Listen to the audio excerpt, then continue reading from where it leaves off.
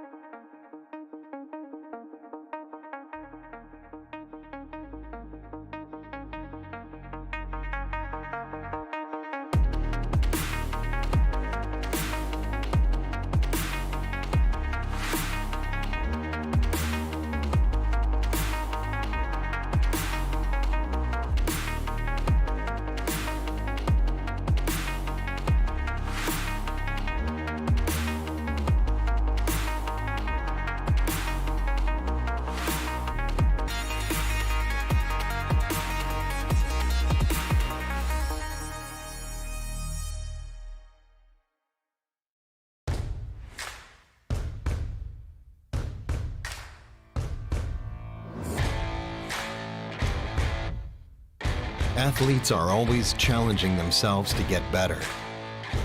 You've seen this in all sports. Esports is no exception. You can never predict the outcome. The only thing you can control is how ready you are.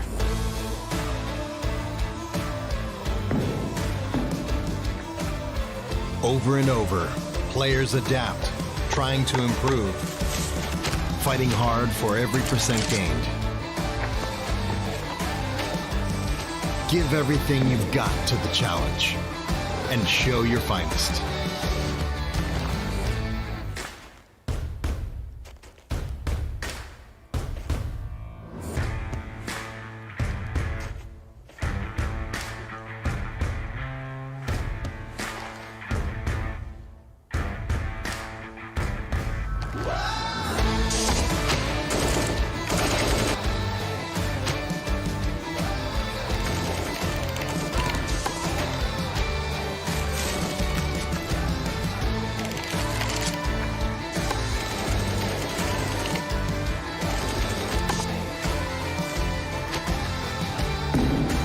Bring your best out.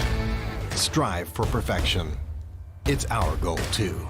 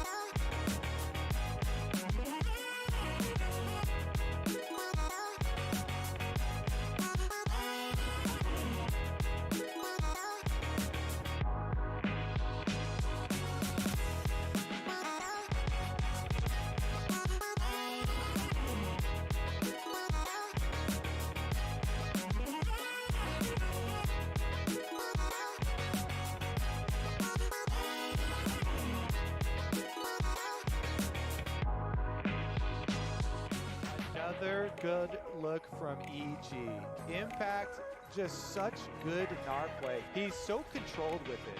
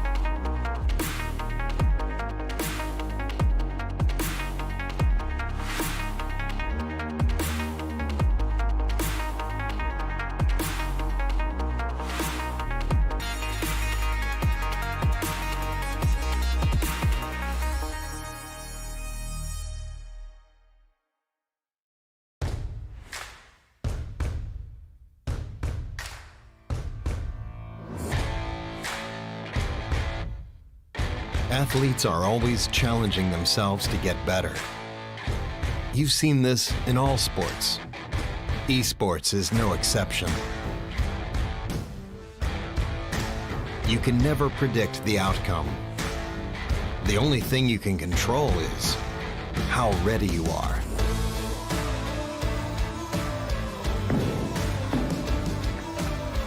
Over and over, players adapt, trying to improve, fighting hard for every percent gained. Give everything you've got to the challenge and show your finest.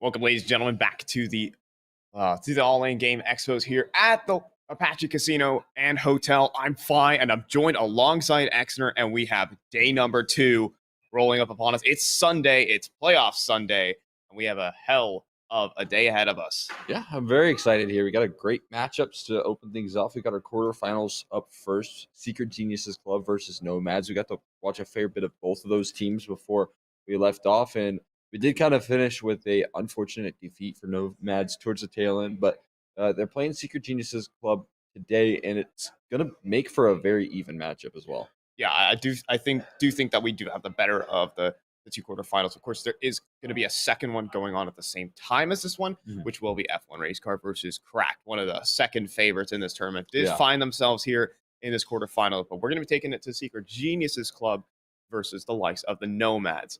And so we're going to go and jump the bracket here, and we'll see how these groups pan out. As you can see, Pick Your Poison are the top of Group B, so they get that instant semifinal finish, or well, semifinal start, I guess, is the way to phrase it, as well as Project Z Theta 9 also get an instant semifinal berth as well. So F1 Race Car versus Crack, and Nomads versus the Secret Geniuses Club. Yeah, I mean, if we just take a look here, we've got Pick Your Poison, which were a really exciting team to watch in Group B. They were super promising in the matches that we casted them, and I mean, I'm excited to see more of what they can come up with in this this semifinals is where they are going to be reaching. We do have a tough matchup probably ahead of them. If we kind of speculate a little bit later down the line, we're going to be looking at F1 Race Car Peak, or Peak. I just assume it's Peak because of the name. But that's the connotation behind it. At the end of the day. But that should be the semifinal that we do eventually see. And in that case, Pick Your Poison, they're going to have to put up a really good fight. I think there's a chance, there's opportunities for them to take a maps off or even take the series off. But I do think at the end of the day, we might get ourselves a really fun grand final and a rematch that we saw in Group A. Yeah, that's what we're all drawing up to be. We might see that rematch in that group stage match. And I mean, it's a whole group of high-level players. We're going to get a very high-level final. At least that's what's on paper, unless someone wants to pull an upset out of the hat and throw things for a ringer. But here, in this quarterfinal, these 2 teams are playing for a cash prize. They're here to walk home. It'll be a $750 cash winning, at least guaranteed, if you make that semifinal. But let's be real, we got a whole lot more teams playing for the big bucks. There's a total of 10 grand that's going to be shelled out today here at the Apache Casino and Hotel. So, I mean, we have a whole lot of action on our hands. Firstly, starting off with Secret Geniuses Club, though, we talked with El Jacko at least last night, and he was confident in their matchup, and as well as their picks and bans. We can go ahead and check those out and kind of get a little interested in those. As you can see, Inferno is where we're going to start, and that is the pick of the Secret Geniuses Club. And it's an interesting pick from the Nomads. We didn't get to see them play too much Overpass, at least. Yeah.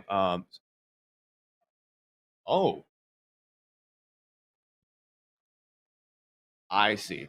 It's actually funny. We got told by El Jacko. All right, we're getting new information right now. We got told by El Jacko they'd pick Inferno, but hey, Nomads went up and picked it right for them. So next up on the docket for Secret Geniuses Club is going to be Overpass, and then we'll end on Nuke if we need it, though. In that sense, I think there's a couple of victories that you can look forward to. You always love when your opponents are picking the map that you're looking forward to playing. Yeah. So the fact that we do have Nomads picking into Inferno, and obviously Nomads, they looked pretty solid.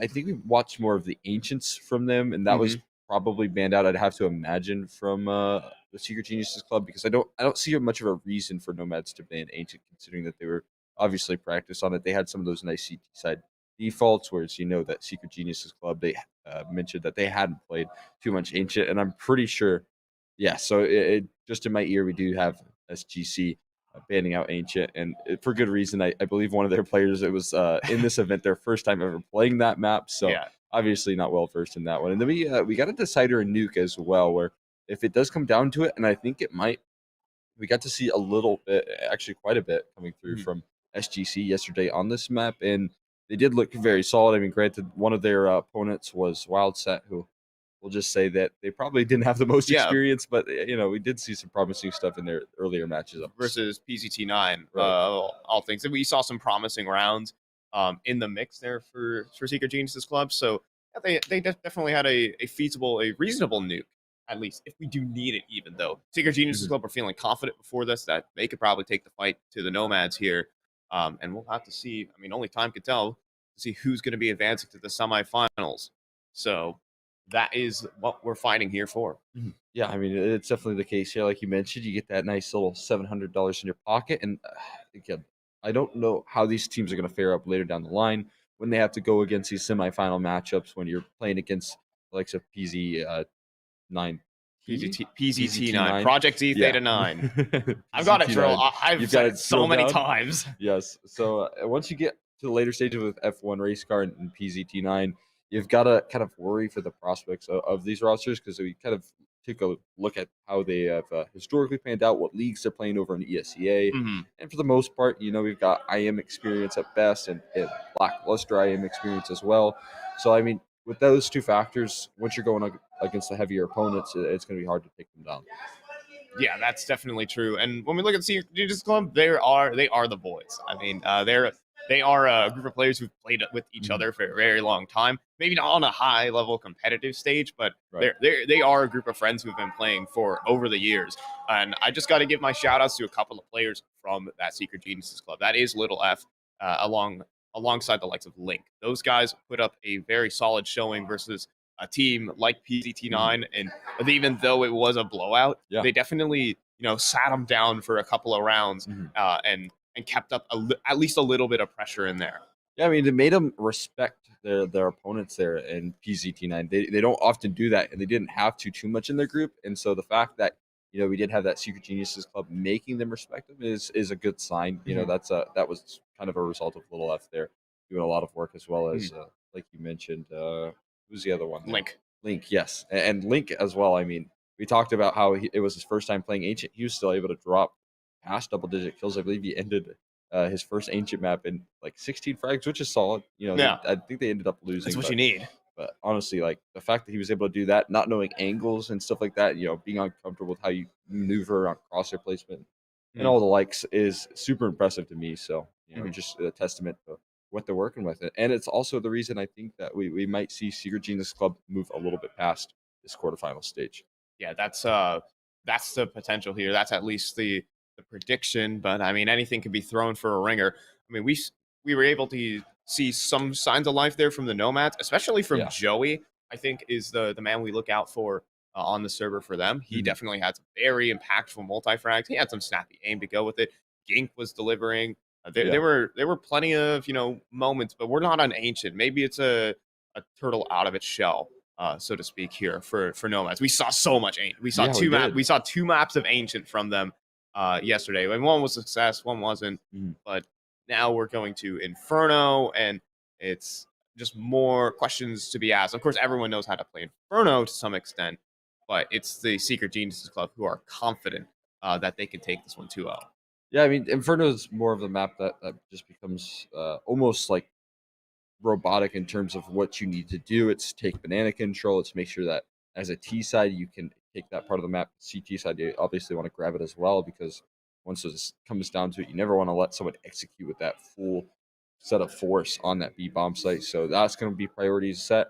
And most people in this kind of IEM stage know exactly what they need to do that. So you should expect that coming through from both sides, as we did see a little bit of Inferno coming through yesterday. And again, I think that Secret Geniuses Club going to be very happy with the fact that their opponents have picked this map. I think that's already a victory. And heading into Overpass and Nuke, there's more of the tactically depth maps that require more skill and coordination there. And for both of these rosters, we should be able to see a lot of that as well. I mean, one is a full 5 IEM team that's probably played quite a bit together. And then the other, like you mentioned, is a group of people that have been traveling around for LANs for quite some time. Oh, yeah. But with that being said, we should be hopping into game here very shortly. All the players are ready up. We're just waiting for the resets to get ready. And so, it should be an exciting quarterfinal. Yeah, we're going to start this one off again on Inferno. This is going to be the pick of the mAAds, but little do they know, they might have just picked into Secret Geniuses Club's best map. So we'll have to see as in 2 seconds, 1 second, pistol round is live, ladies and gentlemen.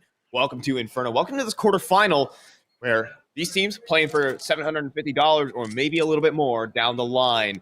They can walk away here from Oklahoma with a little bit of cash in their wallets. We do start with a bit of a pause. Don't tell me we have more tech issues. Come on. We hyped this up for 5 minutes.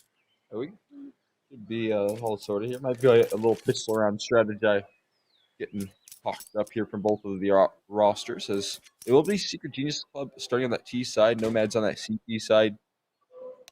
We'll see how this pans out here, what sort of utility is going to be brought out right now. But obviously, during these pauses, we'll probably wait that out before we end up buying here. Actually, it's going to be a fair bit of armor being brought out here, coming through from Ethex. Or not Ethics, rather, from the roster of mAAds, and it will be Ethics, the Diffuse Kit, and mAAd combo to work with that. I mean, can't really give up a plant here. Not much retake utility, just one mAAd. No I'm smoke. really interested in what they're going to have in store for us. Yeah, he's prioritizing the HE over the smoke. And if it does come B, there might be some armorless players who buy up utility themselves. We might know something, of course, that the Secret Geniuses Club don't. In fact, we can have a at least El Jacko may be resetting his game there. Link has bought up already 2 flashes and a smoke. Actually, I think we might just be restarting the server here, or Secret Geniuses Club. Are we gonna have a bit of delay? That's oh, never mind. Okay, we're gonna connect back. It seems like we're just getting a little bit of a server restart, and we should be getting back into this pistol round hopefully shortly. All things considered here, though. Yeah. All right. All right, we're going to come back to us for just a little bit and kind of, again, as we have to get these server issues sorted out, and hopefully we get reconnected back in the server very shortly. Players are just reconnecting in and out, maybe testing back and forth. But in any case, we're just waiting for this pistol to go live and get us started here on Inferno. Just getting the config figured out there. Got to make sure you're nice and ready for this LAN matchup. We do have all 5 back in for the Secret Genius Club roster. We should be getting into the match here shortly. Just waiting for that on pause to come through. On top of that, we do have some more utility being brought out here so far. Actually, it's just going to be Link buying that one up. So we're just waiting on this on pause to be called. And I want to see some interesting setups. We saw some really cool Inferno setups on pistol round for the CTs. A lot of them, it seemed like pistol rounds weren't much in contention. It was more, once that opening frag came in and bound, it was just all over from right there. It was pretty much the decider. So we'll see if that trend continues here in the quarterfinals and the playoff stages of this map. We should find out shortly. Yeah, that's going to be the hope here. Again, a lot of these pistol rounds, they've been really, really one-sided. It's been, at least we've seen a numerous amount of times the T side just runs up arch and runs everyone over. They're just an unstoppable wrecking ball. That typically is how those pistol rounds go, or they walk in one by one and just get blown up. So there's 2 sides of the coin. I want to see something interesting. Again, we did see like Little Left buy up a little bit of utility. Could go for some sort of B-side execute in the mix. So we'll see. Again, we can only talk for so much until we just go into that sort of speculation mode.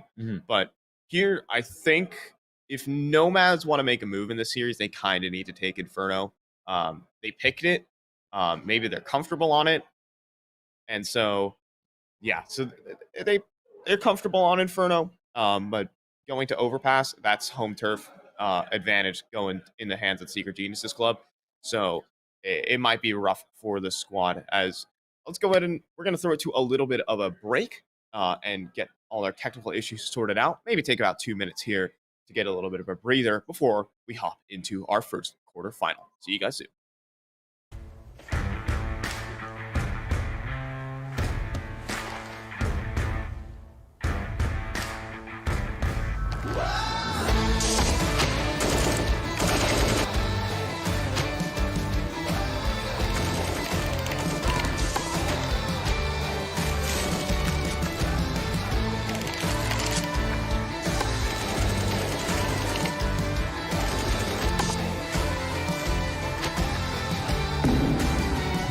your best out. Strive for perfection. It's our goal, too.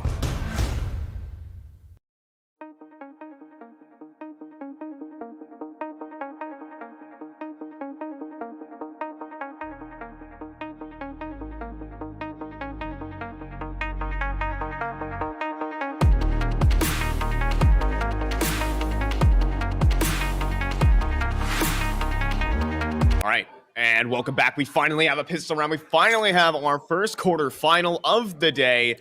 It is the Nomads versus the Seeker Geniuses Club. Inferno picked by the Nomads. Seeker Geniuses Club feeling about their wits about it.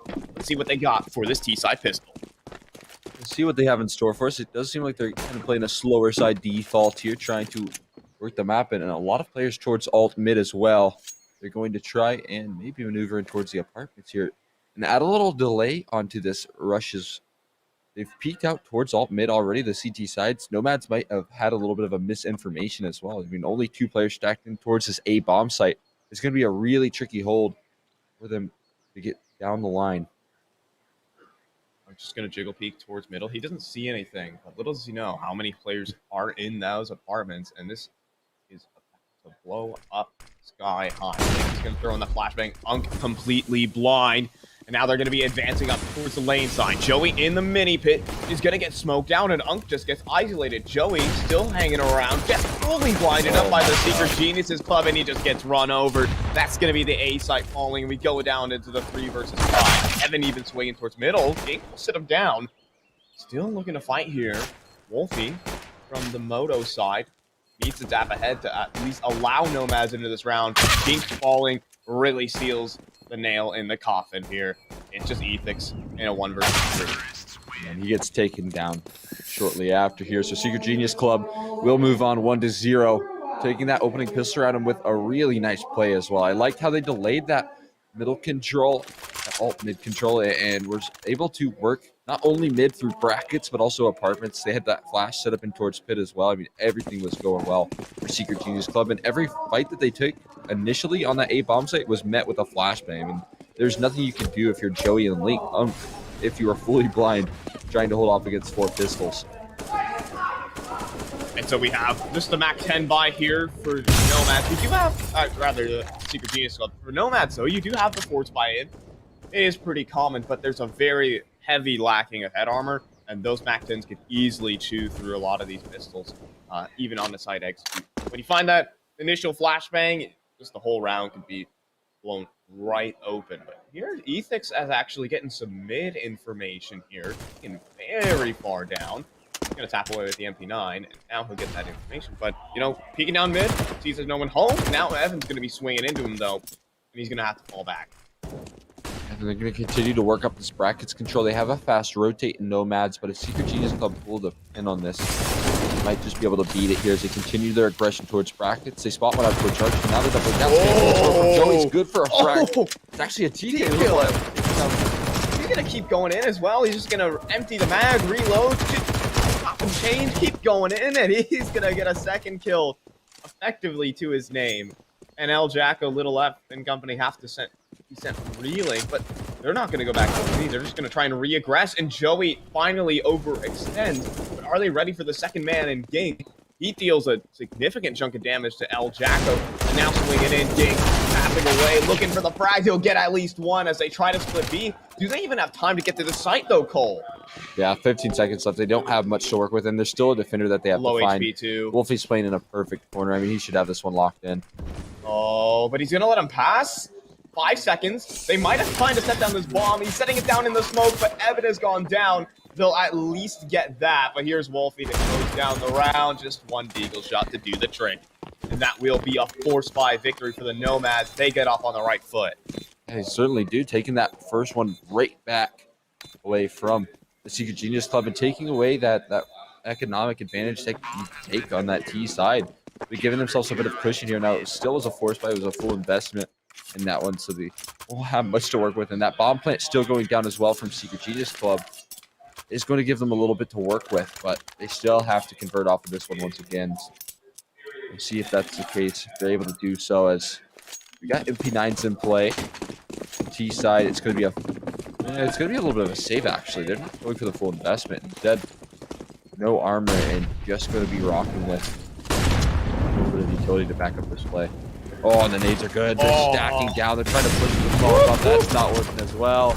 Thurness and Link now last alive, and it might just be nomads winning these force by wars. Yeah, I mean, this is Seeker Geniuses Club did already concede that over, though, to nomads. They did kind of surrender the force by wars a little bit early here, but it's still a whitewash here for the nomads on the anti. A little bit of mist smoke, a little bit of a love tap, but not going to be much here. 2 versus 4, Link and Thurness on such low HP. Doesn't really speak well for their fate in this round, as I think the smoke's just going to fade and they're going to end here. So, I mean, with this early lead, again, we talked about how nomads do really need this map of Inferno. And so getting off to this early start here on the CT side, you can get that CT money rolling at least a little bit and have it not break so early and get yourself a cushion. Yeah, it's certainly nice to have that backup in terms of, even though you lost this round, you still are able to win that second one and build up a nice bank here for that CT side. Now, they're going to give a AK over to Wolfie.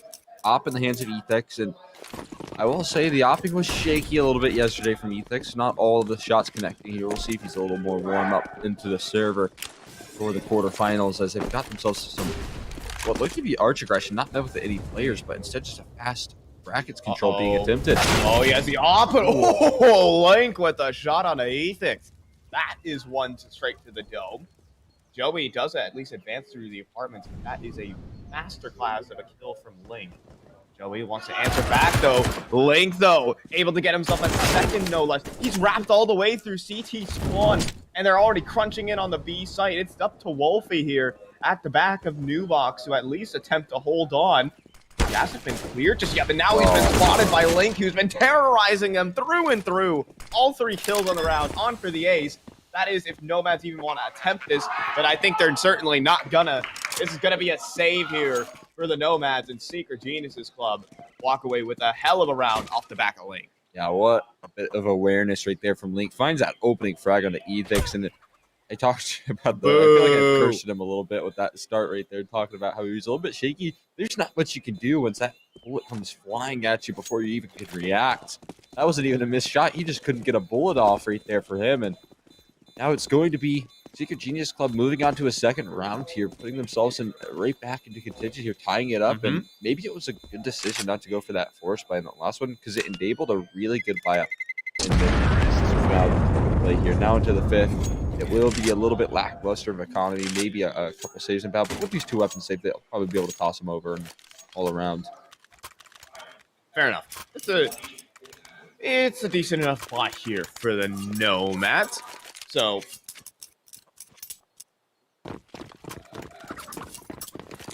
it's a fair enough buy here for the Nomads. Off the back of the save, they still have the op of Ethics to play with. Didn't have much success in the last one, though. Get absolutely rolled by Link. And now, actually, they might just get rolled over again. This time from the B side. Ethics this time will actually connect on the Link, but there's a trade from El Jacko. Wolfie, though, from the back of the site can double up. And he's bought time for Gink to come in rotation. He can double up, and no, little F with a hell of a swing will bring us into the 2 versus 2.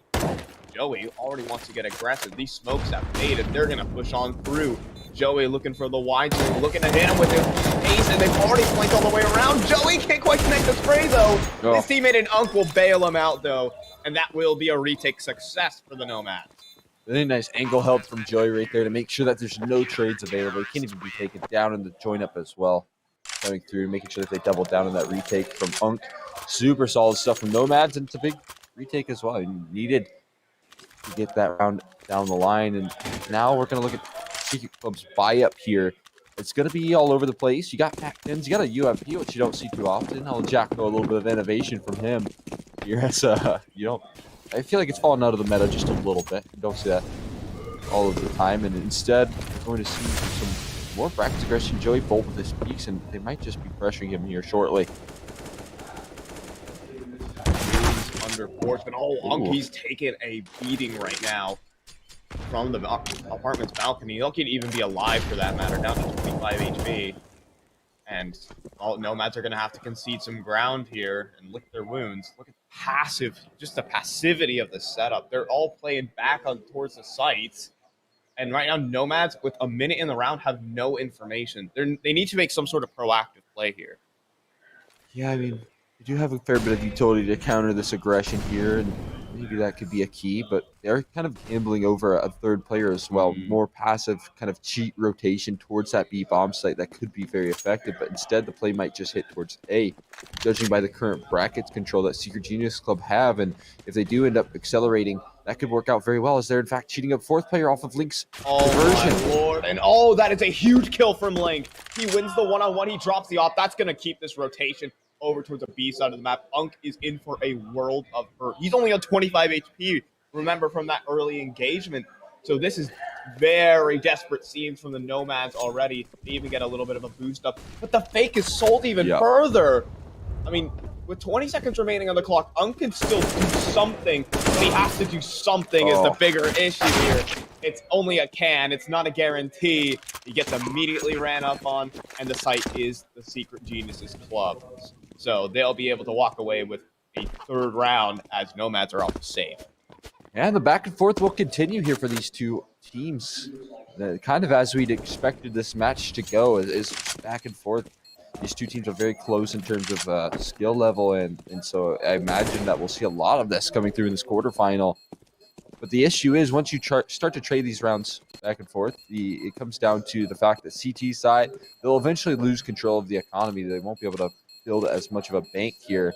You can already take a look at the economy right now for them. You will have that save coming through from Wolfie. Gink's able to hold on to his M4, but the rest are not going to be looking too keen to buy up here. I mean, it's going to be possibly MP9s, FAMAS's in play for Nomads. So certainly going to be a struggle in terms of holding things down, but they've made it happen before. So I'm sure they can do it again. Yeah, they've had some nice B-side holds. They've had some good retakes to follow up on that. And they can do it here with the MP9s. And Inferno really lends itself to that weapon specifically. So they can definitely work themselves at the banana side, even into the apartments. Even on the good B-side hold, it gets in the close range down in dirt. So Nomad's most definitely not out of this round by any stretch of the imagination. Especially with Little F. He is getting fairly aggressive here, and there is an AWP posted on his line, so has to be careful where he steps. Ethics is specifically watching for this. Now he's going to extend forward. The shot doesn't quite connect, though. He'll back up. Joey, though, has been so good on this large spam, and he's going to get so much damage, but receive some in turn. Now a molly at his feet, too, puts him down to just 4 points of health, and he'll be escaping towards the A side, but in the meantime, Link and company are pushing up large, and he takes the fight. He immediately swings. Down goes Gink. Joey gets immediately domed, and Ethix is the only player on this A site. The flashbang is fantastic. He has to try and reposition. Unkelo has emerged from the mini pit and has dealt 2 kills at range with the MP9. It leaves Link and El Jacko to try and pick up the pieces. It's not going to be easy as well. They have to retreat bomb. They have to make it into a site. And with only 35 seconds of time, it starts to become a limiting factor here. El Jacko moving up the lane, and his teammate's gone down. It's now a 1v3 for him to work off of. That is an MP9. You know, I talked about how the Inferno was kind of close range angles. Unk is just going to do everything with the MP9. 4 kills at range from pit to moto. That's not how the MP9 is supposed to work, but it'll do the trick either way.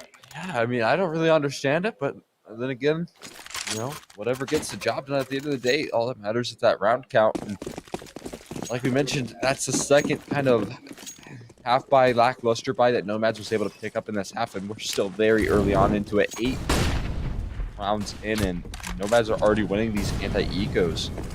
It's going to be a very troubling prospect for Secret Genius Club if they cannot topple this economy on the CT side. Again, this is kind of the winning condition for every T side, is to make sure your opponents are saving as much as possible. They could still force an eco out of the CT side, though, with a round win here. El Jacko with the CZ, basically an AK in his hand. See what he got here with the apartment pop. Punk looking to hold, but it's the site execute. Flawless here from the Secret Geniuses Club. Now they can just establish themselves in a post-plant position and call this one a day. here comes the question marks of, do they even go for this? A site retake's never an easy prospect, as well as they got themselves into good postmans, but they are going. Joey's on the move here towards lane. As he gets volleyed off, that'll slow down this aggression here, and that might just be what falls off for mAAd. It's still going into this, though. He's going to perform an L. Jacko swings on a timing, takes down everyone, and Thurnis with a double kill on the AWP. That's going to knock Secret Geniuses a 4th, and that will snap the CT economy.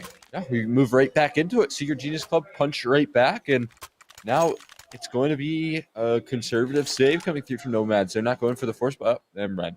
This happens to me quite a bit. It's like last second, they've taken their time to discuss it. The life and they of a color will, commentator. Yes, very much so. They will take their chances and go for a deagle buy. M4 in the hands of Punk and MP9 as well at Epic. So I've seen these it's buys still reasonable. Well, it's not a terrible one at all. You could definitely get some sneaky around the smokes, play the close angle, banana towards the site. Inferno can lend itself to a very close range defense. It can lend itself to these kind of buys, but Gink overextending just a bit too far. Little F, while fully blind, will eventually take him down, and that will make a 4 versus 5. mAAd are going to begin to rotate into this B site, though, and Secret Geniuses might have stalled out for just a tad too long. We'll have to see.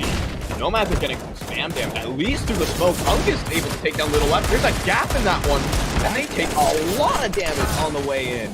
There is at least a spray to take down Joey, but Punk continues. He gets the 2nd kill through smoke spam, and has made this retake doable. They're lining up utility to retake. It's only one flashbang, and Link's gone through the smoke on the flank now towards Coffin. Oh, but Evan can still hold it down. And look at this. Link, here he is, looking to close it down, and he will. 2 kills to end it on the spot. Secret Geniuses Club up to 5, and now the CT money has been broken. They've finally done it after long last. They've been able to find an answer for mAAd's CT side economy here, and that's going to be a huge victory. Timeout called after that one as well to probably talk things over, make sure that they're able to continue this this advantage, or maybe if you're mAAd, you're trying to talk about what your game plan is in this full eco. I imagine we could see some 5-man stacks. Is what we saw a lot yesterday. Just stack it over towards the B site, stacking over towards A in brackets with the flashbang. All viable options on these force buys, and I definitely want to see some of that, because once you kind of play a standard 2-3 setup with pistols, you have to imagine things are just going to kind of get chewed out with lacking weaponry. Yeah, it's really the next round to focus on here if you are the mAAds. It's again, but it's all props to Secret Geniuses Club, who Link has been getting the entries. He's been getting the out positioning. Right. I just have to talk about that round where he just swung mid bracket and deleted Ethan, who was holding that angle with an AWP on land, no less. Such a nice land peak, babe. That is, we were talking about him in the pregame. He is a very, very good player for the Secret Geniuses Club, and he's delivering so far on Inferno. Now that we get out of our pause, mAAd, this is not gonna be their round, so to speak. But we can talk about the future here. This is likely to be a 6th for Secret Geniuses Club. But rifle rounds in the future, what are some issues right now for the mAAds? So what they're giving up here is a lot of brackets control, and once they kind of fight with that, once they've had that kind of arch side and port side setups, it's been going a little better. Now they're just running through the Molotovs here. Those have as you'd expected. Total chew out of the AKs, and that nade is going to do the trick right onto him. Eat that, see you later. Touchdown from El Jacko, and it will be 4-6. We move on like you'd expected, and now we'll get back into this fight. As I was mentioning, though, it's a lot of giving up map control. For mAAds, they're not taking banana too often. For the most part, that's been taken from Secret Genius Club, and they're not taking brackets. You kind of have to have one of those parts of the map, I guess, or apartments is included in that list. And if it's 5v5 and you don't have control of all 3 of those factors, then you have no information. Yeah, CT sides on Inferno can't really afford to be passive when you don't have utility. And this is one of these rounds where you're lacking Molotov, you're lacking smokes to slow down and burn time off the clock, that mAAds are going to go for an aggressive setup towards the apartments. We've seen this go awry, these type of setups go awry before, because if one person goes down, the other is in a world of hurt, and it's going to happen exactly here. Evan is going to take down both apartments players, and it's going to leave only Joey on the site. Gink has come in at least in rotation, and Secret Genius Club are actually slowing down the pace. They're going to take it back towards B. Yeah, smart call right here. Only one player playing far too passive in the form of Wolfie as that B-side anchor. He's got a lot to do here to defend up against this one, and it only has one flashbang to He do has it a with. single flash. Yeah, Yeah. See, like, you can't play the passive setup because there's no way that you can defend this site. Right. So Wolfie's just gonna get smoked out here. He can like hope and pray he gets lucky to like stop the bomb plant at best, but even then, mAAd should try to save this. Yeah, you don't have much of a chance here. I mean, you still have that one flashbang on the Wolfie, but you definitely want to have a nice little smoke to cover off Banana, try and isolate some of these fights, and they don't even have that here. So I think they're starting to run away here. Right now, Gink's holding his position, allowing for Wolfie to make his exit, and all should be well for mAAds here, trying to bring this weapon round into the next one. And yeah, I mean, Secret Genius Club just taking a 7th off of that opening frags coming through from, I believe it was Evan. Yeah. And you talked about how that apartment setup setup is super risky to go for. And, you know, it does require a lot of trust in your teammates, but it also requires you to hit your shots and hold some nice angles. And right there, just not able to do it. Yeah, Evan just hits him with a spray. All the way through. 7-4 lead here for the Secret Geniuses Club. Off the back of, you know, kind of breaking the money of the CT side, they've been able to stretch together a few rounds here. Now for the mAAd. Have some safe rifles to work with, so Joey's going to get one in his hands. A couple of deagles spread out. Again, there's no utility. It's going to have to be some crazy opener to start this one off. Ethan cannot quite connect with the deagle either. And Uncle falls. One of the rifles. Actually, also the rifle's still on. Never mind. That's Unk's deagle in the apartments. Little left, though. Gonna potentially take a few more away. All 4 players are here for the mAAd. If Secret Geniuses Club just put a little bit of pressure towards B, they might find out what's lurking at the A side of the map. Yeah, in certain rounds like this, you can kind of invest in a MAC 10 for one of your players and send him to find the stacks that often do come through in rounds like these. Is Little F taking some flak here towards alt mid. The bomb is positioned towards the top of Banana as well, and this is a beautiful read from Secret Genius Club, just bailing out of this A-side control. They don't even peek for brackets. Instead, they get a little bit of information. They take a bit of fire and just change their course towards the speed bomb site. Okay, we'll say this. There's a miss smoke. CT smoke. Yeah, they did miss the CT They smoke. smoked cool. I don't call it a miss CT smoke more than a cool smoke. Tactical, ladies and gentlemen, tactical. In essence, though, mAAds are just going to save this one out. Ethix don't really have much to hold on to in the grand scheme of things, in all honesty. Right. So he'll try to go for an exit, but everyone else holding on to those rifles for the next. Nice shot right there from Thurnis. I kind of want to take a look at the loss bonus here. Can we click tab real quick and see what sort of money Genius, or rather mAAd? Max yeah, loss it's bonus. max loss bonus here. So in this next round, they'll have a really good bite. Ethix will have his op once again, and that might be enough to get the ball moving. But either way, Secret Genius Club, they win the half. They have a half lead here, as well as some more financial pressure to stack up against the mAAds. So when we're looking at all of this compounded together, mAAds are on the ropes, but they could win this round and get themselves back up on their feet. Again, these saved guns, again, rolling over, some extra money in their reserves can at least keep them in it. So making this scoreline 8-5 is imperative for the mAAds in this one. Certainly is. Yeah, they've got all the tools to get there. As Ethix is going for an aggressive mid-side peek, and Molotov towards the bottom of Banana. It's going to be thrown here, and Ethix a couple of different angles he has to be aware of. One's jumped in towards apartments, and they've already taken early map control. At the very least, you have brackets, but you're about to lose that if Little F can find you. Does Little F just see a... Oh, I think Little F might have just seen a kneecap there from the offer, but Ethix is going to fall back. He knows there's a potential threat. So that'll be that. It's going to remain in the mAAd's hands for the most part. Now Ethix even repositioning towards the balcony, so makes that interesting. yeah. Still got a good bracket set. They're holding on to this part of the map. They're making sure that they don't give this up too early on. That's critical here. Secret Genius Club are starting to line up some nades to take this part of the map. They're going to get that utility down to ensure this is... Joey, is this going to smoke down towards mid? That's not going to stop Yeah, him. that won't help. Surely not. It actually will. They're going to respect it here to the Secret Geniuses Club. And that does surprise me a little bit. They're actually going to wait for Link to throw some flashbangs, and now they're going to go through it. Unk falls. Eth is on the top of the balcony, completely blind by the Link's flashes. Link even cleans up under the Arch player, and he just runs through and takes down Gink as well. They are not saving this one. Wolfie has to run to the hills, but I think the hills are running to him. It looks like it. 2 players barreling through CT spawn, and even still, I mean, max loss bonus. You could get another buy-in. Not the end of the world if Wolfie goes down, but Ooh, they do turn around. We want chaos. We want Save Furno. We want Hunt. No more Save Furno. Yeah, I do not want Save Furno anymore. Wolfie?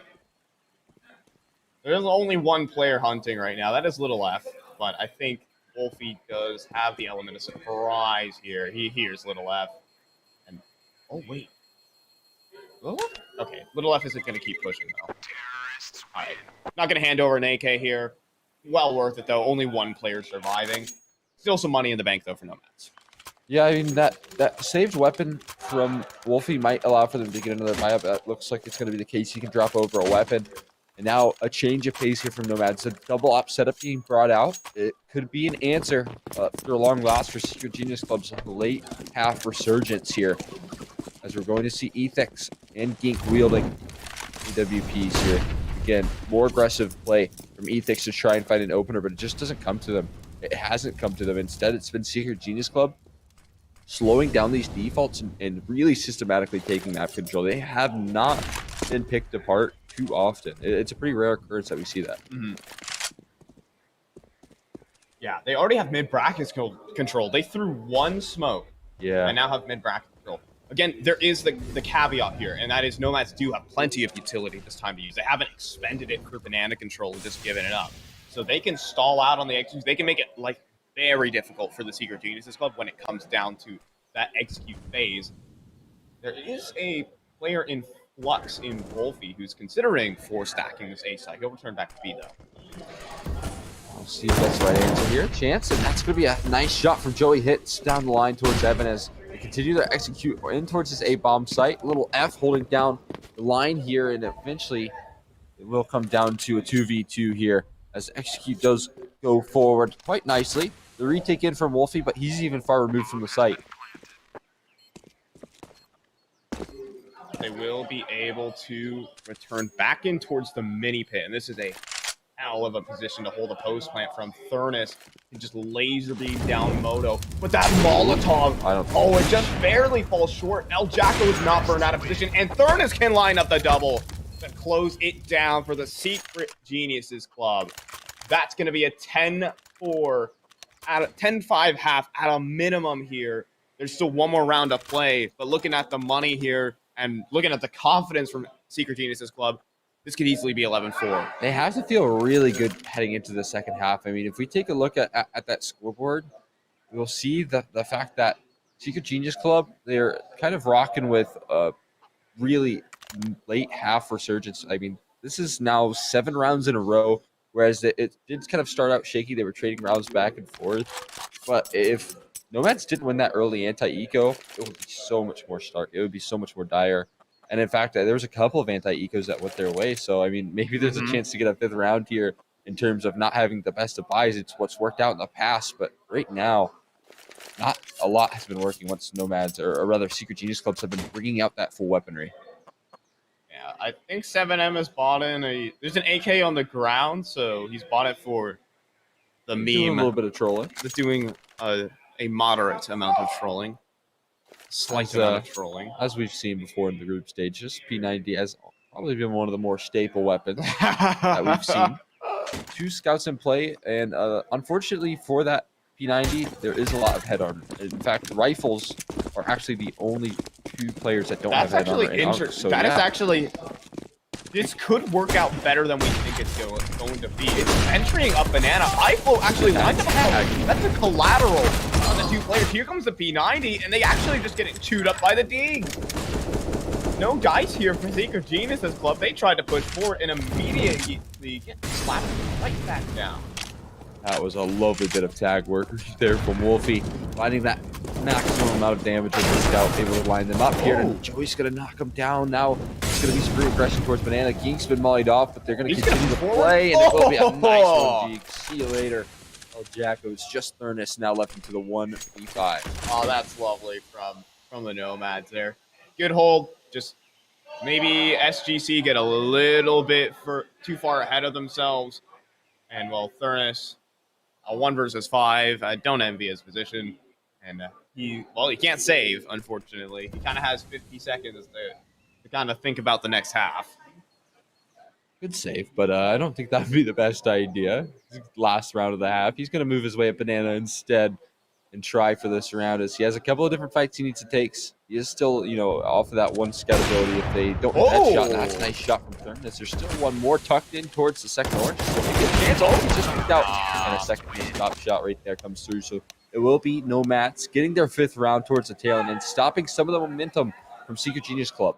Well, that was a nice quick scope towards the end of it from Thurnus at least. But yeah, it's not going to let them any more rounds that they already have.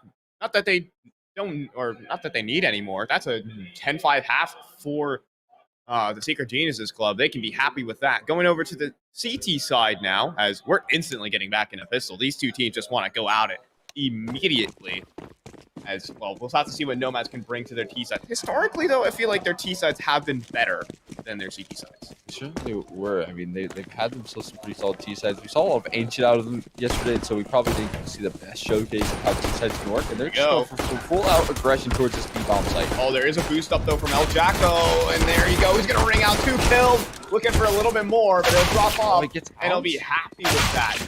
Punked, though. Ooh. Oh, okay. El Jacko's going to continue his killing spree. That's 3 on the round, and the bomb still has yet to be planted. Does El Jacko want a potential ace here? No, Link will take it away, but it doesn't matter. The round is already all said and done. Thurnus will take down the final kill in Gink, and that will be an 11th for Secret Geniuses Club. And a great pistol round as well to work off of. Secret Genius Club taking that one in clean fashion and denying that post-plant situation where you can give yourself a lot more money to work off of. Instead, it's going to be Mactons and play Deagles, Tech 9s, and I don't like counting Nomads out of these sort of rounds. You've seen so much success with it. Now on the CT side, it's not going to be as easy here as the Mag 7 raining out. I want to see what this Mag 7 can do. Yeah, definitely. At the Banana side, it's not going to be tested, though. Nomads are just fast up towards top of middle, but they're running through smoke, they're running through grenades, mollies, etc., etc. El Jacko gets 2 kills in the mix, and the round is just over. They meet the brick wall at the top of mid, and that will be a 12-5 scoreline now. Now they even get an anti-eco to work with. Inferno is looking dire. I mean, that was a 15-second full force buy from Nomads that didn't get them anything besides a couple of consolation kills. That's the very best from that round. And that was swiped away so quickly. These are very rapidly hitting that 4-16 mark, which has to be a scary prospect for Nomads. Once these weapons do come out, you got to be hitting all your strides here. So push down mid is good. Thurnus is going to hold the line. 2 kills in. Link's going to fall in 1 and make it a triple. It's now just that's live, and he'll be sniped down from the FAMAS. And that's exactly what you want out of your anti-ecos. Lead. 15-second clean. Another 15-second round. We're getting through these ones quick. I mean, first B rush, and then it just kind of met a brick wall everywhere they go. Yeah. Now they have the rifles, though. Nomads effectively have the better buy here, considering Secret Genius is going for a bit of a bonus. So that Mag 7 can be a rifle. I mean, it can be a hell of a weapon at close range on Banana. We'll see what it can do here, especially with huge nade damage on the Wolfie to start off. Go for that jumping Mag 7 shot. Once that molly fades away, he's going to back his way up a little closer towards that half wall, and we get exactly what we were hoping to see here. Going for it soon, but still that smoke not allowing for too much aggression here coming through from Wolfie can get sniped by the Mag 7 too. Yeah, I mean, low. It's low. Definitely so. They're gonna keep smoking the top of Banana though. They're trying to bait. They're gonna try and bait for the boost here, and Little F is watching for it. Just has his eyes lasered onto this position, and I think it's gonna happen. Ethics is walking up close to it. Give me a jump. Spot. Volley's gonna be coming on in. Little F playing towards the half wall. The Mag 7 can do its best work here, but it doesn't connect. 2 shots do not hit the mark, and oh no. Little F kind of throwing the flash into the stratosphere, but here comes the mid play from Link. He takes down Joey. Nomads can only hit this B site, and they need to do it. Evan needs to hold for the back of Newbuck, and a fantastic flashbang from Thurnus. is going to allow him just that. Link comes in from the flank, does the cleanup duty, and that'll be 14 for the Secret Geniuses Club. It's the classic setup. You got that CT spawn flash in a new box position. There's not much of a better duo in terms of holding that B bomb site down. It doesn't matter what HP you are, as long as you can hit a couple of shots, your enemies will be fully blind looking at your position. And that was the case right there, coming through from mAAds. They couldn't get any sort of ground in that B bomb site. I thought after that Mag 7 kill came down and Evan was taken so low that there was a chance, but mAAds get swiped away. Yeah, that is a huge double from Evan as well. Even if he gets one, he buys enough time for Link to get into position and deal it. Now here, another gun round. Forced by attempt here from the mAAd to stay alive here on Expo. And it's just relentless aggression from Secret Geniuses Club, and it's panning out wherever they go. El Jacko's finding kills. And, well, if that's the case, that's maybe a good... It depends on if it's a good or bad side, whether... But he's having a great game for himself right now. He really is. I mean, and a great CT side half as well. I mean, so far he's had himself, I believe, every round, but last round multi-frags. So obviously, maybe a bit of a CT-sided player. And Efex, he knows the reality of the situation. That Inferno is looking like to close here, and it's going to be the case. Evan through the smoke onto Ethan. Will be 50-5. Match point secured for Secret Genius Club, and it's going to be another one of those. Yeah, not the best buys. Yeah. This is a best of 3, though. Again, we can look towards Overpass. It is the pick of the Secret Geniuses Club, which makes it interesting. We had a GoTV bug. All right, ladies and gentlemen. Unfortunately, we know how this game did pan out. I hate how it ends anticlimactically at this rate. It's been a bug. It's been going on for a while. I've been seeing it in Premiere a little bit. I don't know what's going on with GoTV. It has something to do with the delay on it. So when you change the map, it says, delay, go away. And anyways, we're going to Overpass next, if that wasn't evident already. And, of course, I think it was evident of the situation. That was the Secret Geniuses Club map taken. So 16-5 is typically how it works. Probably, the round that it cuts out at 16-5 is what they take it at. And now we're going to be going to Overpass. And I guess, what are your thoughts before we get into it, though? I mean, Overpass, it's going to be an exciting matchup. I think that what we just saw from Secret Genius Clubs is a lot more impressive. They've already taken their opponent's map pick. If that's the case, we're going to see Overpass here, which is their map pick. And obviously, they said they were comfortable yesterday on Inferno. They were hoping to play that map. Now, I mean, this is your second best option here. You got Overpass in play. And it's only going to look better from here on out for Secret Genius Club. We're going to need something miraculous out of the mAAds if they want to get any sort of access into this match. So that's what we're looking for in the future. Overpass, the next map. And we have a little bit of a break to segment between it. So take a little bit of a breather. Don't go anywhere. We'll be back in just a few short moments.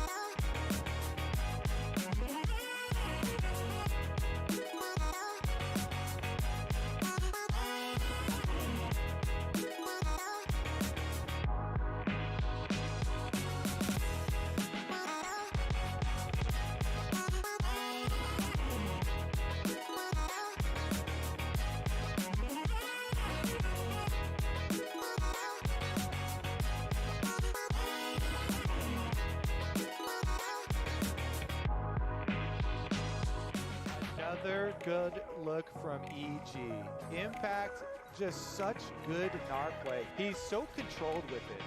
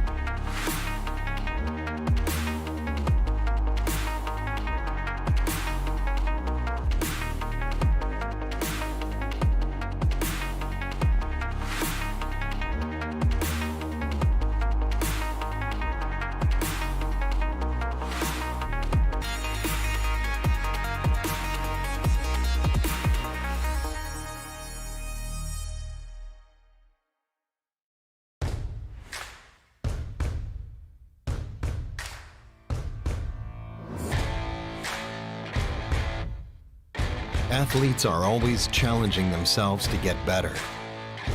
You've seen this in all sports.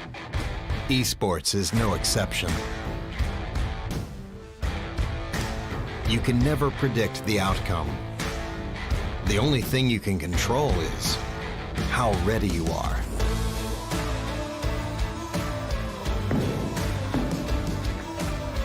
Over and over, players adapt, trying to improve, fighting hard for every percent gained. Give everything you've got to the challenge and show your finest.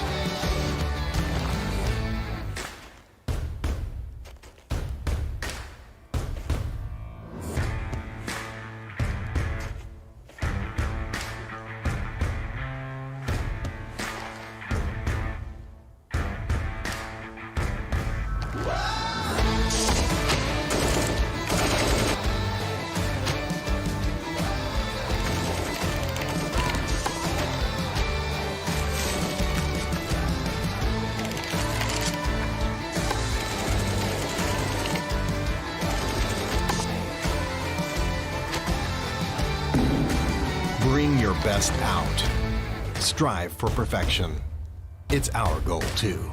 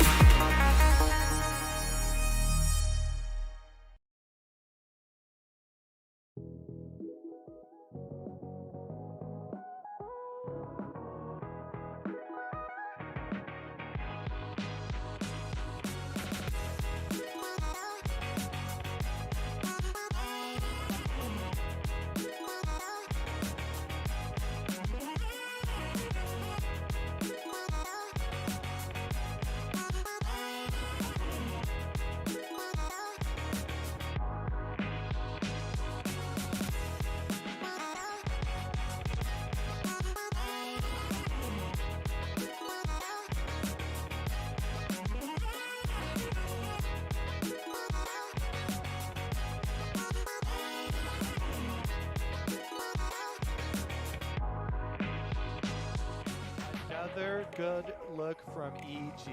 mAAd, just such good NAR play. He's so controlled with it.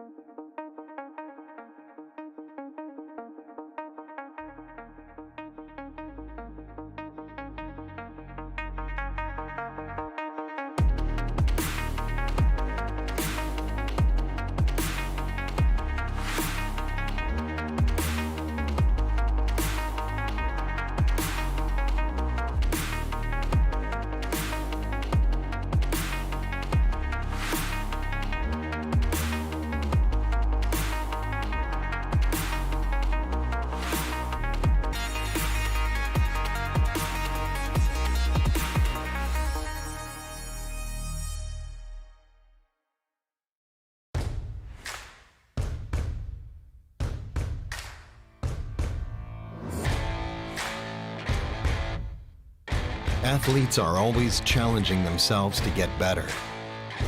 You've seen this in all sports. Esports is no exception. You can never predict the outcome. The only thing you can control is how ready you are.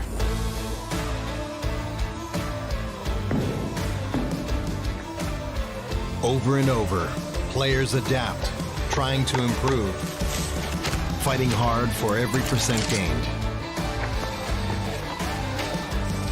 Give everything you've got to the challenge and show your finest.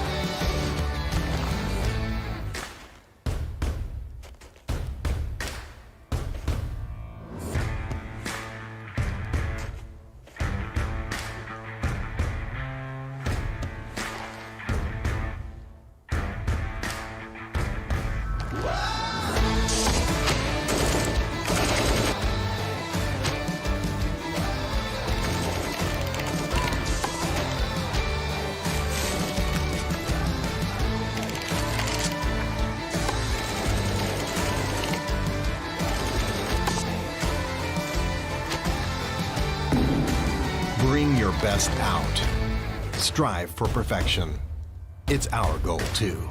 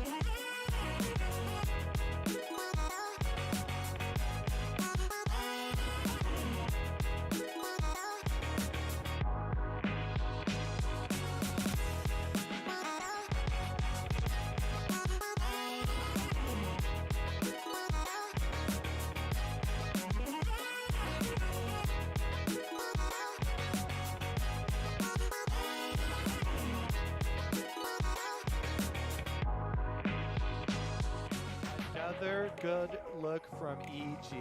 Impact, just such good NAR play. He's so controlled with it.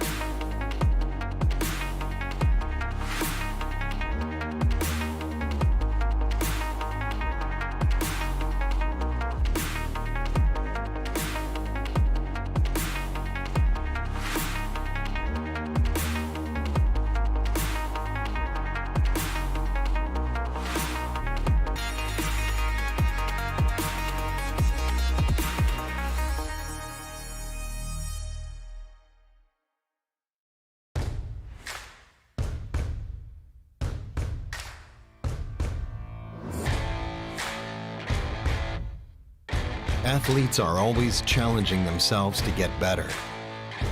You've seen this in all sports. Esports is no exception. You can never predict the outcome.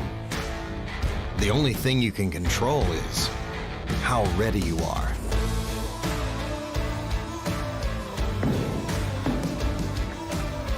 Over and over, players adapt, trying to improve, fighting hard for every percent gained.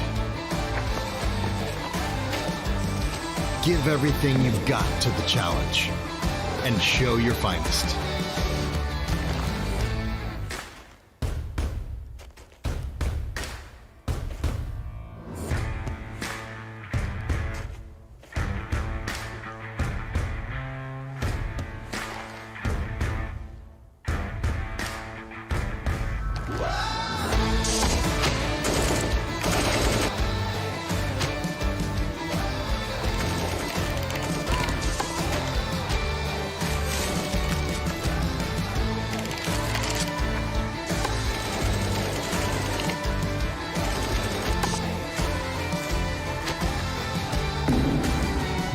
your best out.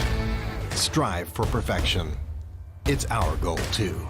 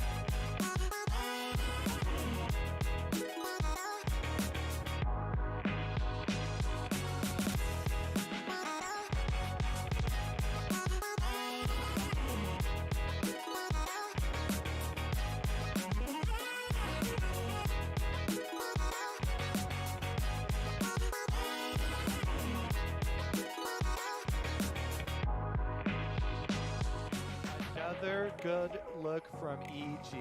Impact, just such good narc play. He's so controlled with it.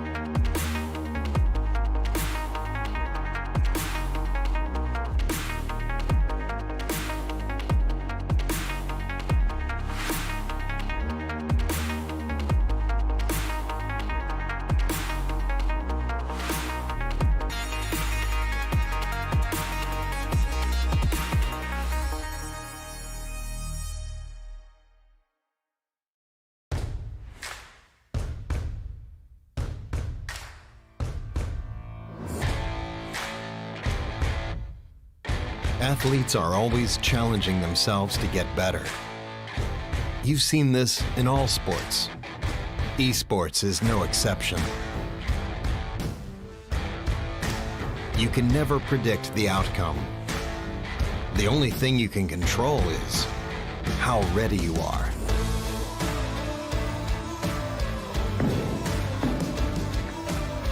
Over and over, players adapt, trying to improve, fighting hard for every percent gained. Give everything you've got to the challenge and show your finest.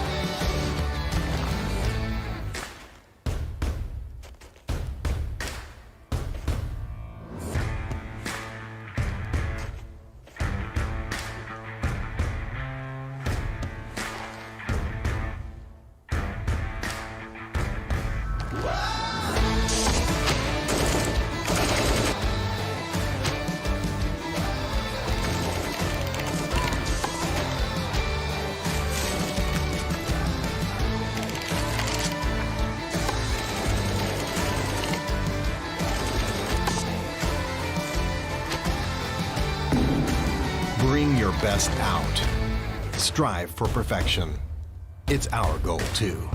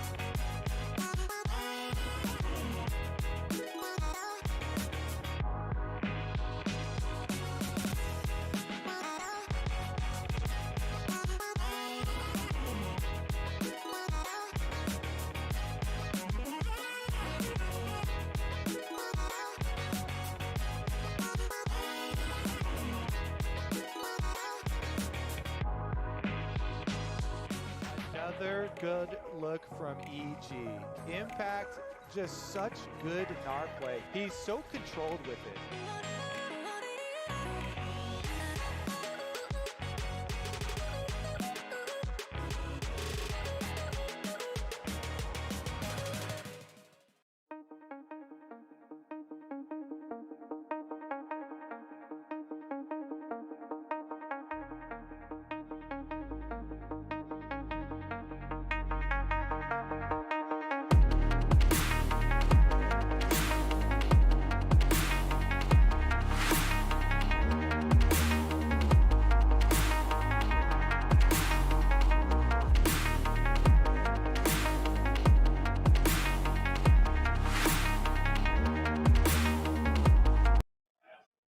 And welcome back to the All In Games Expo here at the Apache Casino Hotel and Resort. So I'm here with I'm Fi, and I'm here with Golex. I'm here with Fi. I'm here with myself all the time, and we're here for our map number 2 of our first quarterfinal match, or first matchup of the day. It is the Secret Geniuses Club versus the Nomads, and we're going to be meeting on Overpass. Yeah, we got the second map. It's going to be the map pick of Secret Genius Clubs as well. And after that 16-5 defeat that was just handed to the Nomads, I'm a little bit nervous for this this quick first quarterfinal that we've been casting here. Because right now, they're not in a good position here. As we should be getting into pistol round shortly. It's going to be a long road back into this match. And after this words, we'll probably take a look at the bracket, but won't be hopping into pistol at the moment. Oh, no, we do have the bracket pulled up here. So we'll take a look. We've got this side of the bracket. It's F1 race car sitting at the 16 seed. I don't know. Oh, that's the score line, 16-4, and then we will be hopping into the match as well here. Just around underway, and already an opening frag here for Thurnus. Thurnus has already opened up onto Ging. The rest of the Nomads, though, are going to be stomping behind him, and Thurnus needs to pull up huge up close with the pistol, trying to deliver, and eventually it will. A headshot on Unk is what's going to start this one off. 2 so far. Thurnus here on Overpass. And now Nomads are just going to turn their attention towards the B site. There is only El Jacko here in wait, but he's been great on these pistol rounds so far with that P2000. Doesn't matter though, he has a teammate in Link who has just been deleting heads all Inferno long. Can he bring it to Overpass? Seems so. Bomb is at least going to get planted here for Nomads as a consolation, but can they stomach this post play? Link is going in for the knife. What? He hits the 360 in midair and takes down Ethan. Even looking for the finisher on the Wolfie. Wolfie has to attempt this clutch, but I think this one is done at only 4 HP. Yeah, they got a kid as well. I mean, there's no issues here. Maybe if there were lacking kids, they could have made it work. But all of them going to swing together. Yeah. Thurnus will find the finishing blow. What was that from Link? He had his knife out. Knife didn't work. Switch to the pistol and get a little style points in there as well. I mean, why not? Secret Genius Club picking up where they left off there on Inferno with the pistol round, and a clean one as well. I mean, they've got that bomb down, Nomads. That's going to be a check off the list here for them, but still, it's going to need rounds on the board here. They need to convert off of these force buys. Starting this one off, Nomads again. They did get that bomb plant. They get a bit of a more potent force buy here. Jack's going to be swinging in with the MP5 for the early info. Gonna get a bit inquisitive. Here's a couple of steps. Gets a couple players, and that's gonna be the MP5 ringing out, as well as Thurnus' M4. He's not ready for the player behind him though. Ethix is gonna get a freebie, and Joey managed to take down Thurnus. This A-side defense is actually solid. They have some ground to cover, especially as they lose Unk. Where's the B side of the map, and we're into that 2 versus 3. Both players positioned towards the fountain area. Bomb now being retrieved here, and no commitment needs to be made. With 1 minute and 10 left on the clock, they can kind of work around the map here. As you can see, Ethix is really worried about that aggression that came through from Link early on. Actually, it was a retreat back into the B bomb site after that frag, and now it looks like Ethix left to pick up the pieces of this round with 55 on the clock. Now time's dwindled down a little bit, and maybe a little more pace going to need to be made for Nomads to try and give themselves some room to work with. They do have a decent set of utility to attempt and execute, but the thing is here for Secret Geniuses Club is with short control, they've doubled up on this A site. It's going to make it very difficult for the Nomads. The flashbangs are going to have to be great, and even if they do get onto the site and maybe Secret Geniuses Club don't give them the light of day, especially by throwing them that smoke, the retake attempt is going to be difficult. Nomad's seeing that smoke, though. They're just going to sprint down towards connector. And Little F is lying in wait. He's going to hold down Mouse 1 with the FAMAS. Can't quite get the second one onto Ethix, but it's already, he's done enough. It's plenty. There's no time. And the rotate is already in. Ethix is going to have a very tough time trying to set down this bomb. He's going to even make it out. It's just, the round's over either by time or by getting eliminated here. It's a second in a row. Yeah, Little F getting that kill and Water really sealed the deal right there. If he would have gone down on traded, maybe there was more of a chance for Nomads to pick that one up if the Little F just had fallen short there. But it bought time for the rotates to come in line towards that B bomb site. And now with denying that plant, Secret Genius Club could get this 3-0 start here in a nice, comfortable fashion as the 5-man B rush is coming through. Might just run through tunnels. Okay, they're actually all going towards short. They're going to cancel that once they see the smoke. Now they're coming up short. They are. And Link has a lot of kills served up on a platter here. That's actually going to be a little left. 3 kills with the MP9. And Joey, I mean, left in a 1v5. Clean and Taiko. And Secret Genius Club are far and away on the right foot right now. Right back at it here in map number 2 and looking good as ever for Secret Genius Club. And this time they're not getting that rocky start that we saw coming through from them in the last map. I mean, those first 4 rounds that came through from Nomads were found very early on in the opening stages of the match. And they were only able to find 1 round then after towards that last round of the first half here. And now with Secret Genius Club cleaning up some of these rounds, it has to be even more scary for Nomads on this match. Trying to go through it though, and the short aggression has not panned out for the Secret Genius Club whatsoever. It is 3 flawless kills. There still is Link here on the fight. He has delivered some great kills. That'll be 3 kills. Joey burns in the molly, and he's turned the round on its head. He's looking to swing in for a little bit more, but Genka's gonna set him down. Now at least Thurnis for the 1 versus 2. He has been spotted. He gets some damage off at the minimum. But he's going to need more than just that. He's going to have to go for this clutch. Flashbang to pop on in to allow him to push forward, but Ethix over the top of the smoke is going to lock it in. But what a monumental effort by Link.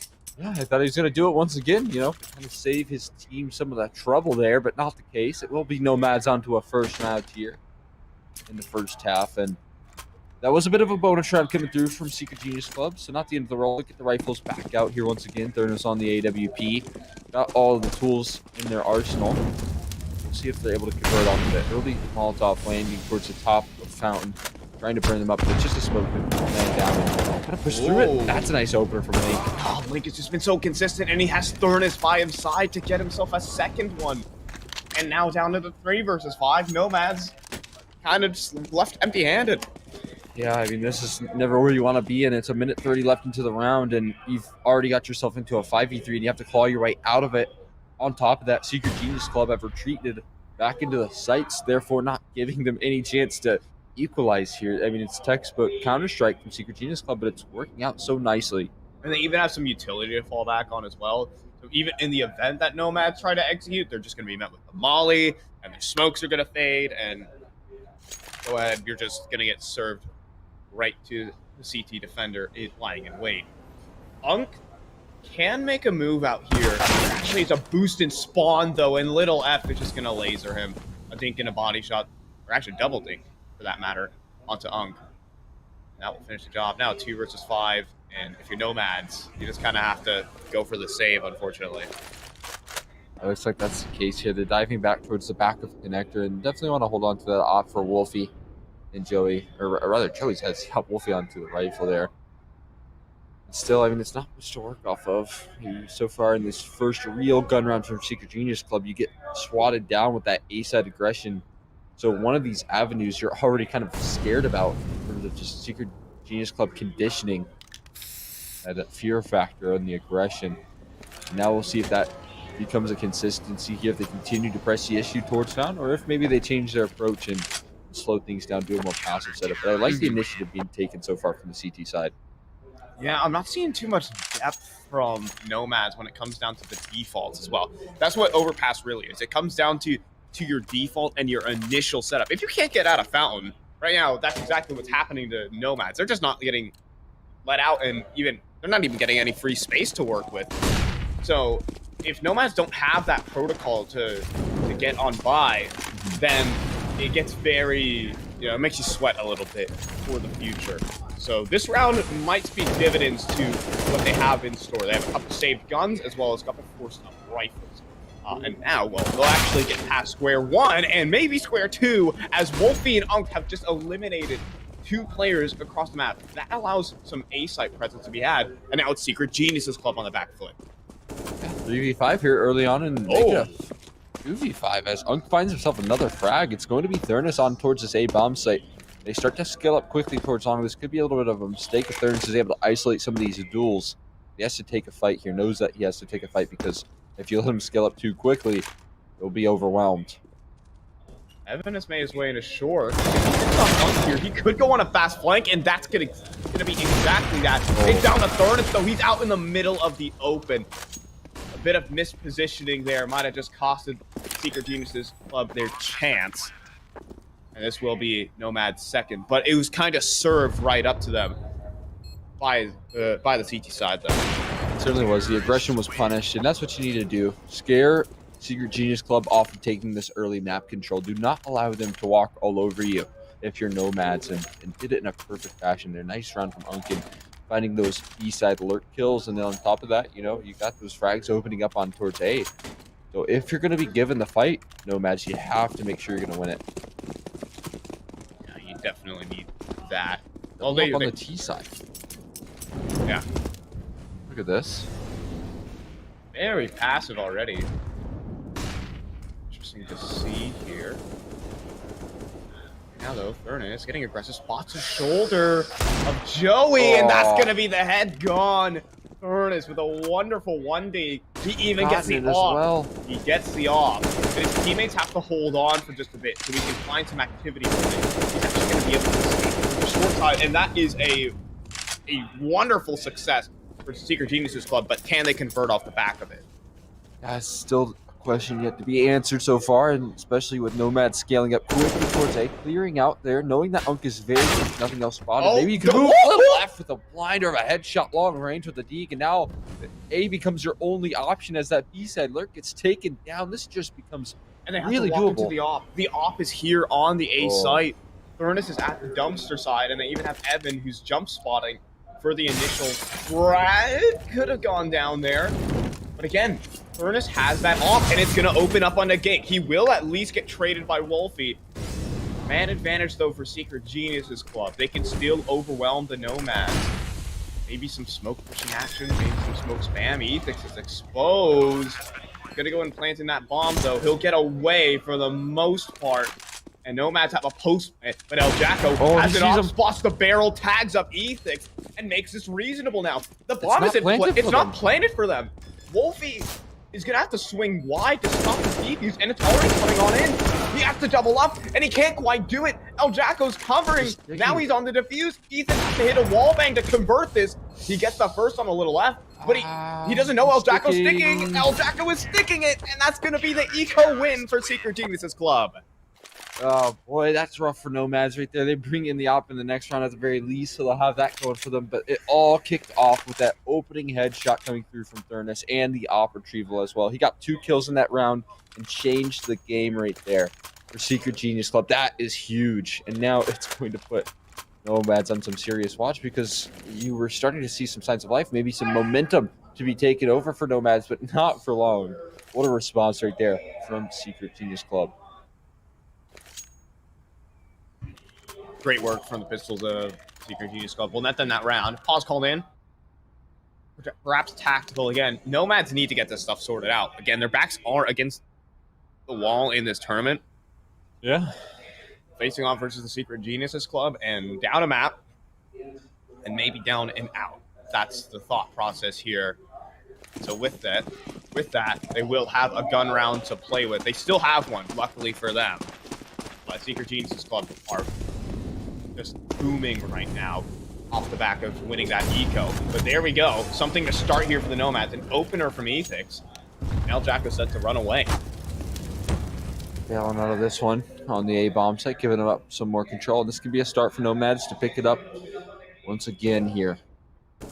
It's just El Jacko on this A bomb site, is soon to be rotate coming through in line, but the aggression's going to come here shortly, and it's going to come down to what he can do. If he El that Jacko. could be huge, and the angle's good. He holds it down for one and gets out of dodge as well. He's going to drop some smoke to try and play around the flashbang behind him. He's even going to advance Sneaky. forward through it. This is bratty from El Jacko, but it doesn't quite work out as intended. Wolfie will be able to take him down. Here comes a flank from Link, though. But on the other hand, Secret Genius don't have anyone on the A site, so they will end up conceding this A bomb site. Are they going to plant out in the open, though? Link, though, with knife in hand. Wolfie's been given a chance. Link, though, swings in off the flash, but Wolfie's too good on the spray. Little effort to try and frag out. He can only go for one at a maximum, and it will be mAAd running over the defense here, and they'll get themselves a third. There you go. So once again, it's that A-side aggression that gets caught a little bit over eager for Secret Genius Club. They're pushing the issue just a little bit too much, and it's allowing for mAAd to punish it. We talked about how their defense were a little bit lackluster, but they're able to win some of these rounds here. So we'll see if they're able to continue to do so. AWP in Ethic's hands once again, and a hero up from Thurnus as well to work with. We'll see what they can get done with very limited buy round in here.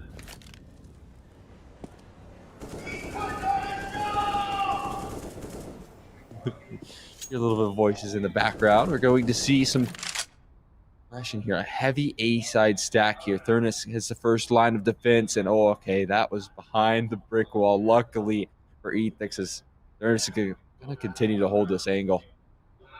Like a very tight line right now. Just waiting at the moment, but he's going to go ahead and concede that. And Wolfie's gonna walk straight on into that op. Now a 4 versus 5. mAAds have to make their way in towards this B side. They have to try something. Evan up close with the D. Can't quite find it though. Unk is able to trade out. Look at this flank, but look at this. The little F from short. Everyone has arrived here for the Secret Genius Club, trying to set down that bomb. They're gonna be able to escape. And here's El Jacko on the flank, tapping away with the CZ75 and the TK in the mix. It's down to the 2 versus 2. El Jacko swings out with the CZ, gets it done as well. And now it's up to Ethix in those 1 versus 2. Looking to fire off. He misses the off shot, gives El Jacko a chance here. Gives the Secret Geniuses a chance to win yet another eco round. Not like this if you are the mAAd. 15 seconds on the clock. He's just gonna go ahead. Quick scope though. That's a shot from Ethix. Looking to close it down, and Ethix is definitely gonna do so. 4K and a 1 versus 2 for the mAAds. Nice work right there from Ethix. Maybe that first flick was disgusting right there. And a huge closer. Ethix, a much needed round to win from him. And it does put mAAds finally in a little more of a comfortable position. I'm not even going to say that much from what we've seen from the force buys from Secret Genius Club. Still, at the very least, you're not going to have to go up against that hero up. You don't have to worry about that. Instead, it's just going to be pistols and play. We'll see if that's enough to get a tied scoreline here. And I mean, they even have a chance to break their record in that first map. Maybe overpass can be the key to taking it into that third map of Decider and Nuke. Noise here though, and those pistols again. They're gonna get a rifle in their hands. El Jacko's gonna recover it, pick up the AK eventually, and use it against it, but it's quickly dropped by Ethix. Down into this 4-on-4. mAAds potentially can just do some cleanup duty. Or rather, yeah, and just clean up Secret Genius Club and equalize here. That's at least the hope. But Secret Genius Club have been these ecos close. Sure have. At the very least, made him expensive for mAAds. That's the key here, not allowing that T-side run away with things, and yet he's been flanked. And that should kind of be the round going out with a whimper here, and mAAds taking a 5th as they do execute into this A-bomb site. Go out with the defense here. Sorry about your luck, Evan. Aim punch gets the best of you, and now it's just a little left here, left last alive on the flank. AK in retrieval, and I think he might just be able to hold on to this one. Yeah, I think he's going to go ahead and save here and close this one down. Fall back towards playground and just let this one, hey, a little bit of 360 in the mix, why not? And that will be a 5th for the mAAds. They will bring in at least a rifle into this next one, a strong one at that, in that AK-47. And give us some extra utility to be bought up and maybe open the playbook a little bit more for the Secret Genius Club for this upcoming CT side round. Yeah, that's really pace here. Going to see Little F getting out of dodge, and another one. mAAds. They tie things up, and I mean, they're trying to pull this one back from the brink. You talked about how their backs are against the wall. This is quarterfinals, so single elimination. You lose this map, and you are out of the tournament here, forced to watch as a spectator for the semifinals and thereafter. Even still, after this matchup, it's not going to get any easier for you. Later down the bracket, you're going to be looking down the lines of probably the likes of F1 Race Car Peak, who have already won their first map 16-4. I believe it was the scoreline. It's not going to get much easier here. Let's just get mollied out from the Nectar side, so he's going to go in and back up, try and make his great escape. And that he will. And I do completely agree. Like, in all honesty, it is a brutal next round for whoever wins it. But at least you're going to guarantee yourself, you're going to at least walk home with some cash here at the end of it. You get paid for your expenditures here on land. You got to have some fun while you're at it. So that's definitely on the cards here for Secret Genius Club. Makes their time worthwhile. Or at least they're up 1-0 in the series right now. So at least mAAds want to turn it on its head and give us a third map potentially. That's a distance away. Right now they're looking to flash in through connector. Didn't open that door, did they? We'll see here. Little F going to continue to hold the line. Sees him right around the corner here. It's going to be an opening frag, actually. Now we're going to start to accelerate. There's a spray from Little F, but it's a little bit labored, and Unk will find the quick trade. It's going to be a B bomb site finish. It's going to be a B bomb site finish indeed, and Unk swings in. Can't connect, though. Runs out of bullets in the mag, and Evan is allowed to frag out onto Joey. Unk is going to finish the job, though. Here comes Thurnus, though, from Heaven. Both of these players from Heaven, in fact. Going to fire off, eventually. Double scoping in, but no one's going to give him the fight. And I think with that being the case, Secret Genius Club are going to save, and mAAds take the lead. It feels like for the first time, mAAds have been able to gather some momentum here. We've heard them getting very hyped on this land right below us, and I mean, for good reason right now. They have won some nice rounds. You've had Ethics with some very heroic individual plays here, and now right in the last round, Unk 3K entry, able to find all of those fights and win them as well. Maybe putting Secret Genius Club on the back foot here in this map, but still, we have to talk about how Secret Genius Club on that CT side, that economy always can be of issue here, and so we'll wait to see how this half finishes out. Fly back in here for the Secret Geniuses Club. They got all the M4s that they need. They've got all the guns, maybe some extra utility in the mix. Here, well, not necessarily all the guns. They do have the MP9. Take that back. But again, you could still, I mean, the MP9 can basically just be a rifle at any rate. So, get into that in a little bit. Here, right now, much more passive setup than we're normally used to for Secret Geniuses. I guess the aggression has been getting punished quite a bit. They're at least maintaining some bathrooms control, but even still, some of these fights that have been given in bathrooms have been somewhat of a problem here for Secret Genius Club. As we're going to see how Jacko continue to hold this passive line. This angle has actually worked out well for him, and he does have a, I believe it's an Opera and Thurnus nearby as well to help out in this defense, just covering up most of the bases here. Essentially giving up a lot of control towards long. We'll see if mAAds is able to abuse that fact. Yeah, they did just have... Ooh, okay, that's a shot from Thurnus. Never mind me. King walks in the line, holds that spot. mAAds are looking to take some fights, and Secret Geniuses Club happily obliged. It's a 4-on-5. Does feel like finally Secret Genius Club can breathe a little bit of a sigh of relief, finally getting a 4v5 in their favor now. That's been quite some time, but this quick B-side acceleration, Little F going to be close up with the MP9, but it's going to be a tough defense to mount if they do pull the pin on this one. Shadow spotted. Lots of footsteps being made by mAAds, by the way. But it's keeping the B-site defenders here. In fact, it only leaves El Jacko at this A site, and he's inside the bathroom. He has a flank. They're all pushing past him. They're not going to check this. El Jacko can double up. He can almost go for 3. He pulls out the pistol to try and finish the job. Wolfie's going to end him right there on the spot, but he's done far more than he's needed to. Furnace is just here for a cleanup, isn't he? As the MP9's just wasting away here at Unk. He's going to get finished off by the USB. And Secret Geniuses Club have themselves a 6 and equalize yet again. We stay neck and neck. Yeah, I mean, they're keeping this game close here, and it's been, for the most part, some nice individual efforts right there. that, I mean, that was a huge mistake from Nomads, not having anyone clearing that bathroom's position. On top of that, you've already fallen prey to that position from El Jacko as well. He's been good for a frag and a nice bit of damage already, and so it seems like Nomads might have forgotten, but Jacko certainly has not. So we're going to see another buy-in here from Nomads. This will be their last chance at getting a gun round here, possibly with that current economic buildup that they've been able to bring into the picture with these last couple round wins. As you wait for this positive to expire, Little F is not only upgraded to the op, dropped over that op to El Jacko, and has rebought himself an MP9. That is a real teammate right there, MVP for Little F. Yeah, double op setup brought in for this CT side.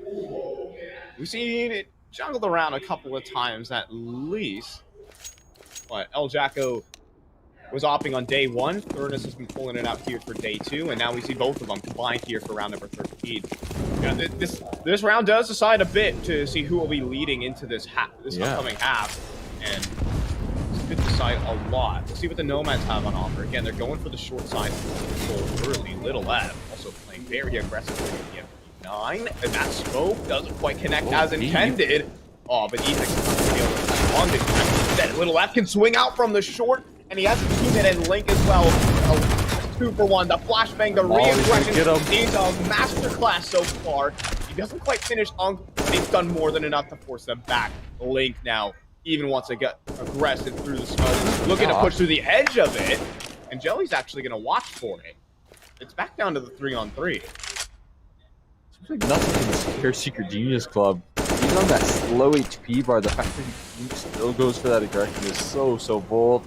Obviously, it gets punished right there. It doesn't work out quite as he intended to, but, you know, worth a shot there with low HP. It's the reposition coming through for Nomads towards the A bomb site is still not going to be an easy one here. They're still going to be met with an AWP in the form of El Jacko just sitting on the back of site. They're afraid that someone's pushed up towards playground, and they don't have time to clear everything out. It's, you know, I was about to say 40 seconds on the clock. It might seem like there's a lot, but it takes time to build up for that execute. And they're just going to have to re-aggress towards this B site, only through Monster. And they only have 1 flashbang, no smoke to do it.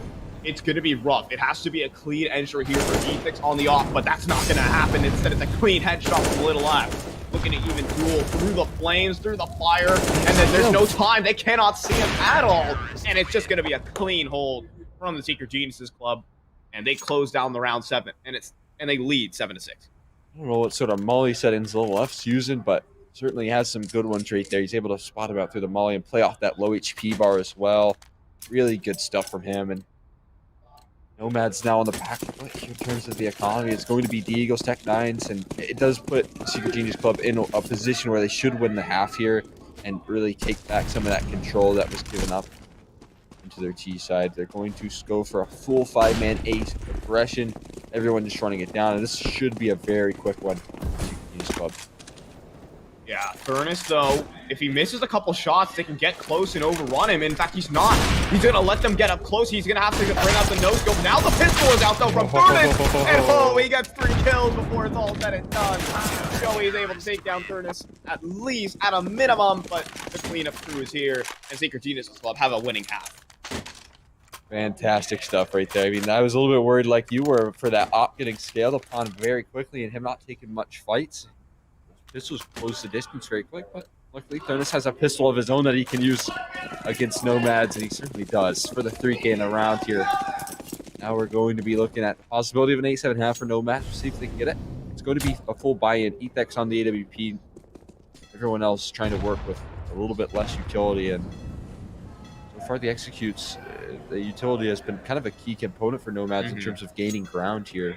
Now they're not afforded as much. Yeah, and even when they do have utility, they've been gaining ground, and then they've fallen into situations where they don't have utility to sort of reclaim it at that. Here, they will at least be given long, and I think this is the only reasonable way to take the 8 site here. It only requires a small amount of smokes, and if they get that opener, then we're really starting to talk maybe the acceleration came through. Both ops here are on the A site, which is very interesting to see. Nomads, though, not going to quite test it just yet. They're going to wait. Oh. Oh, Ethex is so ready for the jump spot, but a recycle of the smoke, and now Jacko's going to find Ethex. That's the optimal one out from the CT side, and now it's going to make this A-side approach just one-pronged, only through the bathrooms. Not well-timed enough, though. Doesn't quite get smart. Now they'll begin to move on through. The flashbangs are good, but they don't have many more to back it up. And they haven't made their way to the site. If they try to rotate back to B, this could be brutal. Seconds. Again, they have one smoke, one flash, and one molly to try and take the entire B site, and there are still defenders here.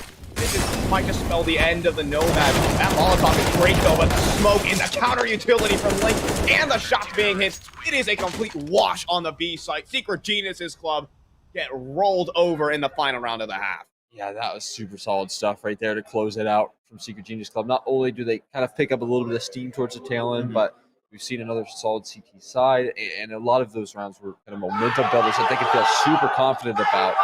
And so now we're going to be looking into the second half. I think a pistol round is going to be needed for Nomads to get themselves back into things. That'll be required because right now, again, their backs are feeling really against the wall. They're already a map down, and they're already losing the half.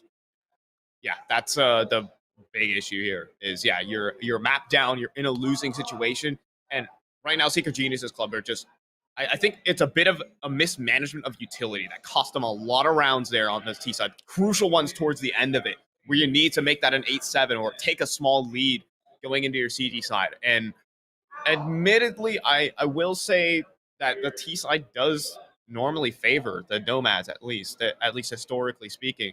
We'll see if that translates here into the second half. We're going to be getting into this pistol round. Right back into it once again. We're going to see a fair bit of utility being bought up by Link. We'll see what Evan goes for. It's going to be armor. So just one utility belt here for Secret Genius Club. And on the other end of the spectrum, it's 2 flashes for maybe a retake setup. As we're going to see all 5 players head in towards this, or rather 4 players head in towards this A side of things. So maybe a little bit of a heavy A side presence. We'll see how it pans out because right now, Secret Genius Club looking to head that way. They're stacked up 4 players. They're playing the anti-connector setup. They're playing exactly against what Secret Genius's club are doing right now. And they're going to be in their pop through the connector. Our players watching for this, but can they handle the volume of players? The answer is most certainly no. Pink has to hold here. They are blind, though. The team classes are ruining them. But eventually, Link is going to be able to open up his Evan. And Unk, hold on! Unk just gets 4 kills from out of thin air! Oh my lord! That is unbelievable. That's such fast frags from Unk. Unreal right there to keep Nomads in this. I talked about how that was a much-needed pistol round. And Unk makes it happen. A huge 4K from him. And that will put Nomads back into this game here, denying the bomb plant as well. When things looked so far off, it was Unk to save the day from Long. Oh my. That was 2 versus 4. It was looking all wrapped up. It was all looking said and done, but Unk delivers that one. And that is a confidence booster for the Nomad. Even then, Secret Genius Club, you can be a little bit tilted that there's a lot of team flashing going on as well in the mix. So, Unk was gifted a hell of a sequence there. Right now, Secret Genius Club have just bypassed the entire A-side defense, though. They're going to call this completely clear. And Nomads have no idea what is even going on. Oh, look, no, they don't even know. They have no idea what has just hit them. It's a 5 versus 5. They have so many players down low in the CT tunnels. The dinks are raining on through. And not like this. Surely not. Not lose this round if you are the Nomads. The Glocks are starting to rain on through. It's down to the 2 versus 2. Make it 1. Joey will turn it into the 1 versus 1. But Evan's been able to recover FAMAS. He's recovered a rifle. But he's still in the sight. And Evan is going to be able to swing. And Joey will secure the round. Just barely for the Nomads. But it shouldn't have even reached that point. Oh, not at all. Hey, that's 4 kills on a Glock Eco right there from Secret Genius Club and a bomb plant. That is the best case scenario. And we will get to take a look at Unk's 4K here. I mean, look at how he holds this down. Oh, this is beautiful stuff. Just tapping away with that P2000. I'm not a believer in that weapon, but Unk almost makes me think that that is a better option. First full gun round here for Secret Genius's club. try and bring this one home and at least hold on to their lead for a bit longer and give them a chance at this 2-0. But right now, mAAd have came out in this second half swinging. Got already a lot of damage taken from Thurnis here as well. Link, a little bit of tick damage. That'll give up a sound cue, but I don't think anyone's there to hear it. Instead, they're kind of towards the top of Cat, playing far off of water at the moment. And so a more passive A-side defense here from mAAds. We're going to see if that becomes an issue. I mean, they're trying to take this A-side map control. They have a lurk as well, and a little bit of a default coming through from Secret Genius Club. This is the sort of depth that I kind of wanted to see from mAAds in terms of slowing things down and systematically taking map control, kind of using the buddy system as well to ensure that if one of these picks does come through from the CT side, it's not met with a free 1-for-0 trade.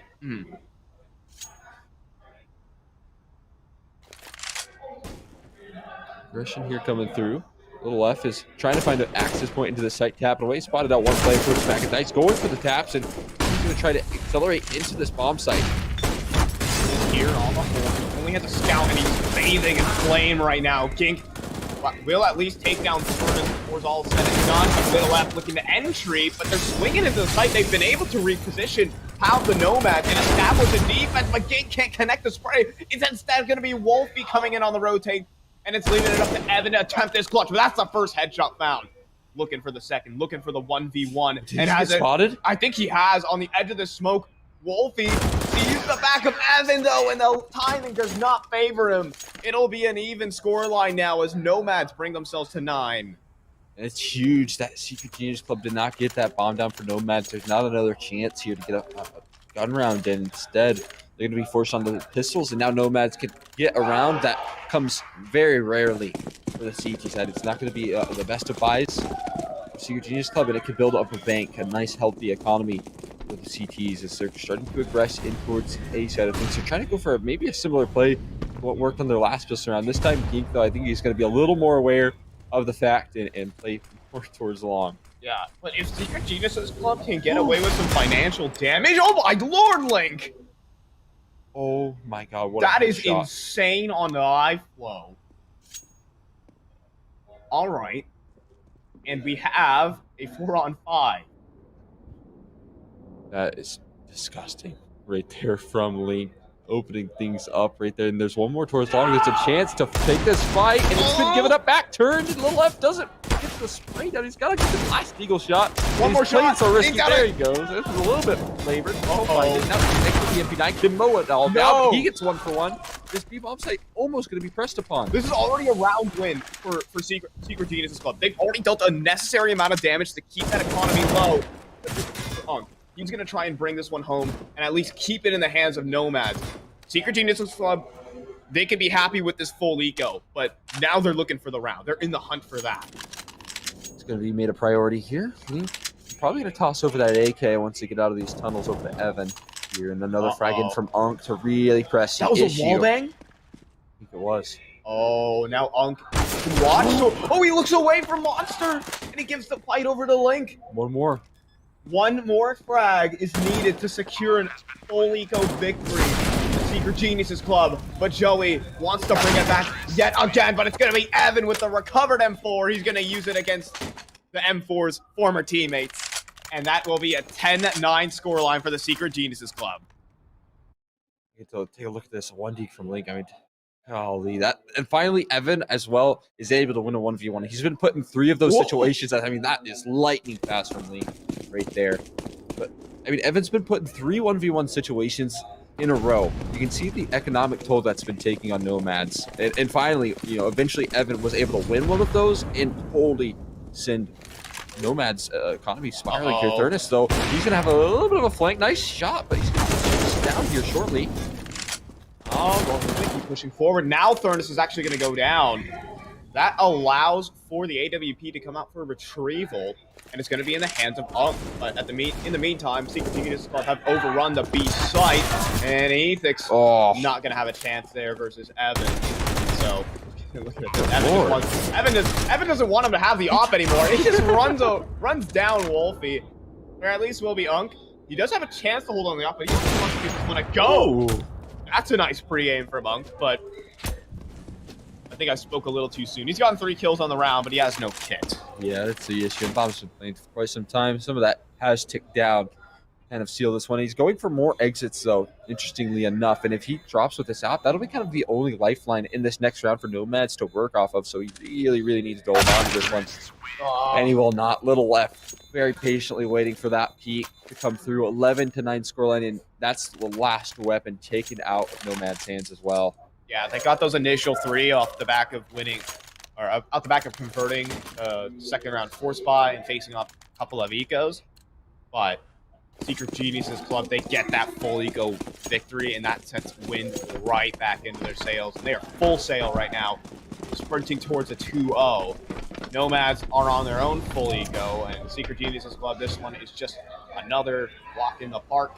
That's just going to walk through Monster. It's an empty AB bomb site, and the round effectively just speaks for itself here. Yeah, I know that what they're up against is just lacking, sure. So an easy walk out into this B bomb site. They're very diligent about how they clear things, making sure that they get all of the ground before they end up planting the bombs, before they stop cutting the sound. It's now the post plant here. I think just finding some USP kills and maybe an AK would be best case scenario for mAAds in this round. That's the hope. I don't even think they're gonna Alive for this one? Yeah. Another 10 alive. Yeah, we've actually had this round from mAAds before, I believe, or at least one of them. For a 5 alive, they don't want to give them the gold award bonus. So, well, it's a bit interesting here from the mAAd side, but we're gonna get a 5 versus 5 pacifism round here. Just a little probably what spurs his tail in, and that's what we'll see. We'll enter into 9-12 right now, and there's finally the execute. That's when the call gets made. You know, try and find those players that have stuck around near the bomb. Maybe that'll do some damage, but doesn't do any of the heavy lifting for mAAds. It's a flawless round for, I guess, both sides. So the only difference is that Secret Genius Club move ever closer to that 16 mark. This is the round to do it. mAAds need to slow down the bleeding here, or it's very likely a 14-9 scoreline and some. And already, Secret Geniuses Club ready to pounce onto this B site.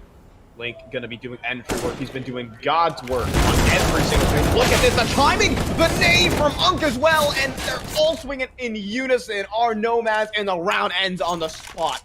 Secret Geniuses Club all walk into one alleyway, and they die by one angle. It is fantastic work from the mAAds. Lovely stuff right there. That's a dominant round as well. I mean, only one going down so far. It should only be one going down as well. So putting it into a little bit of control back into their hands, they're going to be able to build some money off of this round as well. And Thurnes, I think he's far off of this one. Maybe looking to save here. A minute left in the clock to work with. So probably going to be looking to hold on to his AWP at the moment. Great stuff from mAAds. Again, this could change the tides. You can build up some momentum, some confidence, and we're hearing a lot of screams and shouts downstairs. You kind of know that that's coming through from both sides, trying to close this one out. And especially when you're fighting for your lifeline right now, it's critical that you're getting hyped for everything. But look at this, Thurnes, he's not out of this one, and he has bomb as well to work with. 30 seconds remaining. Has to get a clean entry instantly on this site. Right. And now he's not ready for the player truck, is he? Is he ready for the game? Hasn't been having the greatest of games. Can't let this one go just yet. He's gonna go in for the full plant though, and the wall bang's coming through. Thurnes kind of needed to hit that. Now he's down to 1 point of health, and that'll make easy pickings for the mAAds. So Thurnes made it interesting for a moment, but now it's 12-10. Certainly did it. If he would have been able to get that bomb plant, maybe another kill, that would have been really punishing for mAAds. Instead, he just kind of falls down at the end of it. Still, mAAds kind of close to closing in the distance.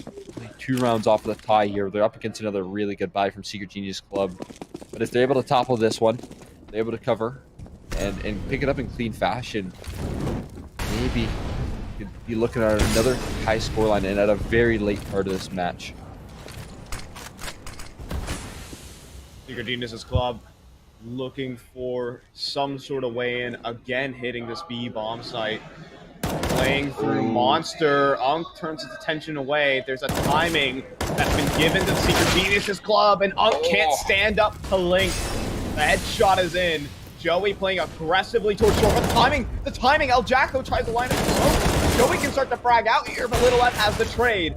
Now into the 3 versus 4. What can Gink answer with? He hasn't been smoked out towards heaven, but there's smoke covering the site, and that should allow this plant to come in, except for Wolfie from Graffiti will slow down the site advance. And eventually that bomb goes down, and Little F just swings for the fences and takes down Gink. Now a 2 versus 3. It's bold from Little F, but knew he needed a play to be made, and he makes that exact play. Now it's into a 2v3, and they're struggling to get out of heaven. It's going to be another frag for Little F, finally to be answered from Wolf. He needs to make this 1v2 happen. Pull off any sort of chance for mAAd.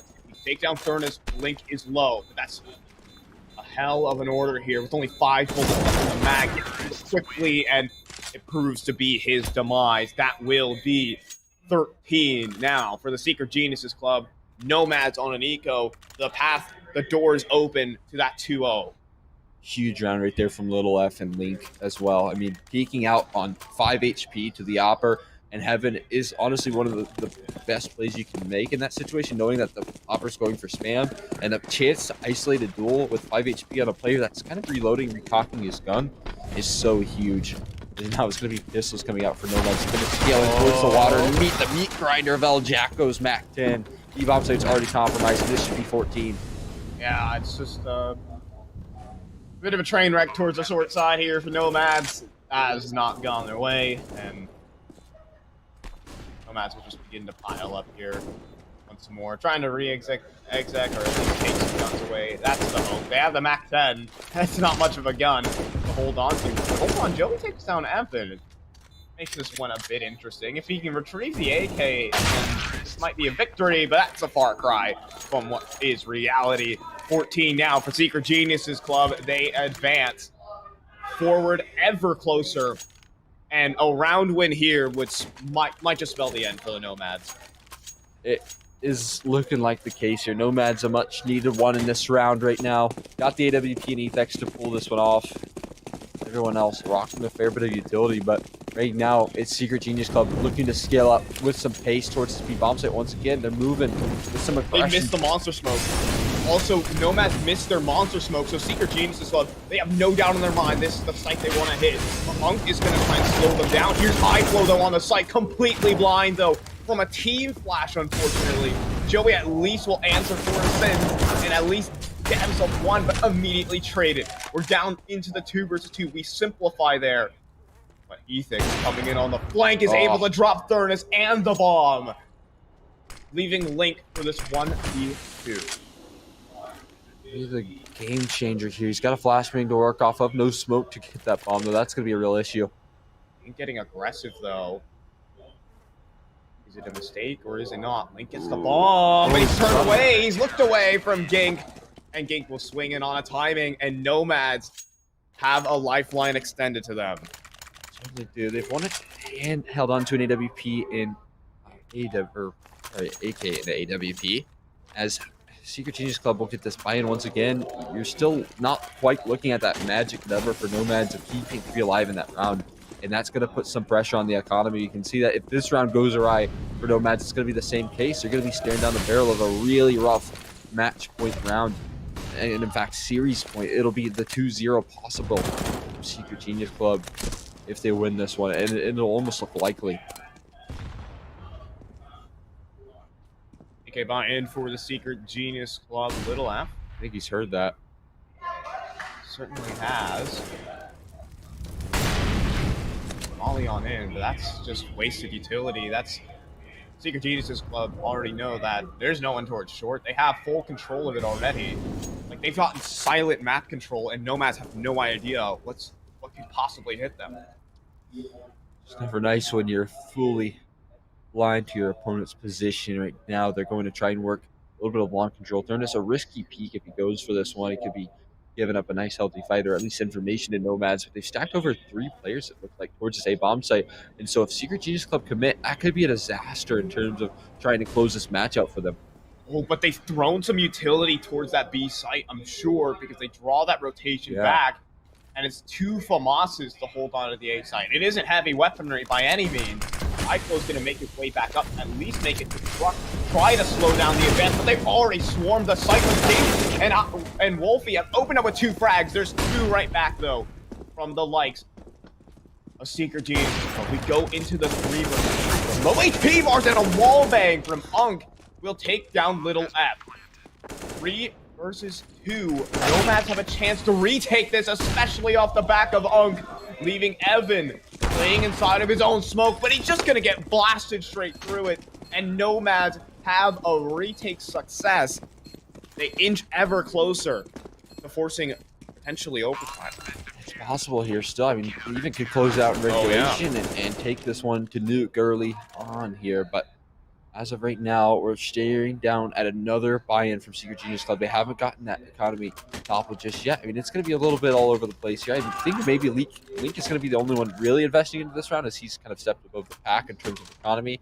The rest not so fortunate. And I think finally Nomads have done it. They've forced Secret Genius Club after long last onto a little bit of a rough buy here.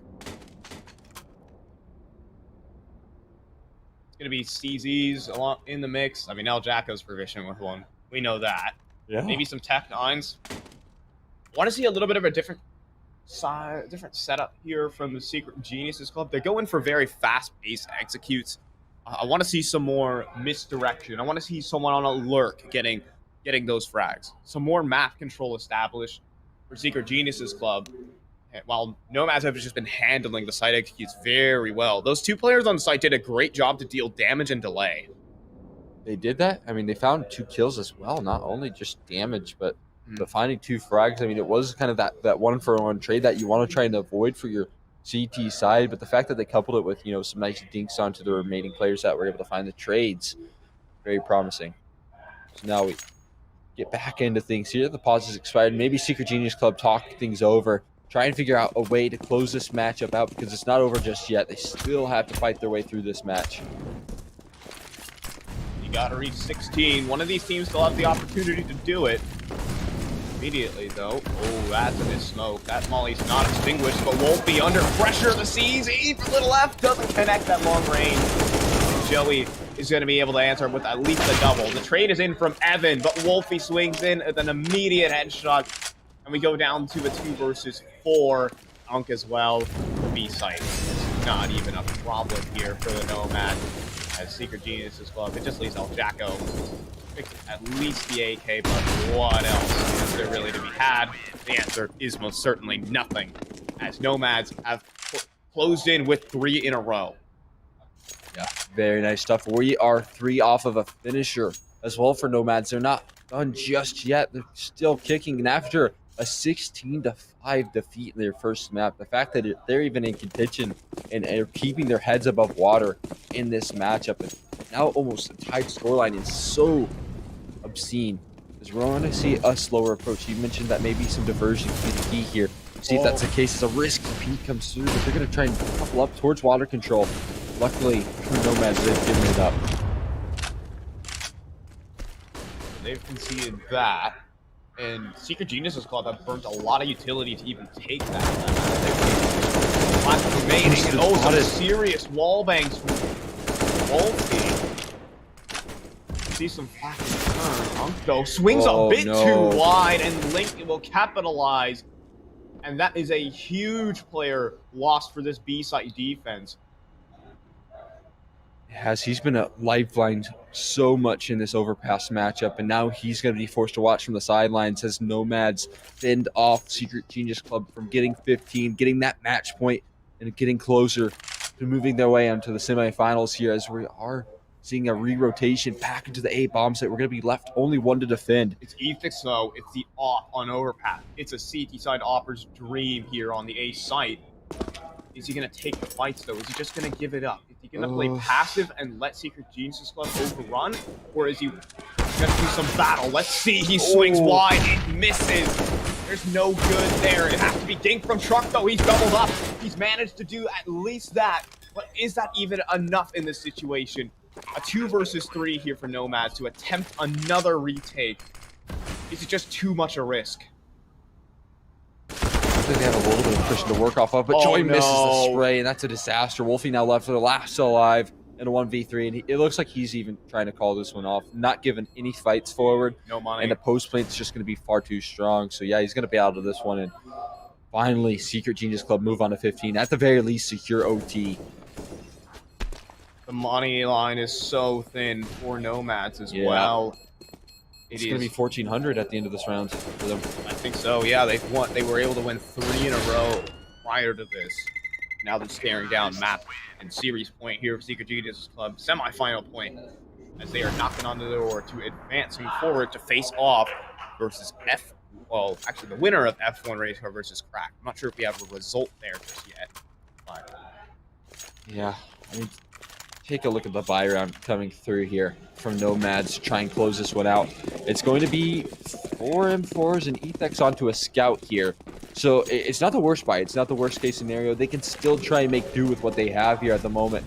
We'll see if they're able to find any success with the lacking weaponry and certainly lacking utility, as this A side once again is being pressed upon from Secret Genius Club.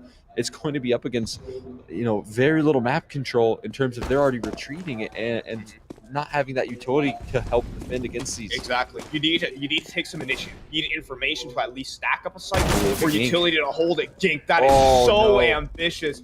He's lucky to even get away on 25 HP. But now the Secret Geniuses Club are going to stampede towards this site. There's nothing to slow them down. There's one smoke with a minute on the clock. It has to be just sheer gunfight. Oh my God. For the Nomads to win this round. I mean, it's a 5 versus 5. Things are already looking grim. Gink has fallen. Ethic swings out with a pistol at least. Can at least finish that one. But now Joey on the side. It's up to Ethic. Looking to triple up, but he can't. Furnace comes in on the flank, and that will be this, because Wolfie falls, and at least 1 versus 3.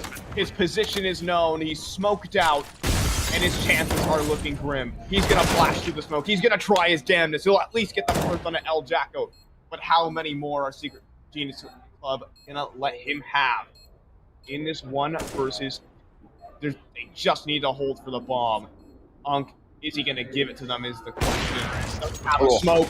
Doesn't have any more HP. No more rounds to play with. It's a 16-13 win for Secret Geniuses Club on Overpass. Nomads made it close, but they end it 2-0. Yeah, I mean, I have to give Nomads the credit where it's due. They kept that fight up really nice. After a 16-5 defeat, the fight back from them to end on 16-13, when they were already kind of down and out of that matchup, I was feeling like they were losing grips on that towards the beginning starts of the second half. And so they kept it alive. They kept that momentum up. And honestly, they put a great showcase in that second map. Yeah, that was a good showing for the Nomads, but unfortunately they will be exiting here at the All In Games Expo. And commiserations of them. They gave us a good show here on Overpass, that's to be sure. But that's going to do it here, at least for this quarterfinal. Next up, the semifinal. And we do have a bracket update to see who is playing at the moment. F1 Race Car are up 1-0 in the series versus Cracked, and the Secret Geniuses Club will be facing off versus probably the tournament favorites in PZT9 in that semifinal.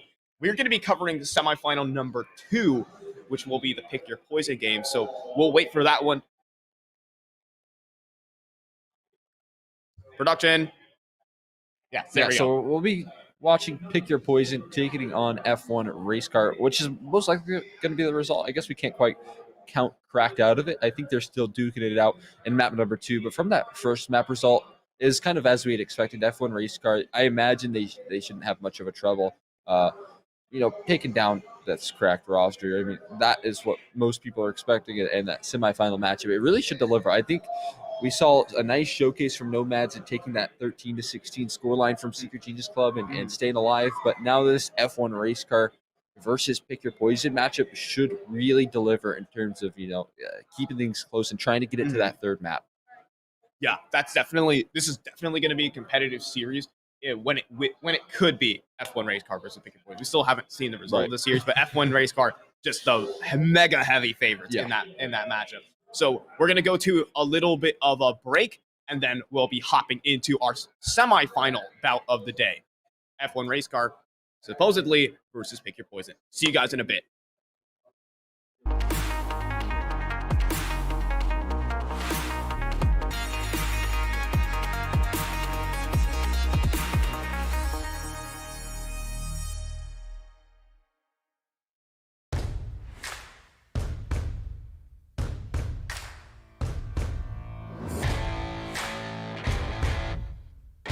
Athletes are always challenging themselves to get better. You've seen this in all sports. Esports is no exception. You can never predict the outcome. The only thing you can control is how ready you are.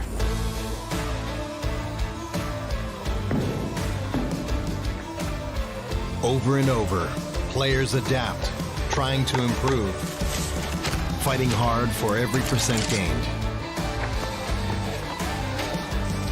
Give everything you've got to the challenge and show your finest.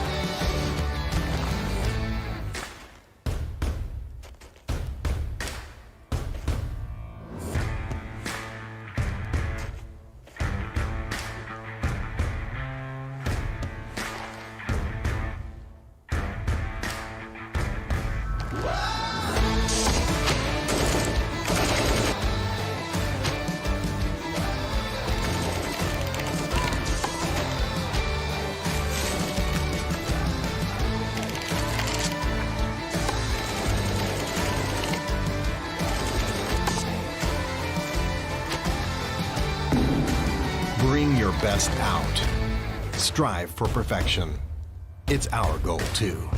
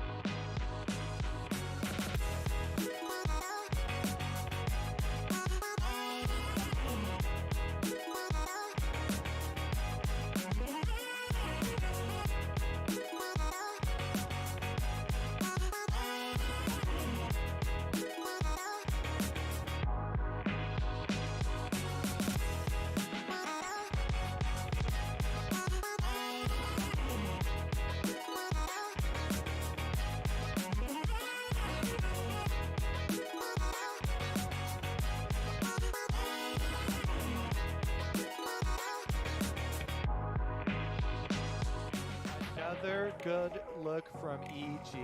Impact, just such good NAR play. He's so controlled with it.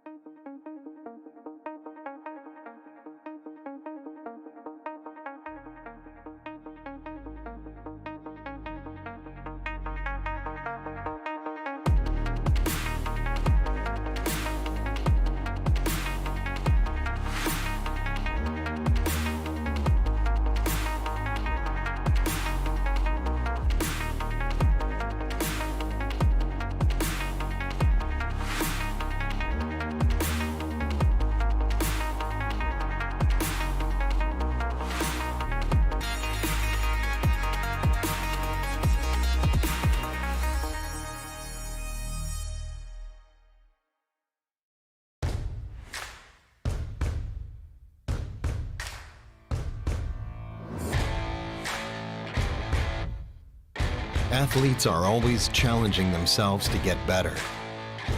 You've seen this in all sports. Esports is no exception. You can never predict the outcome. The only thing you can control is how ready you are.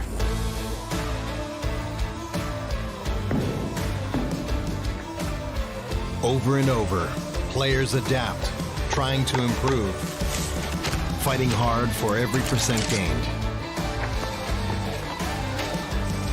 Give everything you've got to the challenge and show your finest.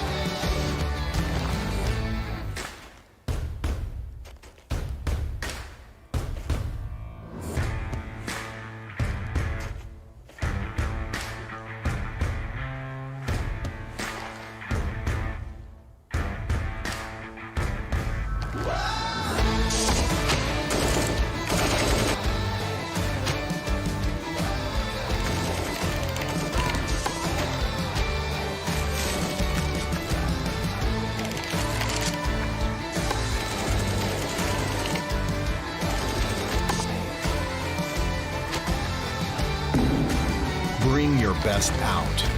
Strive for perfection. It's our goal too.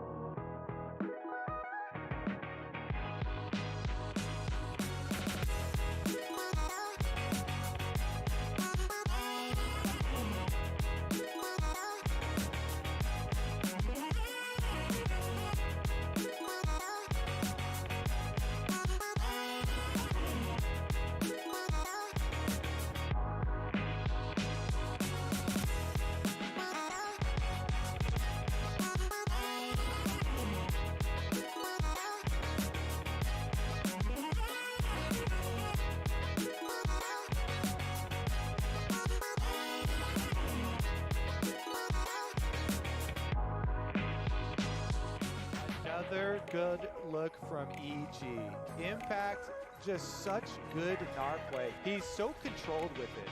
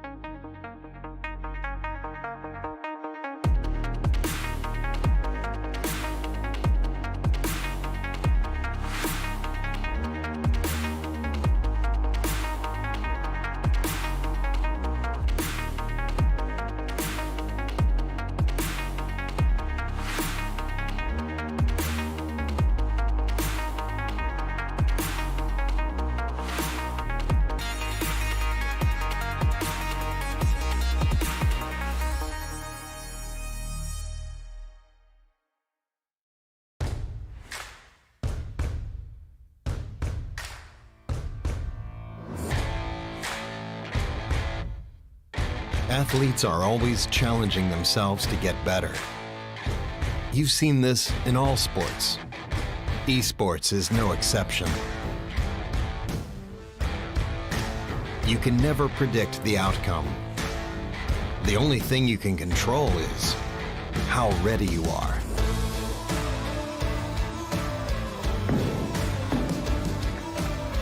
Over and over, players adapt, trying to improve, fighting hard for every percent gained. Give everything you've got to the challenge and show your finest.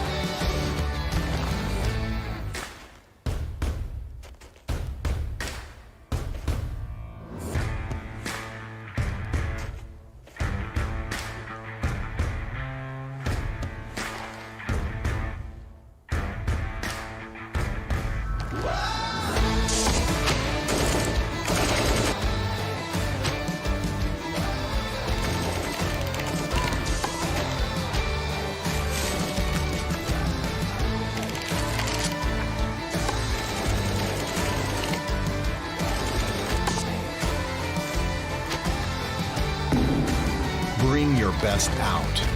Strive for perfection. It's our goal too.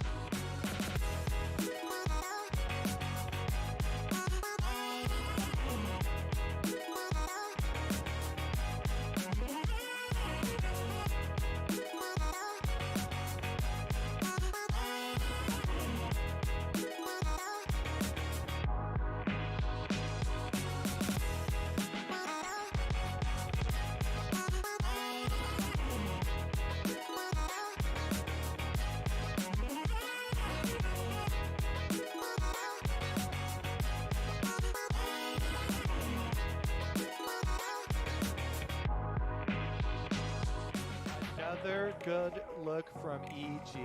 Impact, just such good NAR play. He's so controlled with it.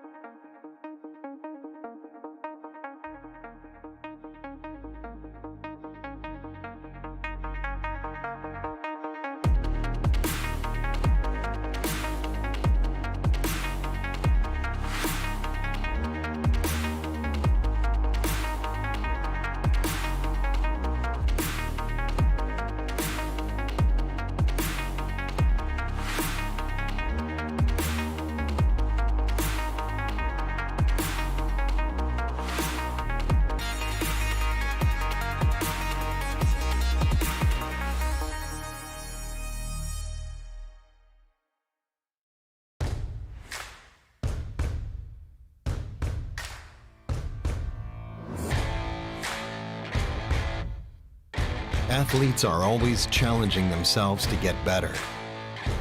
You've seen this in all sports. Esports is no exception. You can never predict the outcome.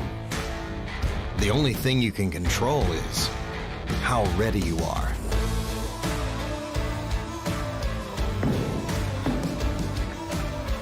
Over and over, players adapt, trying to improve, fighting hard for every percent gained. Give everything you've got to the challenge and show your finest.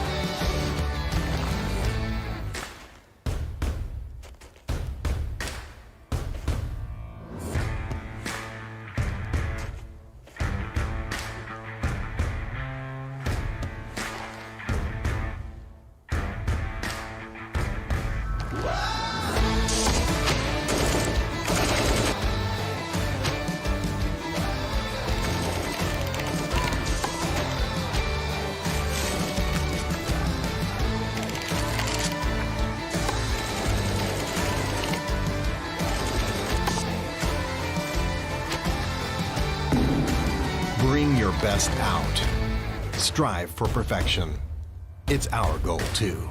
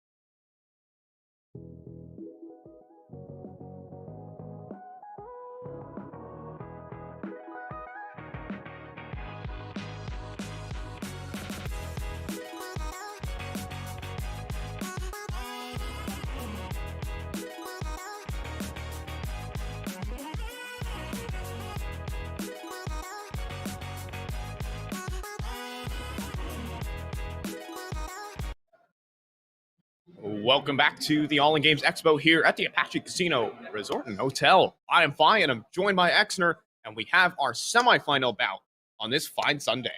Yeah, we do. We've got our 2 quarterfinals already played out. We just got to see Secret Genius Club take on the likes of Nomads. Nomads. And it went 2-0 for them, and it was a nice fight back from Nomads. They made a good match out of it, but at the end of the day, they were able to close it out. And on the other side of the bracket, you had Pick Your Poison taking on the likes of it was Cracked that actually made it through, and rather F1 race car and Cracked. Pick Your Poison is who we're going to be having in our semifinals. So if we take a look at that bracket screen real quick, we can see the scoreline for that second best of map that we didn't quite get to see. So okay, Cracked did make a good go about. That is actually a really convincing scoreline. A 16-13 versus F1 Cracked put up a hell of a performance in that second map, which could show some weakness for F1 race car. We'll have to see if that can materialize in this series, and we might get that elusive third map. And I think this series is most likely to deliver of these 2 semifinals. At the same time, simultaneously, there will be PZT9 versus the Secret Geniuses Club, and then we'll have our finals right after the semifinals, after all the matches rolling up. And that's the run of show. I mean, this is 10 grand is going out in the next 4 hours, essentially 4 or 5 hours, maybe 6. You know, it depends on how long these matches go. Maybe if we do read the third map, we'll be talking for a bit longer. So that's just an exciting prospect for all these teams. Right, and we do have the map picks coming on out as well for both of the rosters. We'll take a look at those. Inferno is going to be the first up map. I believe this was picked by Pick Your Poison, yes, as well as that second map coming out from F1 Race Car and Mirage. And then we'll be finishing off, if we do get to it, down on an Ancient pick, which I imagine we could kind of get ourselves to a third here. Yeah, it is a realistic possibility. All things considered, Pick Your Poison, they look solid on Inferno. Their T side, again, we saw it yesterday, just run over teams on that T side of Inferno over and over again. It was 11, I think. Well, they first of all ended on a flawless note and then had an 11-4 half. It was complete dominance on that Inferno T side. Even the CT side looked cohesive as well. So F1 Race Car are going to have to be on their toes for this map. And for them, Mirage, definitely a comfort pick. When you look at F1 Race Car, they definitely have some notable players, very skilled players. And this is like when I put everything together, when I think of all these players put into a unit, we have Lysander, Gabe, 8, alongside his cast and crew. This Mirage is like a home turf map for them. Yeah, they have a lot of firepower. I mean, you've mentioned that Hate is one player to take a look out for F1 Race Car. I mean, he's one of the few players here. I believe there's like 4 or 5 that do have Premier experience, and Hate is a very solid rifler in Premier, and that's kind of why we've mentioned that they could be up in contention for that finals position and trying to take down the dominant team that is Project Z. I mean, and it's not going to be an easy task for them at all, that's for sure. But I mean, we could see that grand final down the road. Yeah, F1 Race Car definitely put up a fight in their group stage match versus them.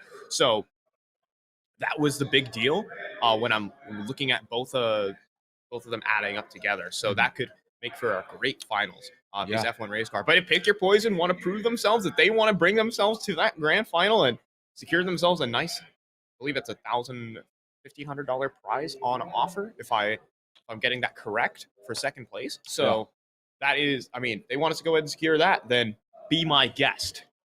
Exactly. Yeah. I mean, that's the thing. They can certainly make that grand final as well. We saw that Pick Your Poison. They weren't fortunate enough to be on that Group A side of things, so they didn't get the chance to show their strength against these 2 rosters in Project Z and F1 Race Car. Now that it finally does become in the semifinals of all things, a chance for F1 Race Car to try their luck against some of these top tier opponents and the other side of things, and get that premier battle experience from the likes of Hate, where they can really try and take them to task. Yeah. It's up to Pick Your Poison, though. F1 Race Car, undoubtedly the favorites in this matchup, though what we have seen from Pick Your Poison has been good. We're finally going to get some F1 Race Car on stream. That's really exciting. Exciting prospect. Yeah, 3 map potential, everything you kind of want from this one. For now, though, I think we are trying to at least get set up into server at the moment. So for now, we're going to throw it to a little bit of a short break, and at the end of it, we're going to be getting straight into our first map of Inferno. Don't go anywhere. Semifinals right on the way.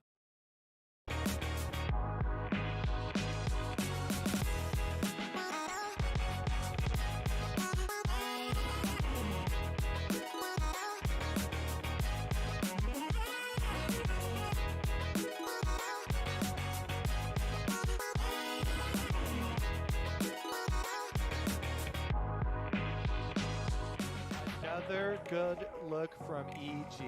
Impact, just such good narc play. He's so controlled with it.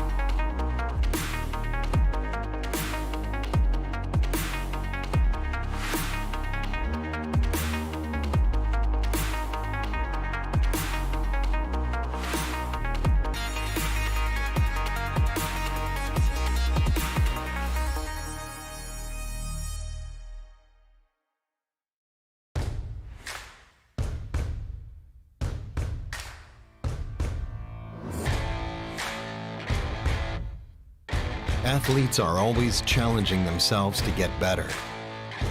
You've seen this in all sports. Esports is no exception. You can never predict the outcome. The only thing you can control is how ready you are.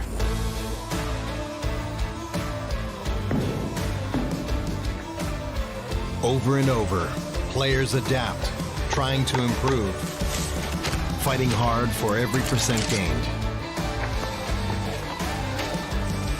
Give everything you've got to the challenge and show your finest.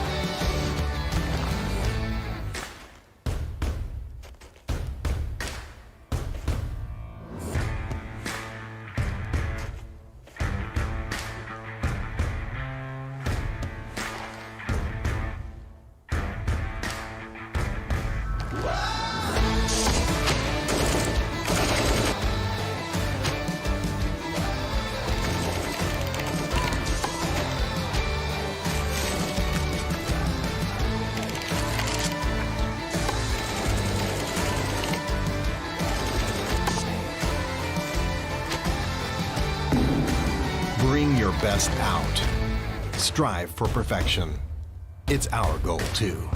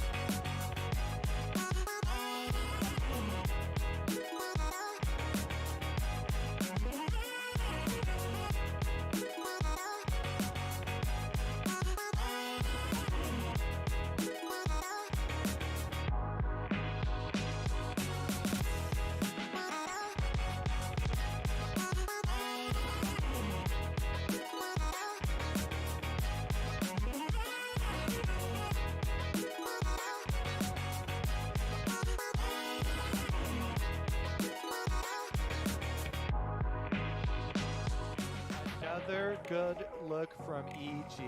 Impact, just such good narc play. He's so controlled with it.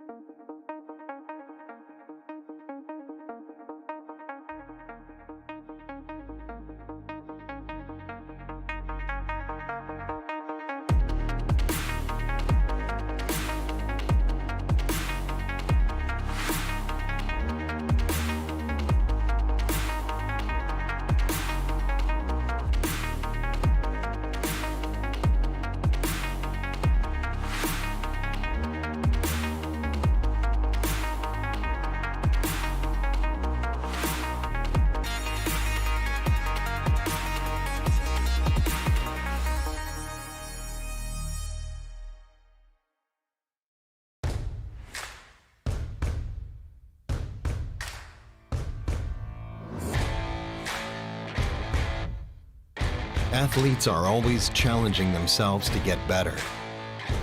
You've seen this in all sports. Esports is no exception. You can never predict the outcome. The only thing you can control is how ready you are.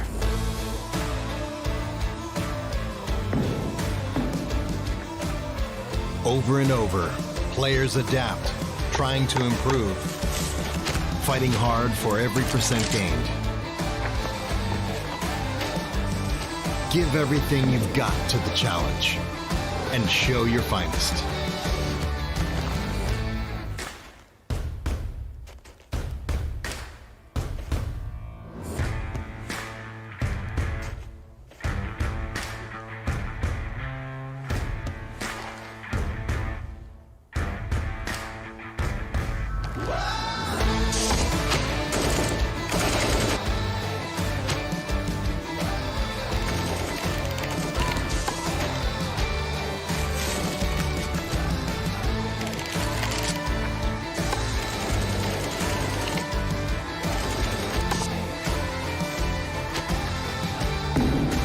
Bring your best out.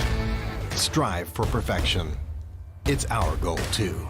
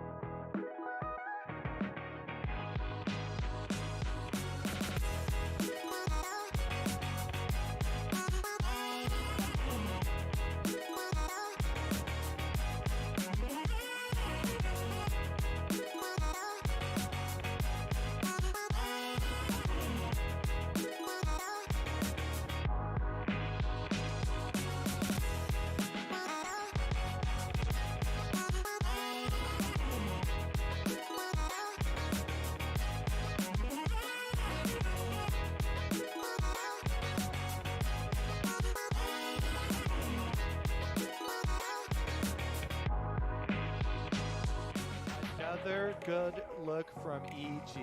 mAAd, just such good narc play. He's so controlled with it.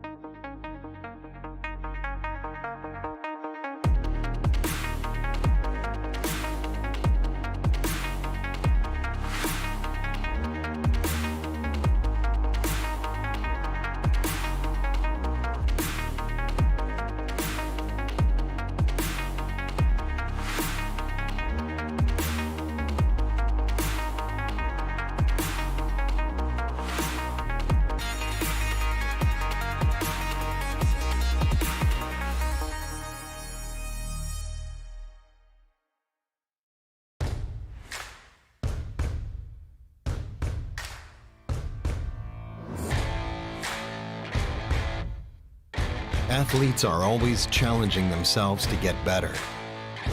You've seen this in all sports. Esports is no exception. You can never predict the outcome. The only thing you can control is how ready you are.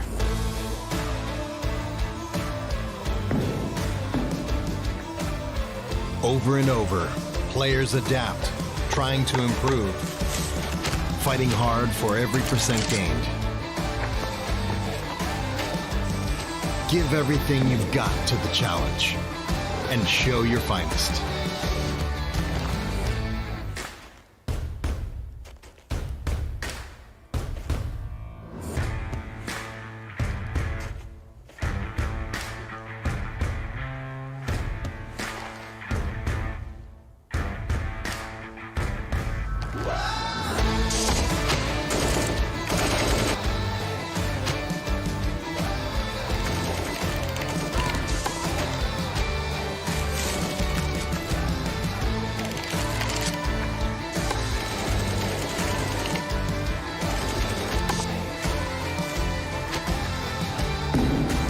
Bring your best out. Strive for perfection. It's our goal, too.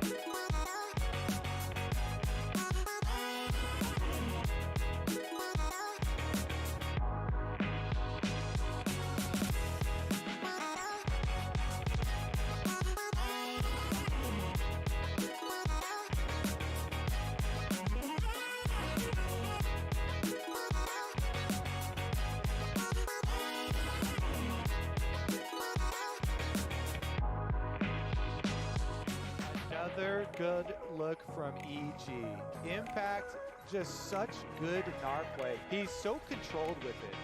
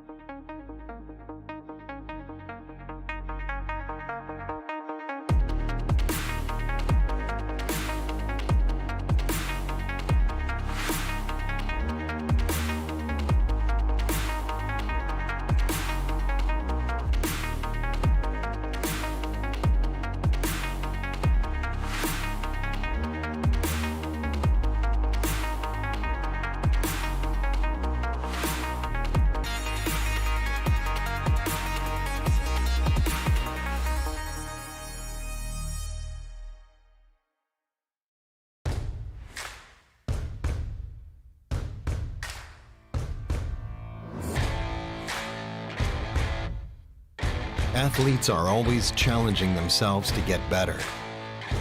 You've seen this in all sports. Esports is no exception. You can never predict the outcome. The only thing you can control is how ready you are.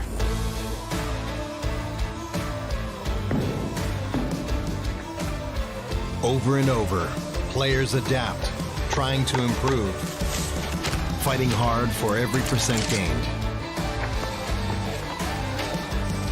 Give everything you've got to the challenge and show your finest.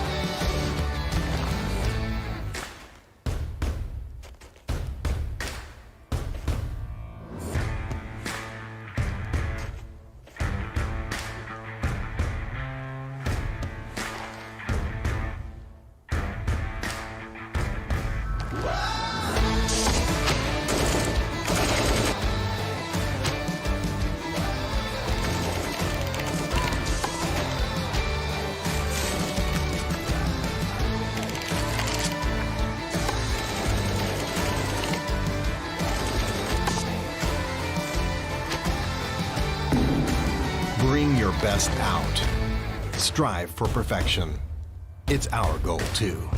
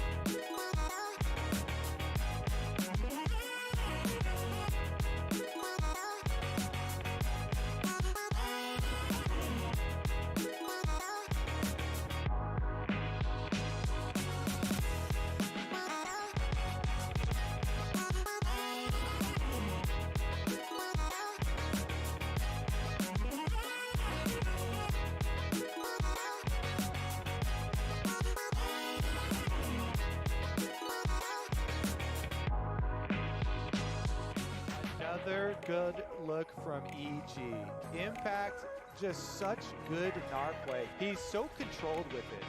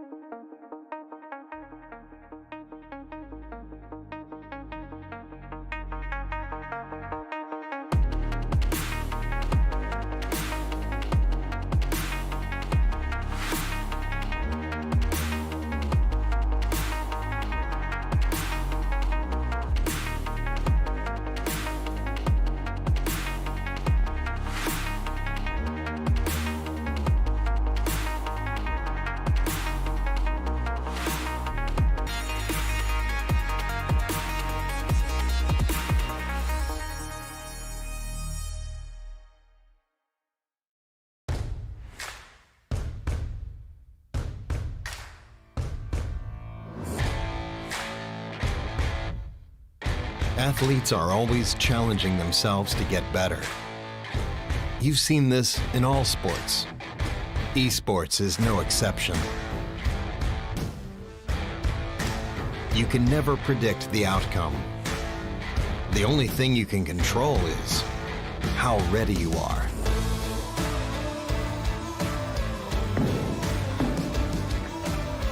Over and over, players adapt, trying to improve, fighting hard for every percent gained. Give everything you've got to the challenge and show your finest.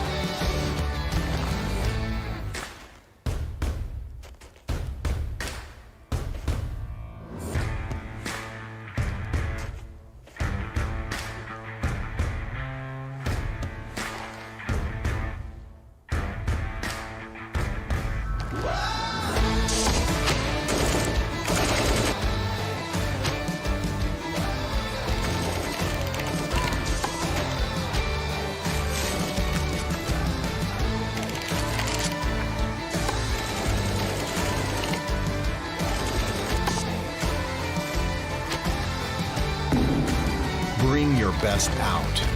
Strive for perfection. It's our goal too.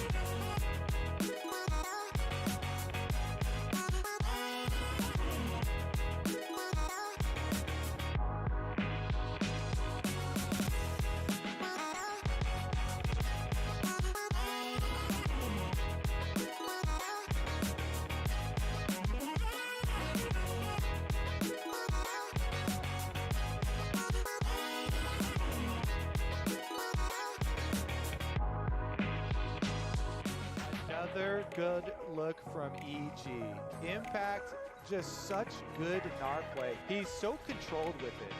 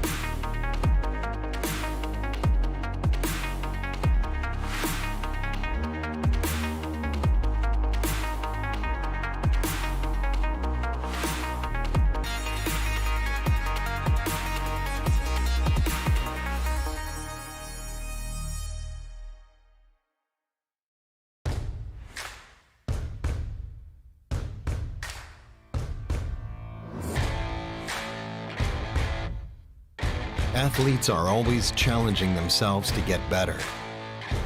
You've seen this in all sports.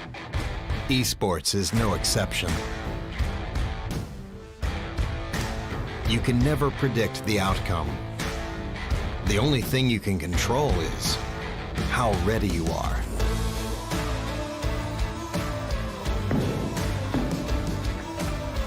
Over and over, players adapt, trying to improve, fighting hard for every percent gained. Give everything you've got to the challenge and show your finest.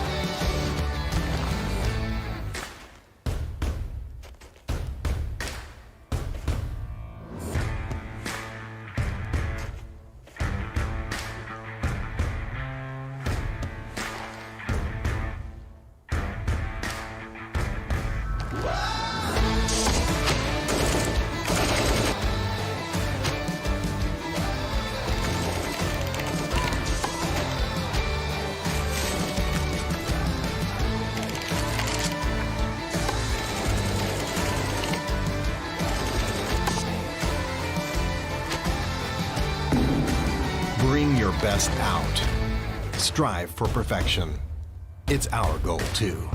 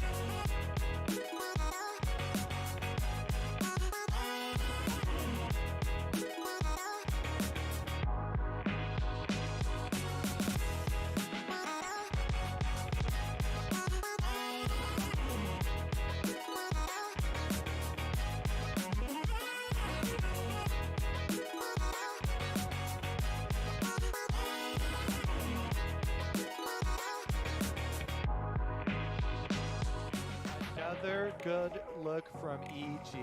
Impact, just such good narc play. He's so controlled with it.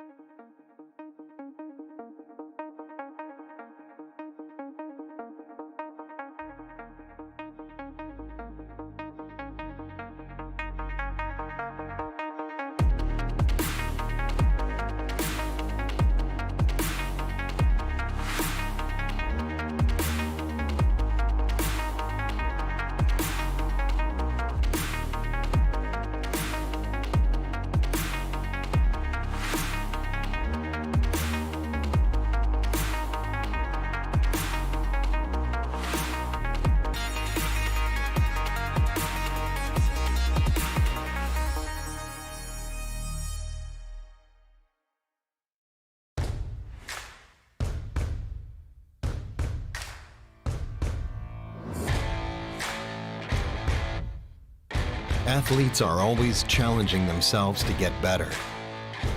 You've seen this in all sports. Esports is no exception. You can never predict the outcome. The only thing you can control is how ready you are.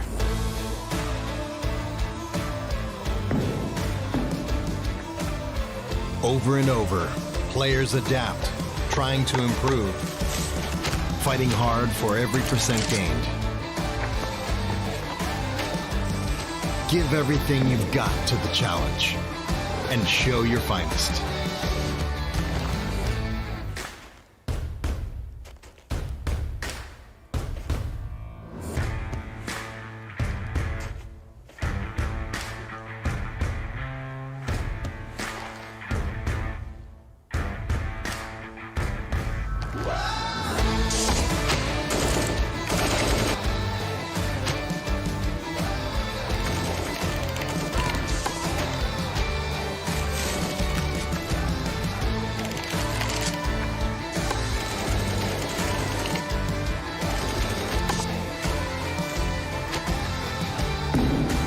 Bring your best out.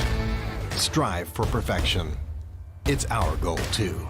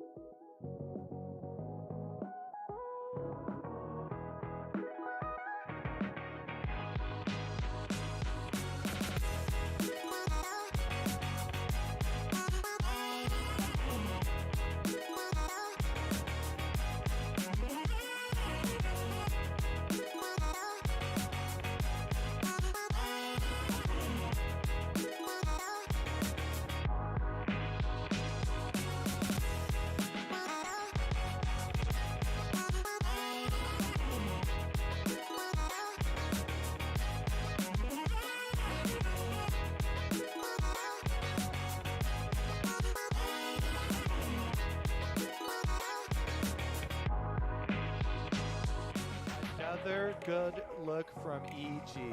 Impact, just such good narc play. He's so controlled with it.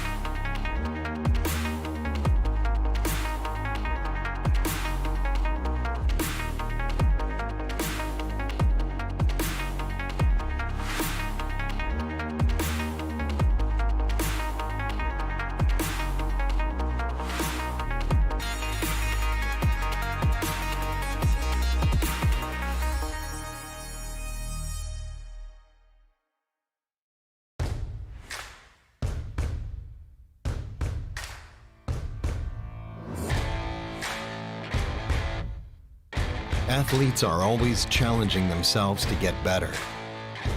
You've seen this in all sports. Esports is no exception.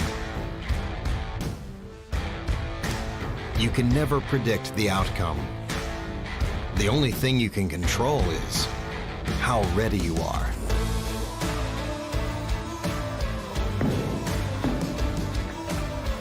Over and over, players adapt, trying to improve, fighting hard for every percent gained. Give everything you've got to the challenge and show your finest.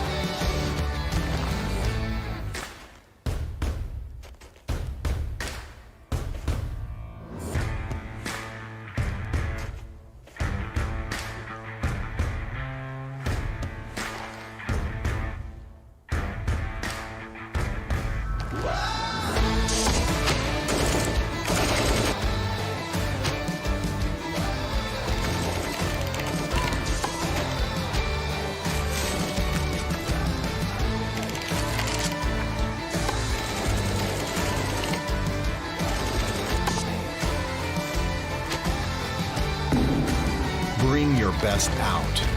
Strive for perfection. It's our goal, too.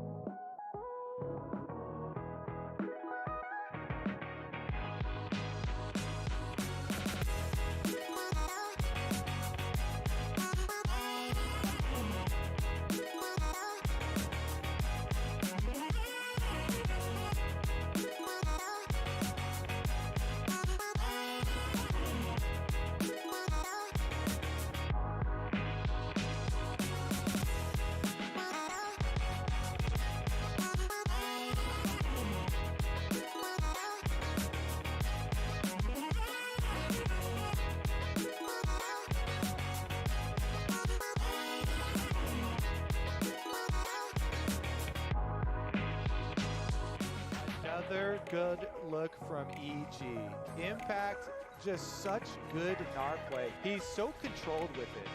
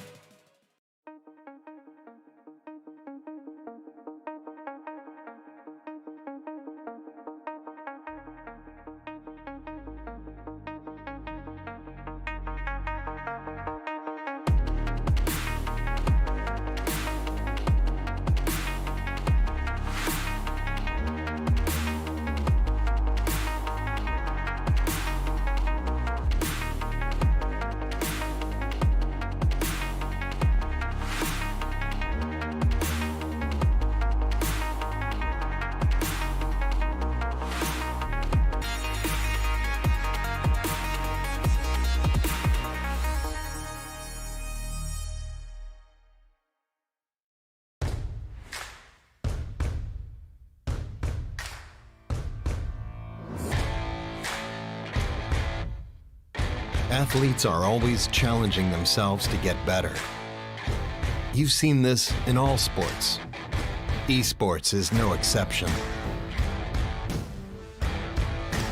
You can never predict the outcome. The only thing you can control is how ready you are.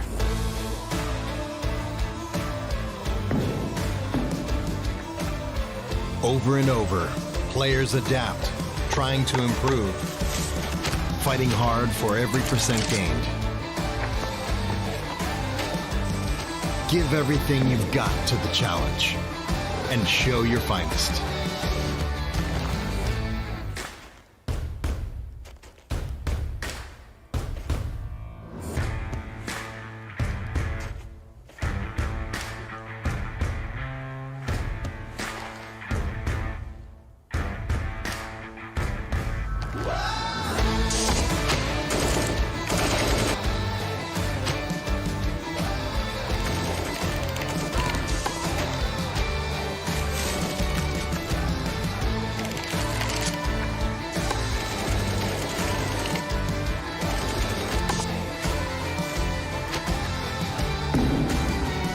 your best out. Strive for perfection. It's our goal, too.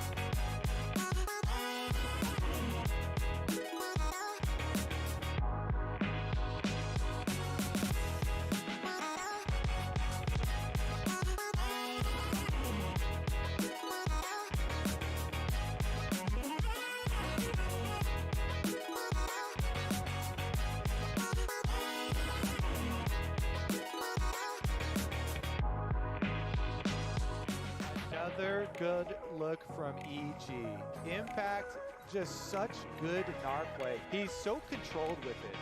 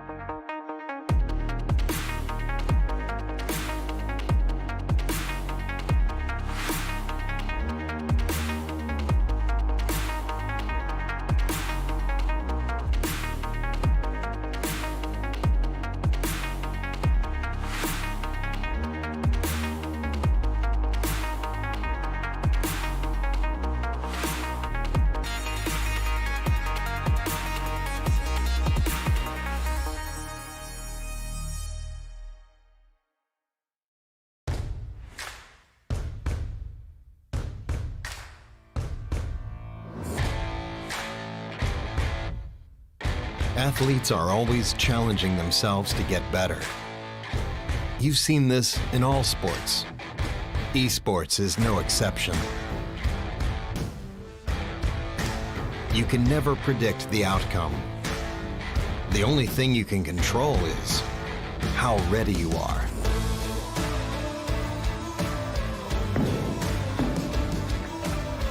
Over and over, players adapt, trying to improve, fighting hard for every percent gained.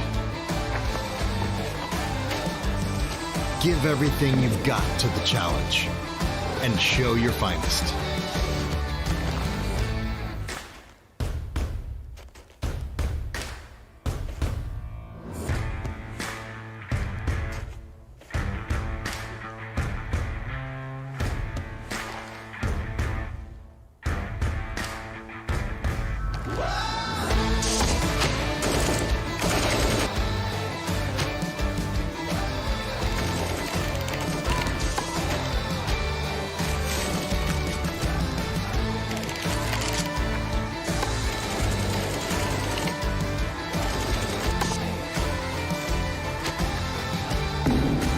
Bring your best out. Strive for perfection. It's our goal, too.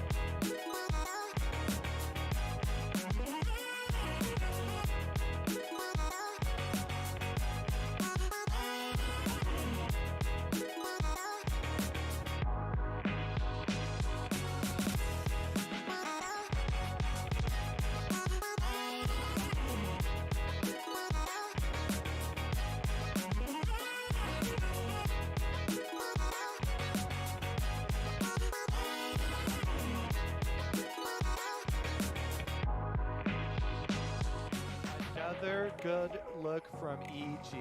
Impact, just such good narc play. He's so controlled with it.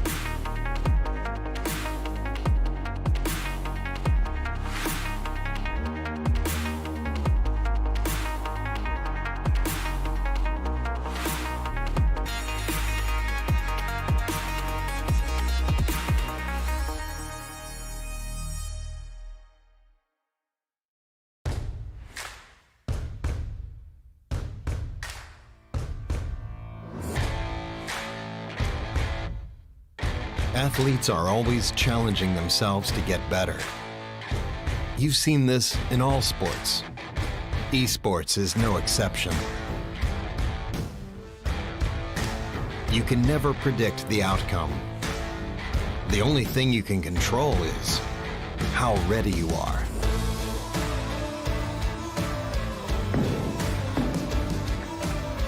Over and over, players adapt, trying to improve, fighting hard for every percent gained.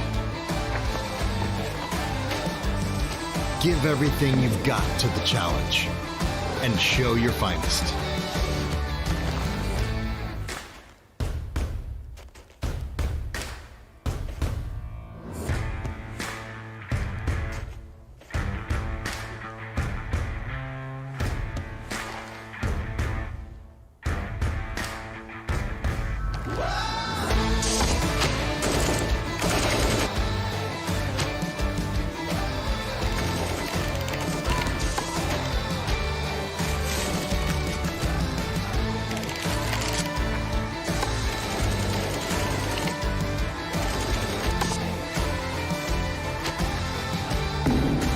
Bring your best out. Strive for perfection. It's our goal too.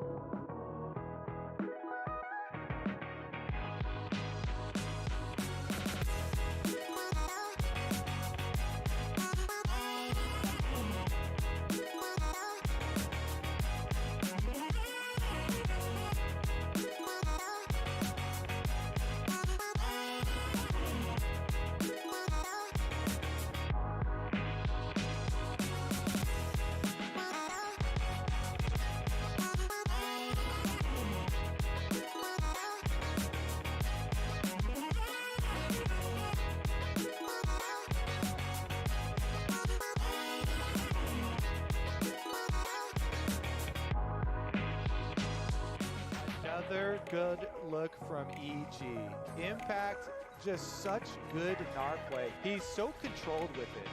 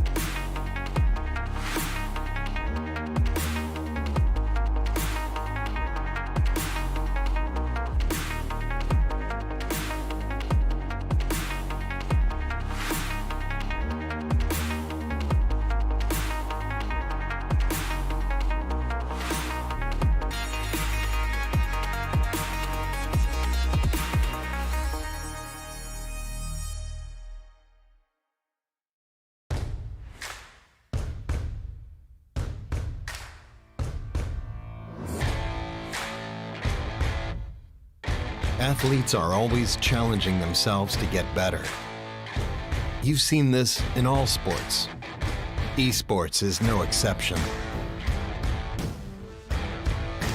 You can never predict the outcome. The only thing you can control is how ready you are.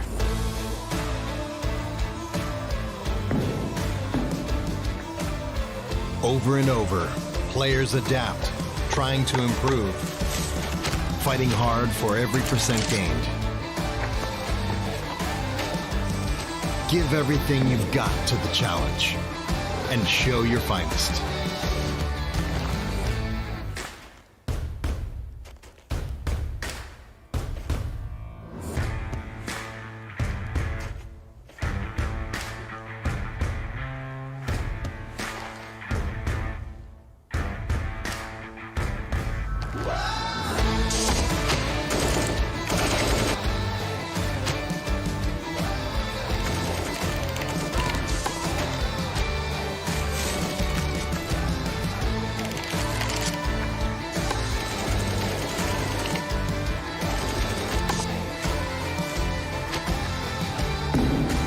Bring your best out. Strive for perfection. It's our goal, too.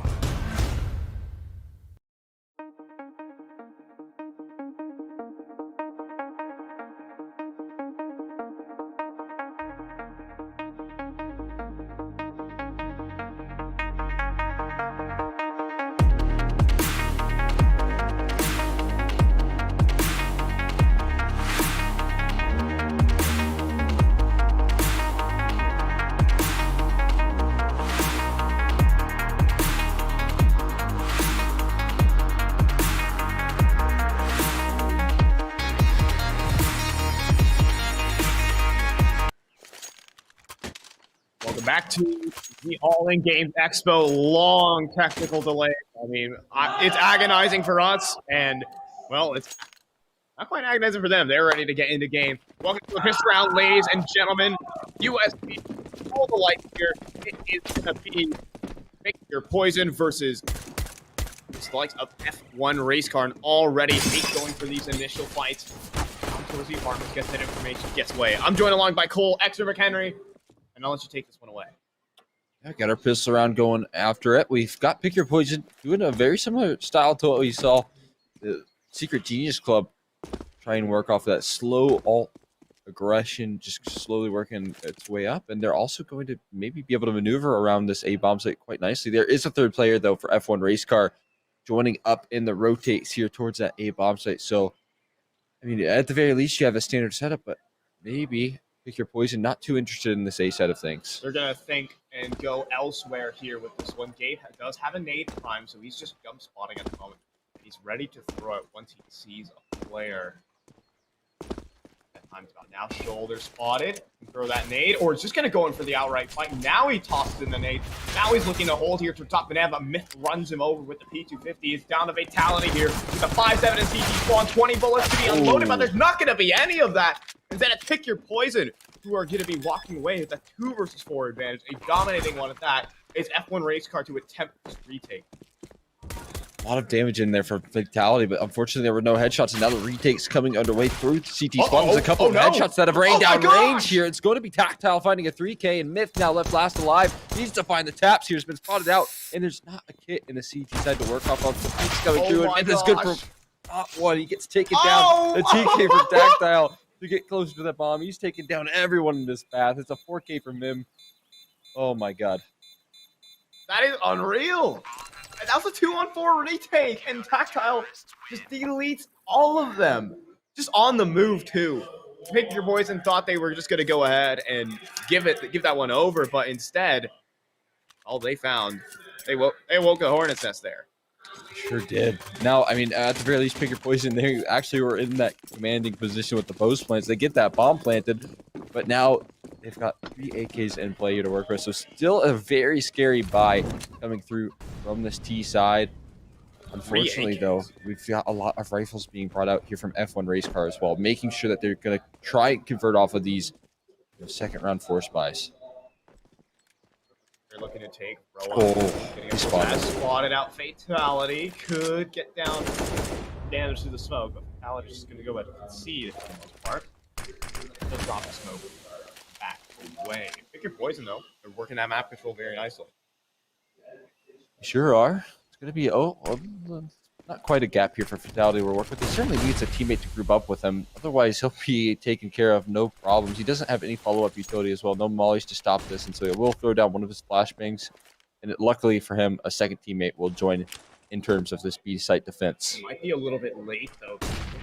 Irony, the team ready to swing in. That's a nice spray, though, from Myth. Slow them down, but Gabe from CT Spawn, he just takes 2 fights and wins them both.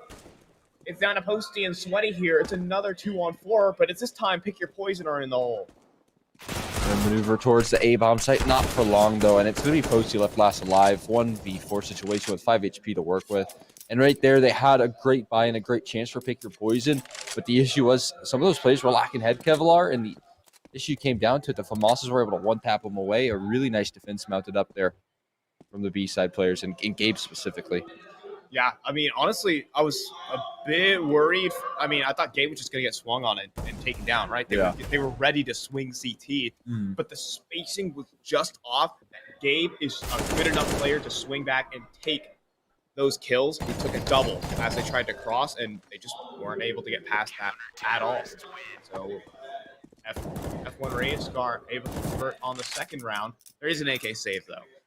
I'll bring that one to the next round. Still is going to cause a little bit of trouble for Pick Your Poison because Posty, as the rest of his teammates saved, he's next round he's going to be way off of his teammates if there's no bomb plant. It's not going to give him much to work with. Either way, though, we'll see if he can get anything done with it. Maybe he can be the hero that Pick Your Poison need in terms of having that solo rifle. And right now, they're stacking 4 players towards alt mid, try and get the job done.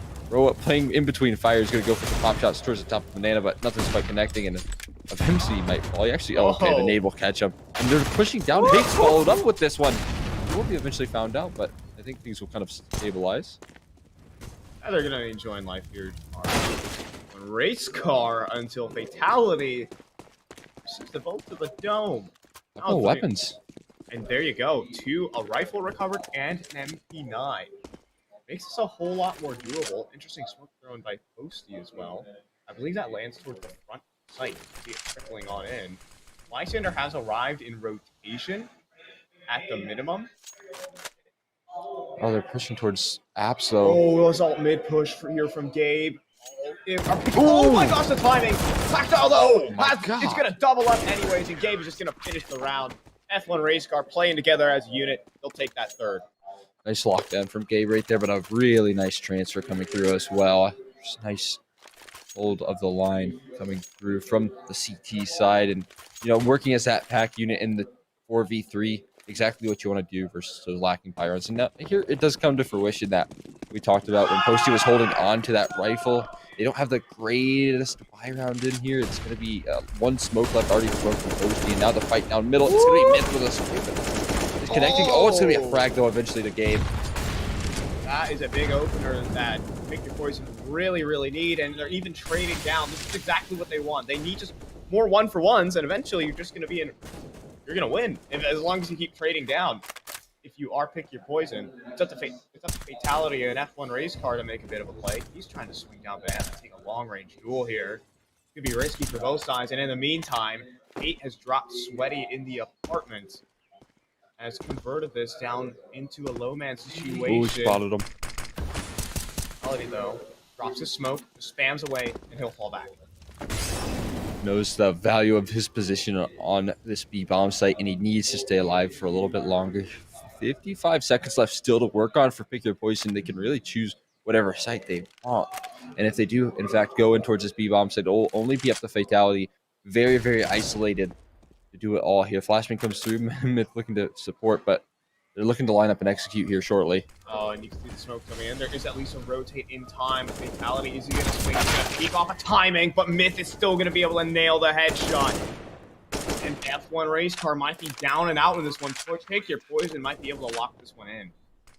Going to make the rotates in toward the coffin as well. Better map control being held. A crossfire from Posty and JMC to work off of.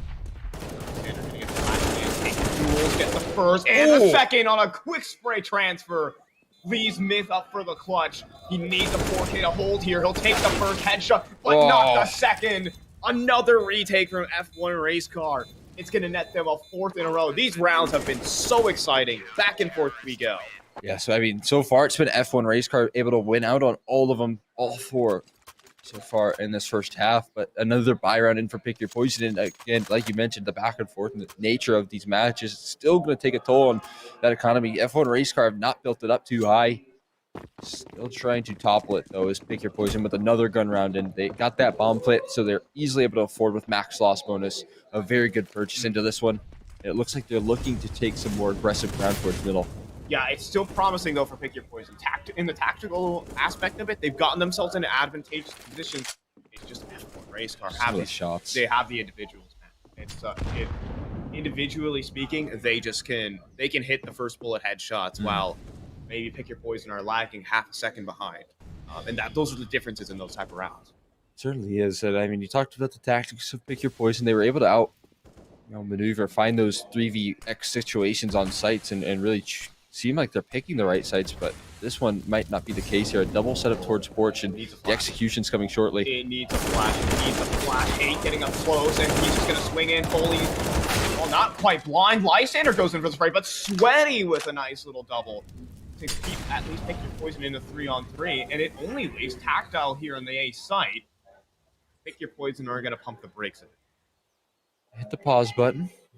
Meanwhile, it's going to be Pick Your Poison actually slipping a little bit of a gap here towards CT spawn. Maybe you could wrap their way through Moto, and it still comes down to this position in the pit from Tactile to hold off this A-bomb. So he's going to see him shortly, and it's a beautiful swing out. Sweaty's been taken down. More players on the horizon here, though, for Tactile. It's going to need to deal with up above him at the moment. He's buying so much time. Buying so much time. Indeed, the player from Library has already arrived in Gabe. JMZ hits the deck as well as the bomb. And it just leaves him in for a 1 versus 3. He does blind himself there, does Gabe. But now down to 2 HP, now down to 0 is Myth. And that will be F1 Race Car extending to a 5-0 lead. And that one wasn't as confident right there. That was a really tricky round. It seemed like F1 Race Car was well prepared for whatever was thrown at them for Pick Your Poison. Tactile as well, buying time in the pit for the rotates to come over. And, that time wasn't even needed. 3K in the round to finish things off. A super solid round from him. Close it out, and he's currently sitting at 9-2. Everyone kind of has their impact fatality even with one frag. It was a big frag towards that B-side defense. Everyone is showing up for F1 Race Car in the semi. Yeah, I think Tactile especially, we saw him on the retake alongside a couple of spray downs for himself there towards top middle. That's the second time he's had a multi-kill and towards top of middle, and here for F1 Race Car. Now leading 5-0. It's half buy-in for Pick Your Poison. They have hit some shots. Like, they have stood toe-to-toe at least with these teams, at least with F1 Race Car in some of these rounds, but they've just been closing each one of them out. We'll see if Pick Your Poison can change it up. It's a piece towards his B-side. Where's that CT smoke? Where's the flash? And Roa will actually be able to trade here. And now Fatality is actually going to get run over. The execute is great from Pick Your Poison. The change of pace catching F1 Race Car off guard, but it's still a 3 versus 3 retake. We've seen F1 in this position before. All 3 players moving very quickly towards Banana. Gabe's already found his frag, and now the remaining 2 left on Pick Your Poison are going to group up here towards Coffin as the re-execute comes in from F1 Race Car. Going to be all 3 coming up Banana. He's even on it. They're already oh on my that god. That is some sick spam as well. They're already defusing. They're going to try and boost up, but Kate is watching for it through and through. And F1 Race Car, the awareness on their players right now are winning them another round. And here's another pause. They need to sort something out. This is Pick Your Poison's strong side. Yeah, I mean, you can see that Pick Your Poison are a little bit slow to start off in the semifinal, struggling to get much done. The retakes are giving F1 Race Car so much confidence, and 2 pauses in a row is never a good sign in terms of early momentum. Now, it can be an answer. Maybe you can ice your opponents here by taking this break and slowing down some of the momentum, but right now what Pick Your Poison need is someone to step up to the plate and get one of these close rounds across the line. Someone needs to maybe individually step up here and find the closers to these rounds, because it's been all F1 Race Car. It's been individuals, on these retakes able to best Pick Your Poison on a consistent basis. Pick Your Poison. They've been missing some of the firepower elements as well. I think that might be a talking point as we go later and later on in the game. There's still plenty of room to stabilize here. There's still a rest of the half to play, but things have to get going and soon. That is to be sure. JMZ here, posted up. Just going to be smoked out again. And Pick Your Poison back up to their usual banana antics. They've taken a nice bit of ground here early on. That's very valuable in this round. We'll see if they can convert off of that early map control, though. It does seem like F1 race car are interested in some sort of reaggression. Fatality might be popped through the smoke, and that could be really disastrous. Yeah, I think it's going to be, the timing would be as it fades, but instead, Roa on the lurk has dropped down Gabe. He's putting some great pressure on the A side. He has mid-brackets control.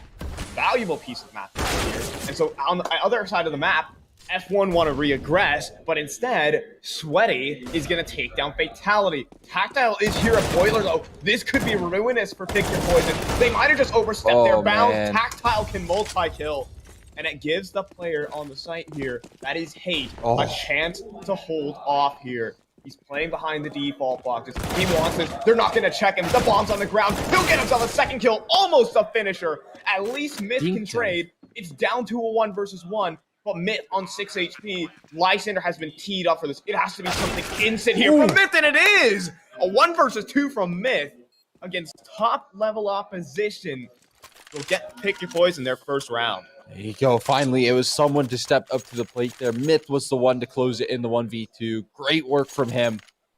As after long last, Pick Your Poison have been able to topple one of these clutch rounds. And look at that. F1 race cars economy's already been shot off the back of it. No money in this round here. It's going to be Eagles in play and a couple of USPs to work with as well. As Zeus in Gabe's hand. We'll see if he can get a sneaky little frag here. But I don't want to write off this team with Deegs, though. These guys are really skilled players. But maybe I just spoke too soon. One of those heavy hitters in Hate is down. Lysander, though, up close. Gets 2 body shots in on Aroa. AMZ testing the waters here middle. Lysander overstepped his bound, though. And testing the waters, rightly so. Just these remaining 2 players in the apartment to deal with. Even though they are such good players, are the F1 race car guys, it's still going to be very easy. Give me a... Yes! There we go. Gabe at least one. We at least get some action here. Attack on. Oh my god. Make something do out of this one. He's going to attempt this. Without a doubt in my mind. What's going on here? Pure chaos. They thought they were going to go towards A. I think that would have been the wrong call for sure. Tactile, he's on the retake here, moving up Banana. He's got a chance. I mean, it's going to be very slim. A crossfire, and on top of that, no armor to work with for Tactile. Well positioned. Molotovs continue to rain down towards Banana, and I think he shouldn't be too long for this one. I might have spotted out one towards Coffin, but yeah, he'll bail on out of this one. Yeah, too much time burned, and he might as well hold on to the AK while he can, and that will be brought into the next. So F1 race cars, they'll get their buy in, I assume. Actually, in all actuality, I don't think so. It's only second stage loss mode. It's only $1,900 into their pockets. Pick Your Poison, they get their second, and they might get an opportunity for a third, considering the money situation. Exactly right here. I mean, maybe a double save and bound. We'll see what they do with a saved AK, though. I mean, Tactile, at the very least, could maybe invest a little bit of armor in this round, and they could go for a half buy. That as well. You could drop over an M4 to Fatality, and Gabe goes with an MP9, but instead I think it's just going to be Deagles again, and a half buy will be in play for F1. Now this becomes a lot more doable here. You got the hero AK of Tactile. He's already hot in the server with 12 and 3 kills. Death ratio, so he's playing very well right now. And coupled with the fact that all of these players can do some nice work with the Deeg, maybe there is a way into this round for F1 race car. I wouldn't want to count them out of this one, certainly. As Fatality going for more of the jump peaks. He's once again committed solo towards B, and heavy side A setup coming through for F1 race car. Pick Your Poison also just dousing Banana and Flamed, allowing them to back up, towards A site, put pressure there. But Fatality isn't phased at all. He hasn't called over a rotate or anything along those lines. So there is a 4-side A side here for F1. That could bode bad for Pick Your Poison side. But again, they're still non-committal. They're willing to default this one out. They got a minute left to play. Roa, he's been super effective on the lurk here. He doesn't find anything towards apartments, but he's still sticking around here. He's still very separated from his teammates, so I wonder if he's going to go for any attempts. But with 45 seconds left into the clock, it's certainly going to be a B-side commitment here with Roa on the lurk. Still, it's up to Fatality, and I don't think he'll be able to do too much in this position. Yeah, he's about to be smoked out, and the flashes are great right now. He just has to open prey behind the fountain, but there's also a Molly at his feet. Best of luck there for Fatality. This one is a wash here for Pick Your Poison. Also with F1 Race Car, actually they do have a hit on 8. They're actually interested in this, surprisingly, but Sweaty already pushed so far into construction, doesn't really bode well for these remaining side players. Lysander just going to be food for JMZ, and I think the rest are just simply off the save. So this will be a third for Pick Your Poison. Certainly will be. We got ourselves an AK still held on to from that last round. That Tactile will once again bring into this one. I really like the F1 race car. Despite the results of that round, the fact that they are going for those sort of gamble side setups, it makes winning those Deagle rounds a whole lot more possible. So it was a nice attempt. Unfortunately for them, it is Pick Your Poison executing him towards D, and they did so in a fashion where even in the retreat for Fatality, even if he wanted to stay alive, there was a Molotov. The only position he could have ran safely, and so there's no real chance to mount a defense for him. Well, here's a chance for F1. Finally, they get some guns in their hands off of a slew of ecos. So now they can be back in their weak ways. At least that's what we should assume. Pick Your Poison, they haven't looked too bad. At least in that one gun round, that Myth was able to clutch up. They've been able to at least get themselves a few ecos underneath their belt. Let's see how this gun round pans out. Gabe already getting aggressive towards middle. Doesn't see anything here. They're going to do some great nade damage onto Roa to start this one off. It's 43 HP to kick this one. And again, Roa is one of those more effective lurkers. He could have his presence so heavily on the opposite pump site and really cause some nice diversions. So the fact that he's been taken down low might come into factor here later on in the round. But right now, they're just lining up some bracket control smokes, trying to get that arch side. Eight's going to peek, though. One kill in. He is instantly traded. 8 immediately traded, though, by Posty. And that might benefit Pick Your Poison. They're grouping up for an axe pop here. This could be bad for one or the other side. It's going to crash here on the A site. Tactile has been so good again. This time around, though, it's his teammates who are going to be showing up the line. It's Gabe with a no-scope in the 5-7 to close it down for F1. Shooting, jumping. Geez, out of apartments right there. There's not much more fun things to do in that pit position, and it does work out very nicely for Tactile. Gave it as well. I mean, nice little no scope. 5-7 brings out the secondary to really convert that one for F1 race car. As now that T-side economy is still looking pretty good. Pick Your Poison. We'll get another gun round in here, but it does have some connotations to it with the fact that if Pick Your Poison aren't able to get this across the line, they'll be staring down the barrel of a save and maybe a chance to really close this one out for F1 race car in terms of winning the half. Gabe getting a pressure drop from Molly. All that. In the meantime, F1 have gotten their full banana control if they so desire, but they're continuing to challenge Gabe towards the library side. And they push through the smoke. Gabe gets a little bit too overzealous, but he doesn't go down, which is important. F1 race car maintain their man advantage. Maintain their man advantage, and luckily for Gabe, he can kind of sacrifice some of that HP, considering the fact that he's wielding that AWP. Roa, though, still on the lurk, is trying to make a nice move here, but smoke gets recycled towards Arch. She gets mollied off, and so I think B's looking like the only option at the moment because they're just brutalizing them with utility. Ooh, and that Molly does good damage on the Posty. Hate, though. He wants to hold, but he has utility in hand. That is critical. Fatality will at least drop his smoke to slow them down. Pick Your Poison are at least going to respect it at that rate. And so we're back down into a 4 versus 4, but 30 seconds remaining on the clock. Pick Your Poison have to, well, pick theirs. Boosted one into CT as well. This is a really good position to be in for F1 race car. Fatality can do a whole lot from this position. We'll see if he gets cleared. Oh, Gabe certainly was. Gabe just gets deleted by Myth, and he even checks the boost. Everything going the way. Pick Your Poison, as Lysander is just the final to fall, the final piece of the puzzle here.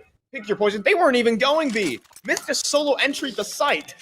And, I mean, if that wasn't a 1 round already, yeah. Well, all right, Pick Your Poison. They get the 4th, and that breaks the money again for the CT side. I mean, Myth doing a great job of doing that. I mean, 2 entries solo on that E bomb site right there. That's so disgusting. We usually see Roa as that lurk that's causing the diversions, but Myth steps up to the plate in a big way right there, toppling the economy of F1 Race Car. And now we're going to see another 4-man stack and another one towards B for Hate here. Got caught off guard in the last round, and it might happen once again. And it certainly will. Myth is good for the opener. The entire B side of the map is complete. So F1 Race Car are gonna begin their creep down the middle. Posty gonna be receiving 1 man, and the rest I think that should just follow in suit. Down here, fatality though. Eagle can only get 1 though. That is just it kind of a testament to how good a player and just how crisp the aim is of these F1 players are. But I don't think any amount of crisp aim could win you this round if you're licensed. Yeah, there's not much that you can really do in this position. He's going to phase the smoke, it seems, and even still, you're up against about 3 AKs trained on your position here. Eventually, it will fade away. His position will be revealed. The smoke will go. Not even a kill there. Roa's good for that headshot. And the 5th round picked up from Pick Your Poison. They're making a great half of this, and still, it hasn't been F1 Race Car hitting that 8 mark, whereas I think they'll kind of want to stop this momentum. Pick Your Poison, obviously good on that T side. We've seen a little cracks in their defense. Yeah. But even winning this half for Pick Your Poison would certainly give them a whole lot of momentum in the second half. Mm-hmm. Especially, well, we're going to talk about, especially like a team like F1 Race Car, who, like, coming into this tournament, are a top 2 team. That is on paper and maybe even in practice. We'll see. But they've proved they're a top 2 team on paper, and Pick Your Poison are at least giving them a run for their money. They might do it again here. They have Roa ready to go for this apartment spot. In fact, they're just going to walk straight out. Tactile might not be ready for this, but he adjusts the spray on the falling Roa and is able to take him out. Now they try to push that mid smoke. They think they have a timing, but they most certainly don't. Gabe is watching. It's already a 3-on-5. Best of luck here to Pick Your Poison. They just have to go. They have to try. And somebody at least gets out, but Hate, playing a one-way, will catch him out. Now a 2 versus 5. There is still Myth standing. He has dragged rounds back before, but F1 are just going to be closing this one down surely as Tactile caps it off onto Myth, and that will make 8 for F1.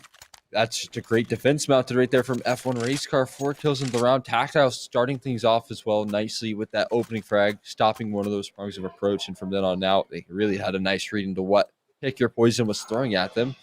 Now, there is going to be another full gun round in for Pick Your Poison. The economy hasn't quite been toppled just yet. You get a little bit of leeway. Those $2,700 AKs really go a long way in terms of value. And so now you're going to see players looking like they're trying to take early banana control. These nades are going to do a lot of damage. They're going to push out the back of it as well. Oh, but the flashbang to reaggress there from Posty. Going to result in Lysander falling down. There's a second rotate here to help out Hate at the minimum. They're going to push the smoke at that. But Fatality has come in rotation, and he'll be able to double up, almost triple up even. But no, he'll get traded instead before he can go for the triad of kills. Now to this B site, it might be open. But look at this from Tactile. He's going to push through. He'll take only 1, though. And we go down to the 1 versus 1, where Myth has done this before. Myth has been that clutch player here. Or Pick Your Poison has to do it once again. And once again, the connotations around it would be at a broken economy for F1 Race Car. He's cleared out a lot of CT and now has an idea. Where they are. He knows where Gabe might be coming from.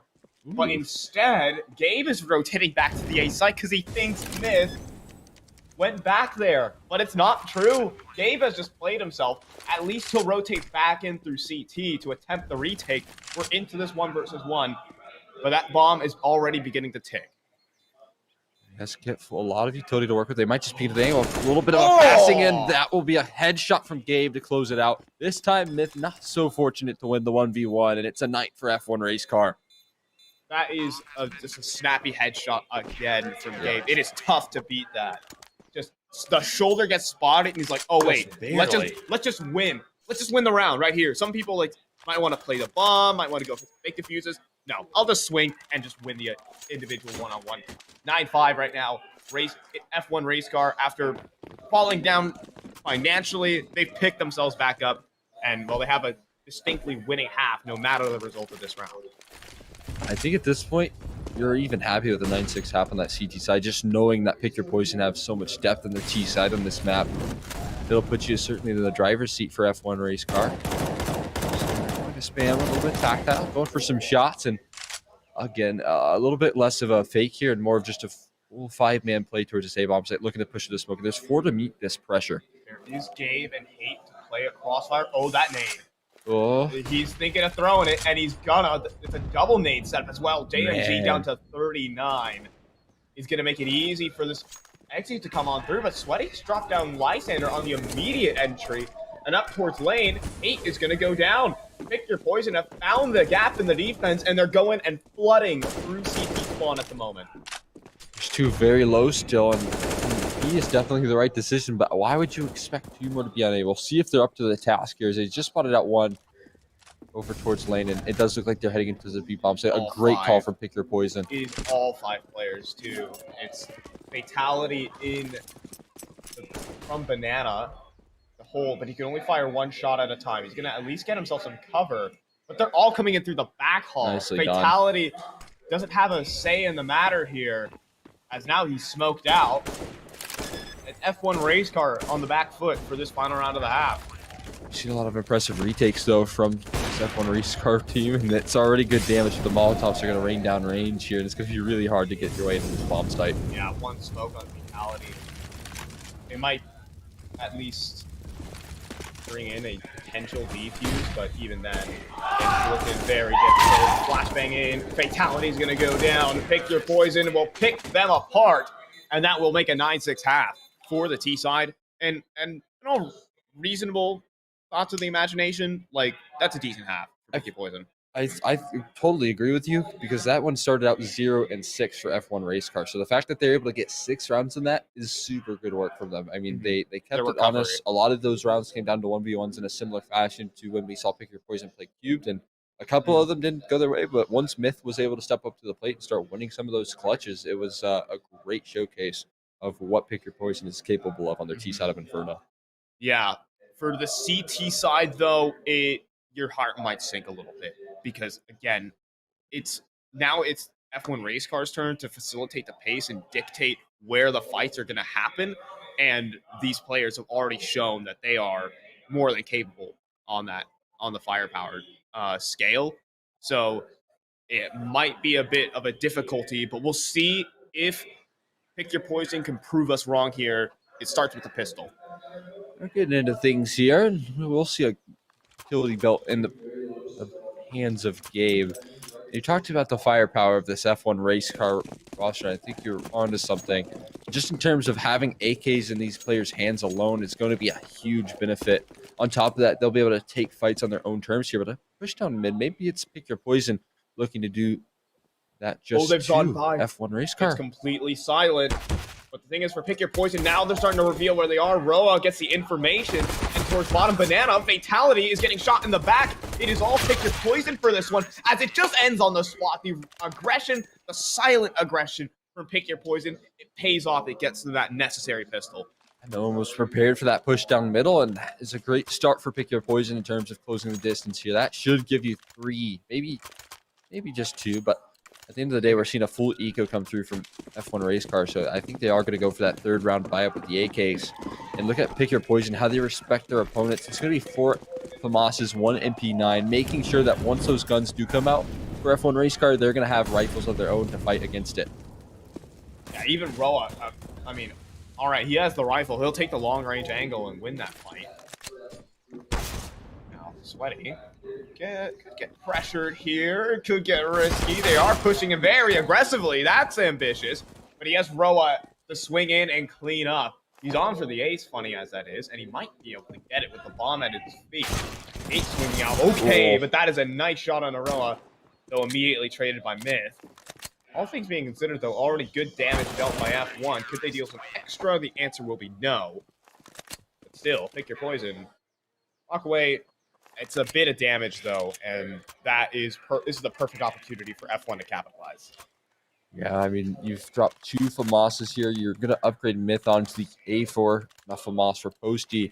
This is going to be a hard one to get downrange for Pick Your Poison. We'll see if they're capable of beating out the AKs of F1 Race Car. We don't see this all too often, though. 4 players looking to rush it down mid once again, picking up the pace here. Are they going to hold for this? No, the flashbang is excellent. It's going the way of Pick Your Poison again. But this time around, Tactile can cap it off.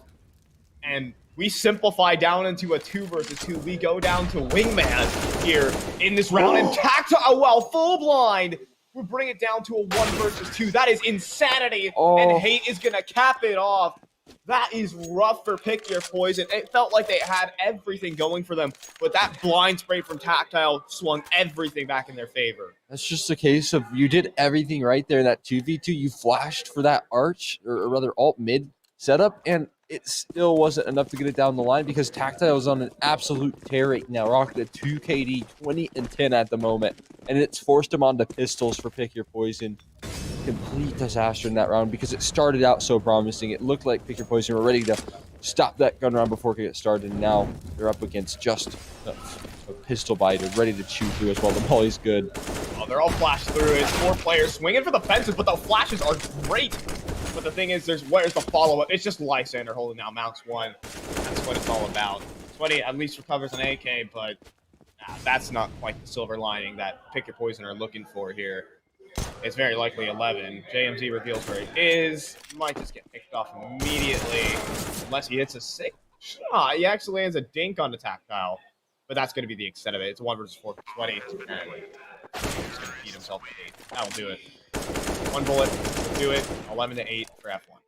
Yeah, just increasing your headshot percentage there, and it's still a rough position to be in if you Pick Your Poison. I think they're going to go for a buy IP. I'm not 100% sure. No, actually saving once again.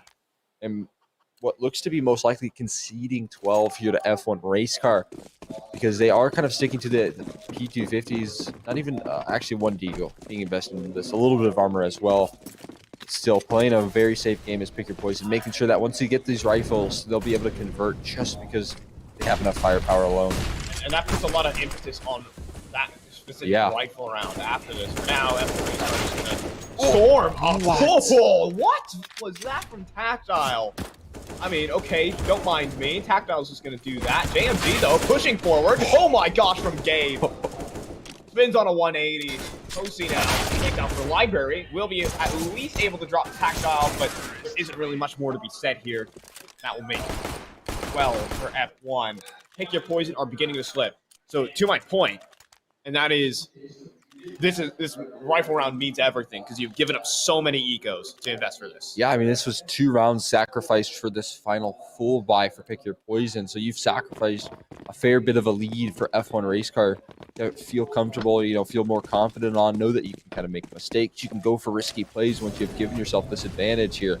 And it does seem like they're going to go for a more slower style, avoiding those mistakes here as they do take pretty systematic approach to how they work the map here. Tactile's cleared out all of apartments, and we'll see how they work off that information alone. I feel like they're just going to beeline it straight to A site. It's gearing up to be a Halls pop. They have all the tools necessary for it. And Pick Your Poison, with only 2 players home. This could be brutal here for Pick Your Poison. Mitch is going to try and hold on the site, at least dance around the smoke, try to play around it. Right now, it's Gabe who would double enter the site. They're at least a sweaty in mini, but not for much longer. Gabe has just tripled up. Look at this. And fatality. Knife kill? Is there going to be a knife here? No. He will respect his opponent. Maybe it's best because he's just going to go in and double up as well. That's a brutal round to lose for Pick Your Poison. It felt like, yeah, they got 2 kills in it, but they didn't have a chance after Gabe got that triple. Yeah, not really. I mean, that was a wonderful triple entry as well. Gabe kept his head on a swivel there, was able to turn around and find that last player in mini pit as well. And then fatality with that closer with the Library wraparound, and even hearing the footsteps, and he could have went for the BM play. It might have come at a cost of the round right there. And at this point, when you're this close to closing, you can't afford risks like that. So fatality making a high percentage play and making sure that he closes that one out. Gonna be Nico here from Pick Your Poison. Really a tough buy for them to work with. They're very likely to go down to 14-8 unless they can do something incredible. But F1 are not a team that are just going to full commit randomly to a site. In fact, they've already probed out the B side of the map, and they're just going to waltz on over and parade to a 14. Yeah, shouldn't have any issues in this one. getting those numbers punched in. And unfortunately for Pick Your Poison, I always like when you go for stacks like this. It just doesn't pan out in this round here, unfortunately enough, as we're going to see a full loop around. They're going to try and clear out. I don't know how worth it is to hunt at this point. You have a fair bit of money to work off of, do you? But it's really risky. You're just going to toss over AKs to pistoled players, and it's not really valuable to kill these pistol players. What do you gain out of this besides a stat on the scoreboard? There are a couple of players who I mean, Myth is a player to take down, but okay, now it's all just clean headshots at this rate. Take that back, all right? Maybe we should not even be talking. Lysander will finish the job, and that will make 14. This is the must-win buy here for Pick Your Poison. There's no other way to phrase it. That's just about fitting there. Calling that one out, and then, of course, F1 Race Car proved me wrong in a very literal sense here, as they've got maybe a last-ditch effort with the buy rounds here. Obviously, the Rocket Max loss bonus, so that'll be a bit of a cushion that you can rely on. They're going back to running down middle, and that could be a really risky play when you're chancing match point. Oh, Lysander will only go 1 for 1. Maybe a win in some players' book, but Tactile able to spin onto Myth. And it'll be a 3-on-4. Now they'll just accelerate up ours. They know that the Arch player is gone. They can wrap the B site. The world is F1 Race Car's oyster at the moment. At least Pick Your Poison at least are going to make a play, but it's too late. Instead, they just trade positions, and, well, F1 Race Car definitely getting the better end of the bargain here. They have the A site, and Pick Your Poison have found an interesting way to save. Yeah, they've looped around, and it might just come down to a save here. They know Tactile is low, so they at least know there's a low HP bar, but we talk about how hard it is to retake these A-bomb sites, and Hate might just have the right read. Oh, Hate does have the right read, but he gets traded at the minimum. Oh, fatality, though. Oh, no. Fatality is just about to end this round. He lets JMZ go past. Oh, but he's waiting for Posty. That is just rude. That is filthy for Fatality. Not even finishing off JMZ. He sticks around for a while longer, but he won't be here for much longer. That is 15-8 here for F1 Race Car. They're looking to close out Inferno as their own. Yeah, they're getting very close to doing so. F1 Race Car nearly hitting that mark. 3 FAMASs, rather, coming through from Pick Your Poison. Certainly not the greatest of buys when you're up against match point here, and especially considering the fact that F1 Race Car aren't doing too much missing with the AKs here, as we're going to see maybe some more aggression. Sweaty getting that volley down the line here, and might just be a little bit of a slower approach from F1 Race Car. Yeah, they're actually going to work this map control here. Take the feature banana control once that's over nades. When Race Car wants to go, nades in towards banana, towards the sandbags. There's a smoke used to extinguish it, though. JMZ going in for a swing. Hate takes him down. Posty swings as well. It's Hate on the off that's doing all the damage. Roa will eventually tap it off and back up, and that's a huge kill from Myth. But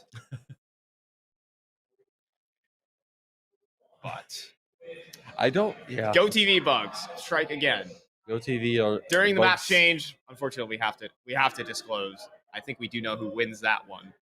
Unfortunately, F1 Race Car do walk away with Inferno. It actually is up in the air whether they won or lost that round. But in any case, I mean, it was a good attempt there from Pick Your Poison on that T side. Yeah, no, it was a nice try. They certainly were coming down to the wire there in terms of getting something going, but it was that CT side once again that really was the bane of their existence. I mean, that was just a closeout from the side of F1 Race Car. They couldn't get anything done on the defense, and that was kind of what we were worried about. Once we headed into that second half, I wanted to see Pick Your Poison put up more of an attempt at closing out some of those T-side rounds to give themselves some more room, because that is kind of what we expected in terms of their CT side. Yeah, again, Pick Your Poison kind of hedged their bets a lot on that T side, and they didn't find it, and it was just clean walk there for F1 Race Car to close it down. And we'll see if they can cleanly close down the series. We're going to be heading to Mirage up next. After a bit of a short break, semifinals still on the way.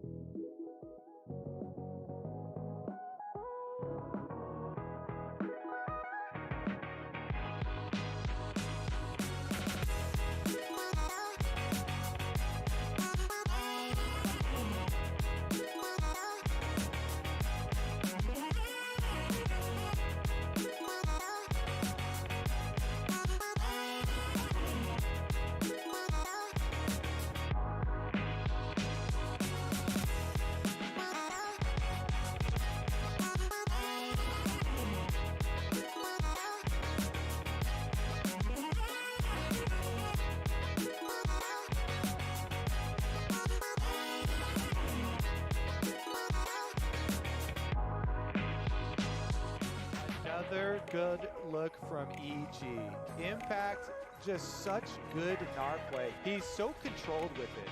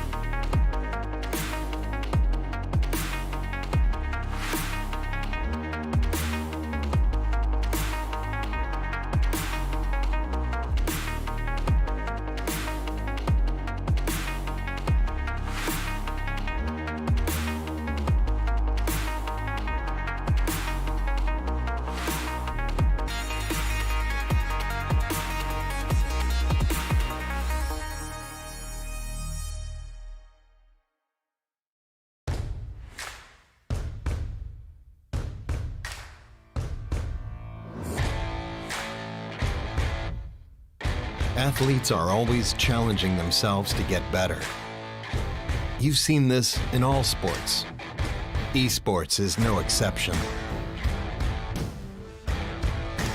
You can never predict the outcome. The only thing you can control is how ready you are.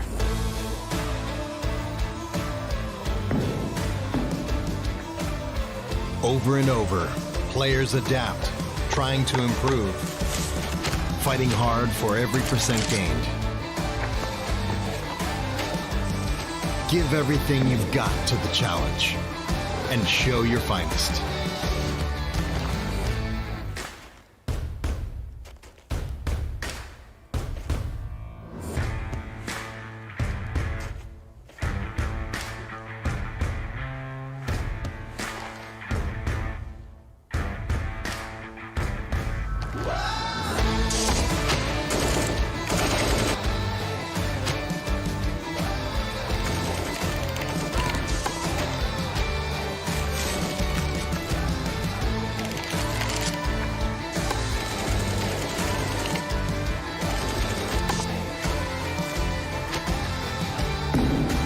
Bring your best out. Strive for perfection. It's our goal too.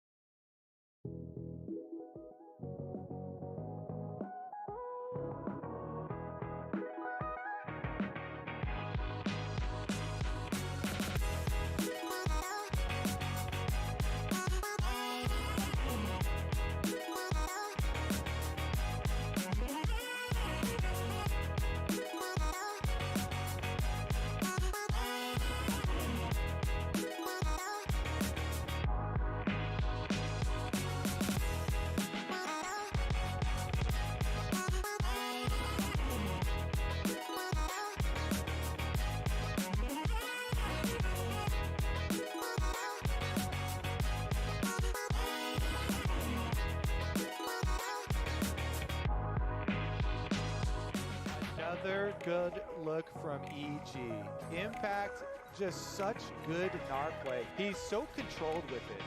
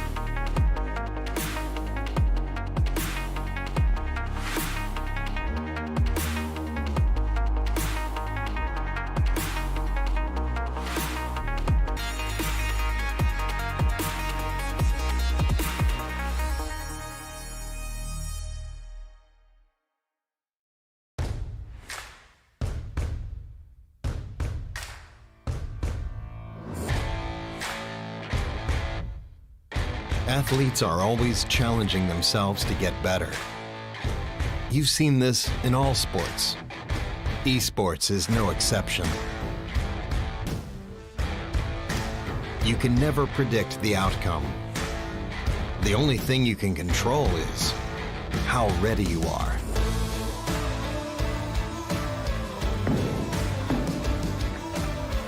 Over and over, players adapt, trying to improve, fighting hard for every percent gained. Give everything you've got to the challenge and show your finest.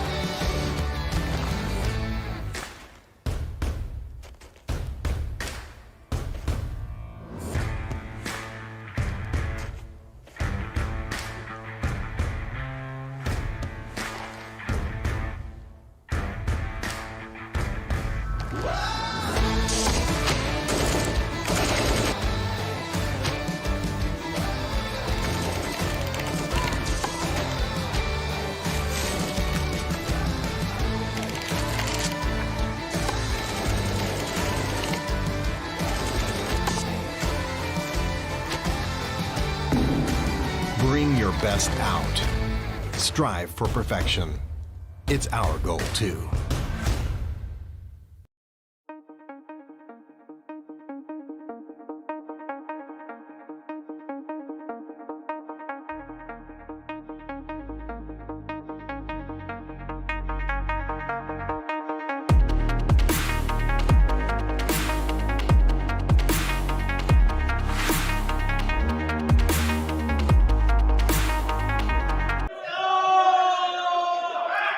And welcome back to the All In Games Expo here at the Apache Casino Hotel.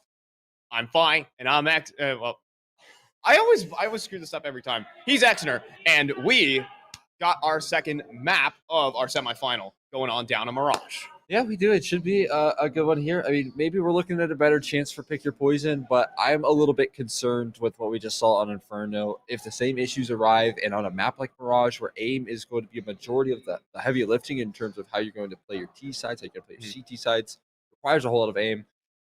This is going to be a bad sign here for map number 2. I'm worried that we might see another 2-0 when I thought that maybe Pick Your Poison could have put up a better fight on Inferno. Yeah, and welcome to Mirage.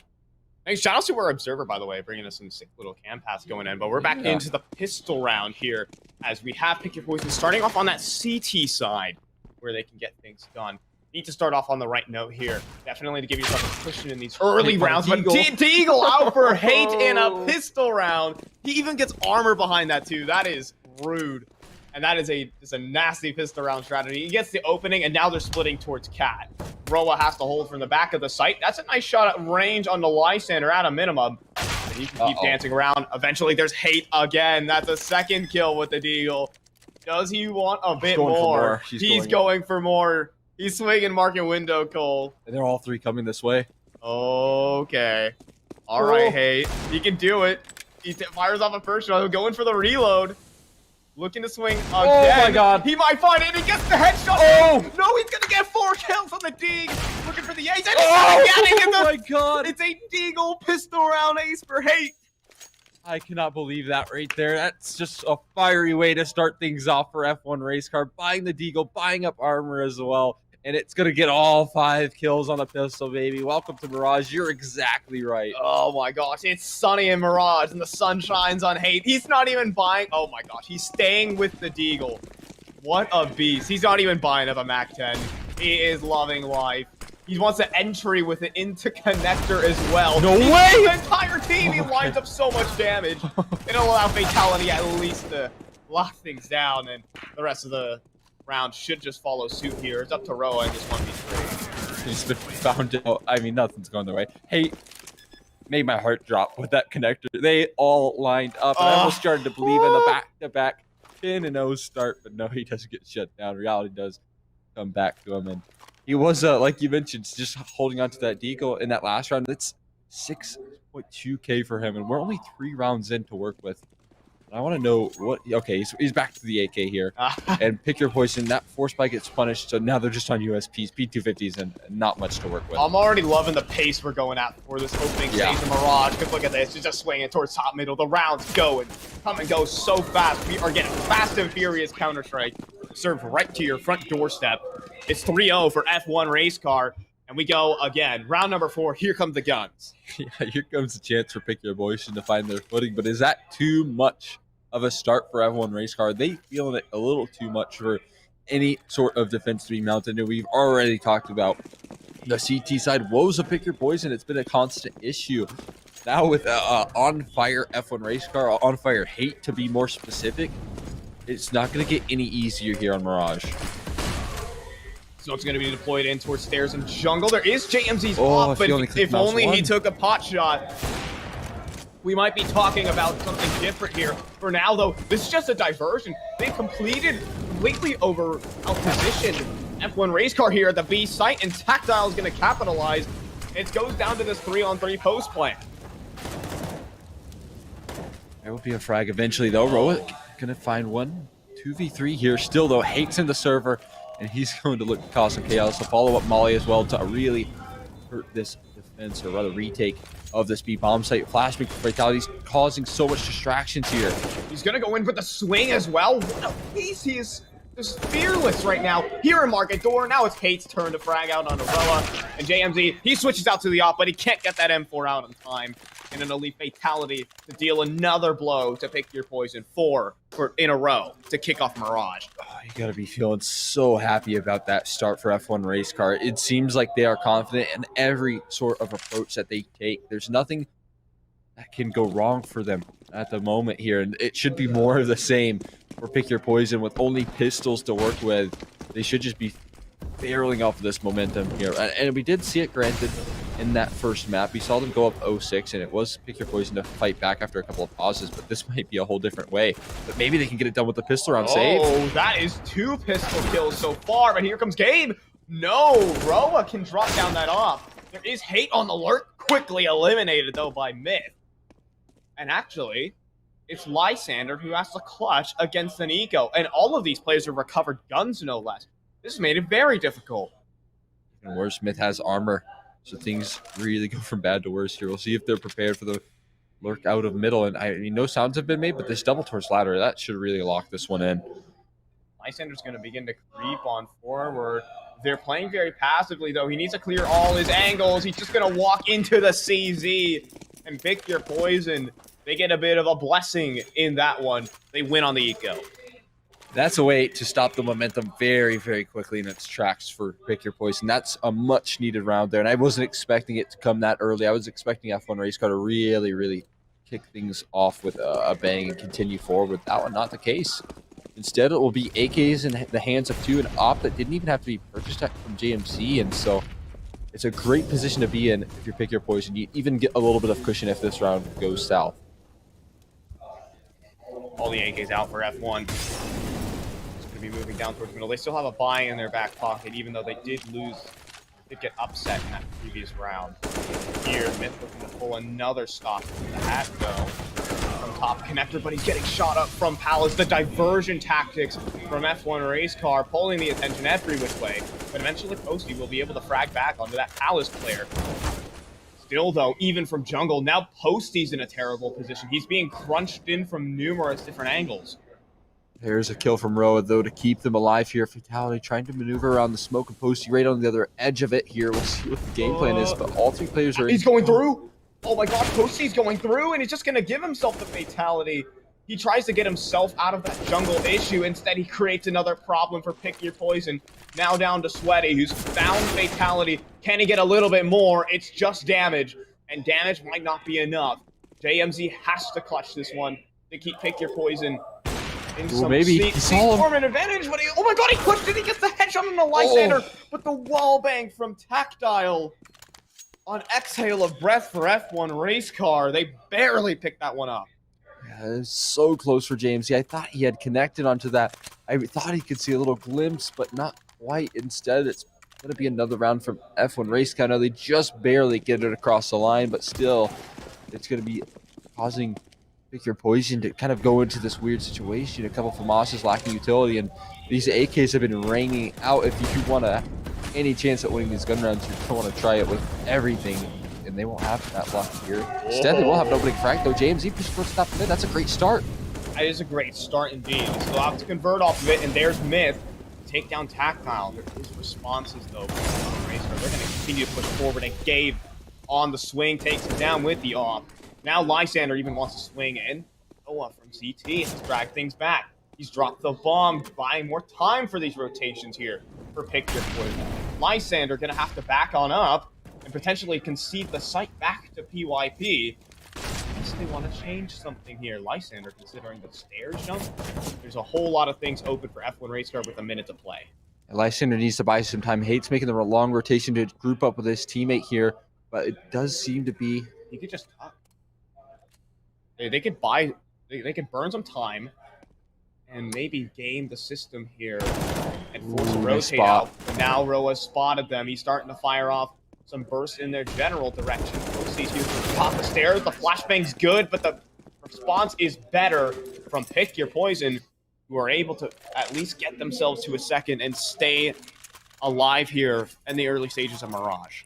Yeah, now look at the money here. F1 Race Car, I wouldn't be surprised if we saw a force buy from them at the moment. It wouldn't be too far out of the realm of possibility, as they could kind of, off of their momentum alone, win easily with the Deagles. I mean, we've already seen what Hate can do, and it does seem like they're going back to this B-side rush with the pistols. Great. We'll see if they have the execution, though, as it's going to be 3 flashbangs. Not even a smoke here to work off of. Definitely a risky rush for F1 Race Car. There's also an underpass push from JMZ to crunch in on this, so if this wasn't bad enough for F1, they might have a rude awakening after this execute pulls in. They're just going to hit the go button. They're going to try and outrun JMZ, but instead they're just all cooking in the molly. They're running into the flames, into the furnace, and F1 are for the most part out of this round. But Hate's with Hate still standing maybe, and actually Fatality went towards the A site and tried to plant the bomb. There's still someone home. So it leaves Hate for a clutch here. And looking at that HP and the weaponry, it doesn't look at all favoring. Not at all right now. I mean, he took a look. Sweaty was making sure that no bomb plant was going down. Nicely done from him as well. It would have been, honestly, a pretty valuable half buy-in for F1 Race Car if they were able to punch in those numbers. Now it's not looking as much of the case here as Hate looking for just consolation frags. Won't even find that. Seems like he's been taken down, baby. Spotted out. He's got his Deagle. He needs a miraculous couple of shots, though. He needs a hell of one. He has one isolated, in fact, which makes for an interesting set of circumstances. Here's a nice little reposition, but Roa's going to take off his head. And that will be a third there from Pick Your Poison. So they continue. But here comes the full gun round for F1. I got to bring out the full stops here once again. Now I'm wondering if they're going to try and go back, maybe back more towards that B-side approach here with some aggression. It was looking pretty good with what they had on that pistol round. Just couldn't quite get it along the lines, and I wonder if they had that long-range gun, if it would have went better for them. As we're getting really loud for these semifinals, and it's well-deserved. You should be getting loud because got another execute coming in. This time towards the A bomb site, and it's only going to be 2 to defend 3, rather. Sweaty here behind triple.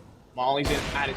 Oh, no. There's Myth. He had a chance to hit that shot, but now he's trapped out towards Palace alongside JMZ, no less. Myth will get cleared out. Sweaty, or at least go for a double, but here's JMZ to strike from Palace, and it's Pick Your Poison with the man advantage. Will that be a temporary thing, though? Right now, F1 have pushed into jungle, pushed into stairs. Pick Your Poison are just on the other side, just around the corner. But I think more importantly, that bomb is on the ground.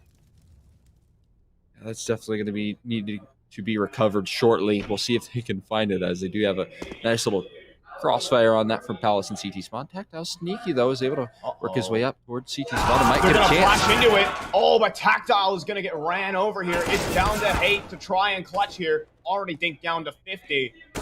And it's going to get very difficult here in the clutch, but he gets the first, not quite the second. And that will be Pick Your Poison beginning to extend and get closer and closer to F1 Race Car. They're looking to tie things up here shortly, and it's not going to be the greatest of buys for F1 Race Car. It will not be having all the stops be pulled out once again here. Just pistols in play, and Again, we've seen some fantastic work from Hate with these Deagles. He's going to continue to attempt it, but it should be a tied scoreline. I mean, Pick Your Poison could come back right into this one, and Ancient could be in the cards. I mean, it's still very early on, but that's what Pick Your Poison are hoping to get across the line. Yeah, it looks so dominant to start off from F1 Racecar. The fast pace was consistently overwhelming that defense. But it seems like Pick Your Poison have found a nice solution. They've gotten themselves into funky angles.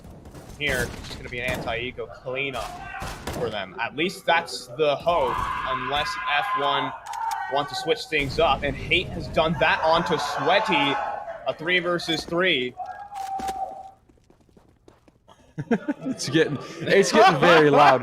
I mean, this is elimination matches, a lot of money on the line. We got 10K at this line. Everyone's getting fired up here, and it needs to be the case here. You need to bring in all of your energy, and Gabe has not. He gets taken down from Posty, and now the retake's going to come through from CT Spawn. It's only from CT Spawn, though, so F1 can hold these long-range angles and potentially take these fights. Hate is getting a lot of chances to do this. Oh, and no. the defuse, it's not coming in. Oh, Hate no. Oh, my God. Third 1D from Hate, and that will be a 6th round for F1 Racecar. That is a half-by victory. That is a hell of a round from Hate.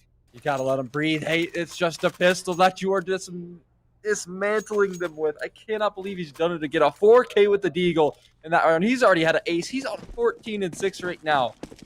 You gotta let him breathe. It's gonna be full ecos. They're going for this force by Pick Your Poison, but it's gonna be way, way worse than what we've seen them in the past.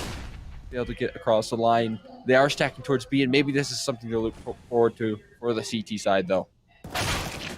Oh, Tactile just gonna be running rampant again, and from the underpass now towards the B side of the map, though there is 4 players here for Pick Your Poison.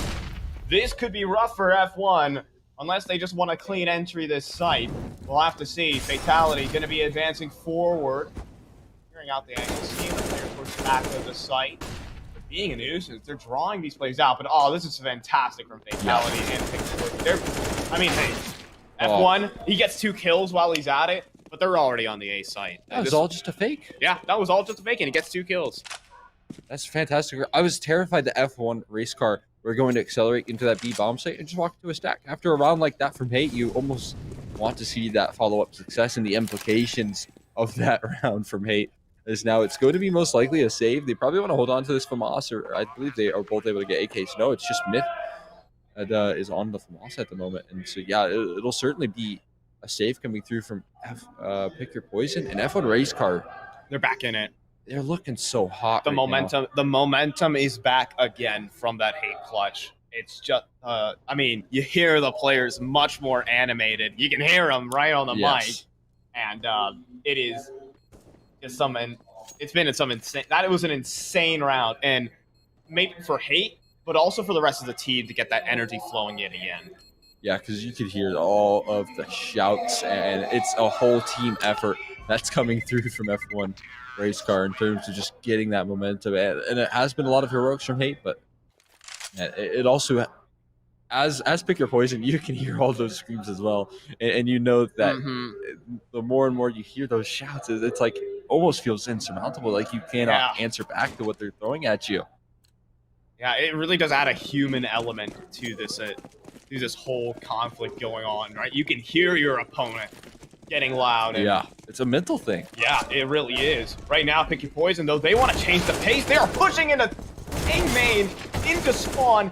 It's been a flurry of frags for Pick Your Poison. They pick up some rifles here. But F1 Race Car, they, again, switch positions. They have the A side. Will Pick Your Poison have all pushed into A main. See if they're able to convert off of this one. This would be a huge round for Pick Your Poison to grab because they didn't come into this with the best weaponry. Now they're going to force their way out of a ramp and Palace here, but they got to make their way through the smoke. They got to find these 2 kills. They're going to deploy their own smoke to give them space, but Tactile looking to lock it down, and they'll do it all with another 3-piece for the lad. And that will be an 8th for F1 Race Car. Again, another big play. And again, it's just more momentum going their way. All of these close rounds are so frustrating for Pick Your Poison 1 and so confidence building for F1 Race Car. And now we're looking at a lovely scoreline here for the T side at the moment. They can do no wrong. Even Tactile showing up that last round. He's had a great first map. Hate has kind of come into form here in map number 2 off that Deagle Ace, and there's no surprise that those two are now on top, just considering what we saw from them in that first map. Yeah, the form is just unreal from F1 right now. 14-7 for Hate. Reasonable. Tactile as well, continuing form from Inferno. Yeah. And here for at least Pick Your Poison, they've made some of the rounds competitive, right? They've gotten off to the good start, but it's just the playmaking factor that F1 Racecar have. They got Hate and Tactile powering their engines here. It's going to need something here from Pick Your Poison to at least throw something to them back. You know, fight back, shoot back for against F1 Racecar. Gonna need some sort of miracle. That's a lovely start there. JMZ doing some great damage on a Tactile, but this is still a very fast acceleration into the A bomb site. JMZ finally finishes that frag, but they're still gonna be pressed on B site. Site, we have one man with the M4, Lysander though, and all the rest of F1 Racecar are here to lock it down, except for JMZ, who can put up a double. JMZ proving a bit ruthless, a bit harder to take down than the rest of Pick Your Poison, and it's given Myth and Sweaty a chance here. I don't know if they'll expect the flank as well. This might just be the perfect play coming through from the T side. They might get a chance at a 5th here. Myth and Sweaty though, Sweaty's been taken down. Are they going to be ready for Myth though? He's going to have to reveal his position though. He throws out the Molotov, he jumps down to the site and jumps into the waiting arms of Fatality. Blindsided are Pick Your Poison and a 9th again. The late round situations are just going their way time and time again. They really are, and that was a JMZ 3K that made me think that maybe Pick Your Poison were able to get that round. That 3K, and in fact it was 3K on that bomb site defense, he came in rotating from middle. It was the B players that really couldn't get anything done, unfortunately, for Pick Your Poison. And Fatality, you know, we'll give him the pass here for what shots he's been hitting. But yeah, that smoke certainly not going where it was intended to.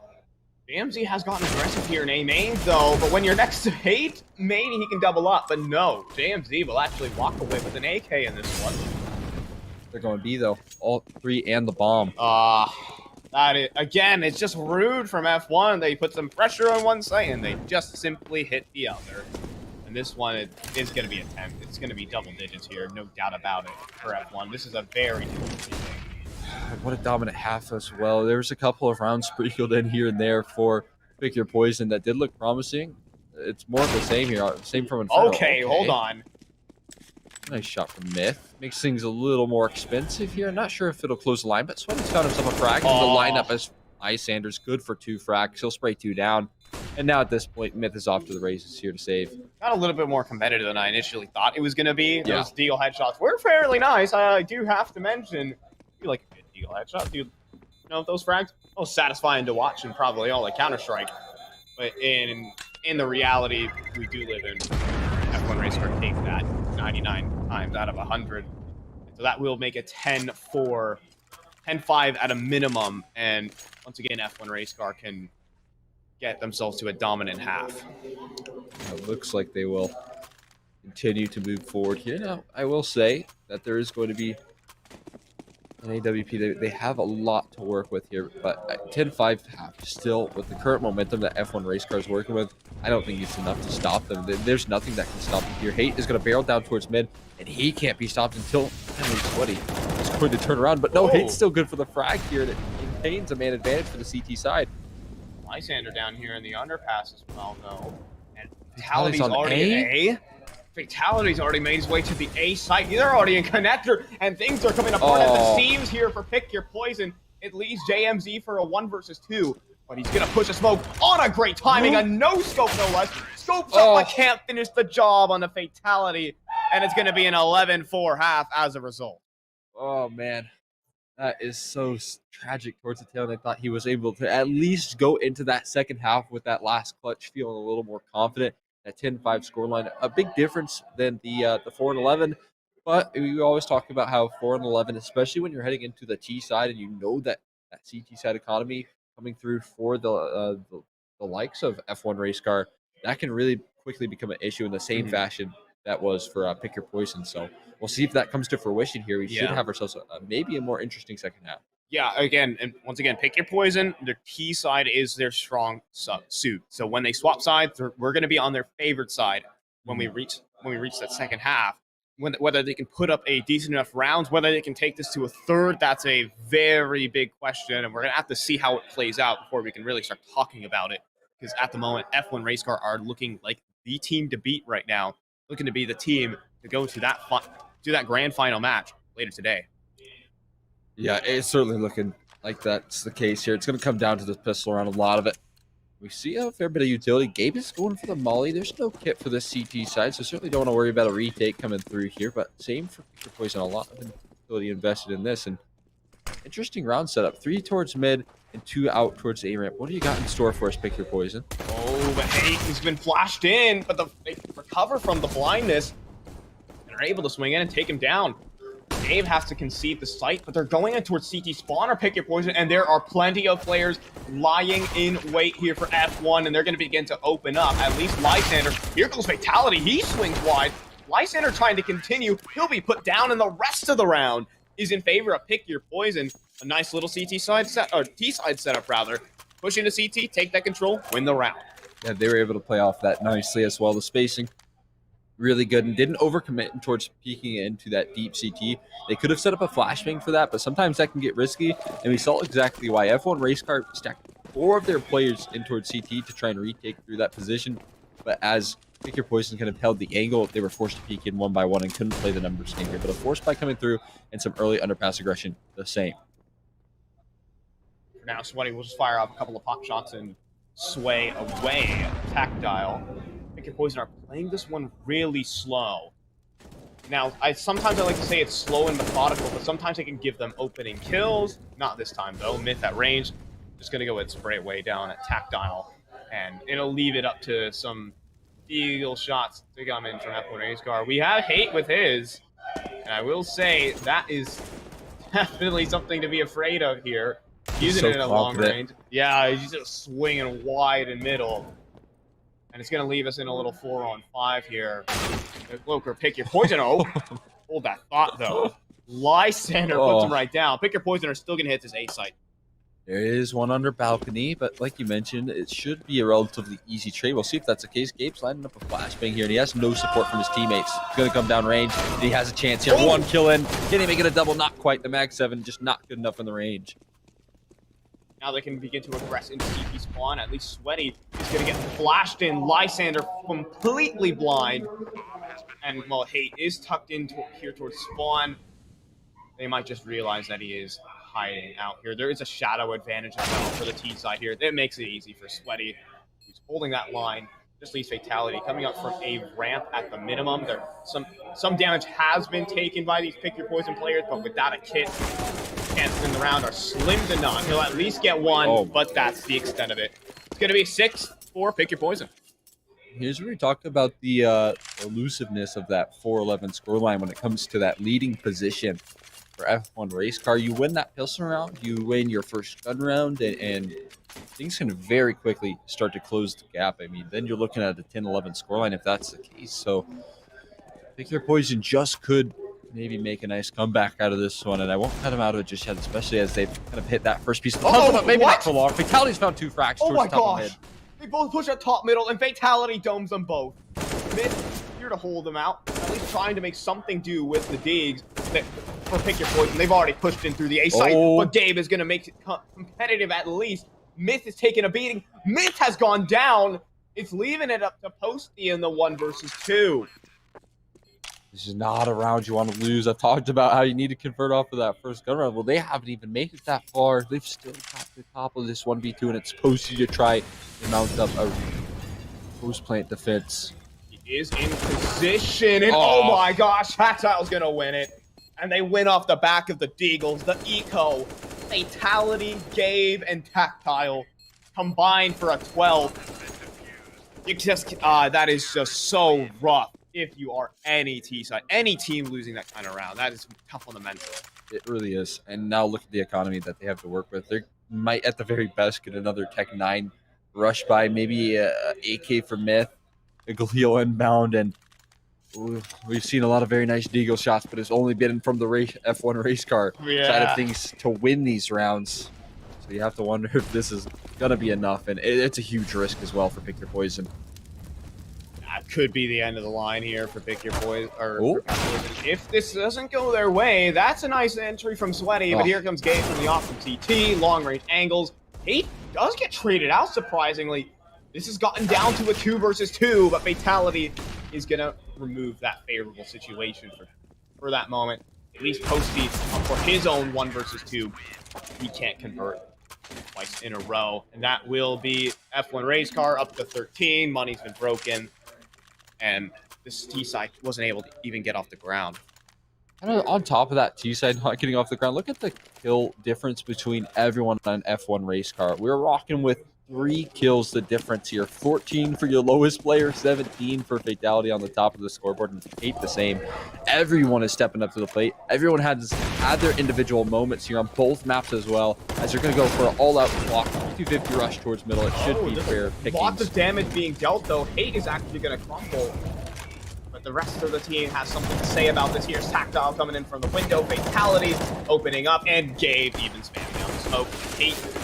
Well, Tactile will join him in the spectator deck, and they're gonna knife him. Alrighty then, 14-6, and F1 race car. The confidence is flowing. They're ready for this grand final.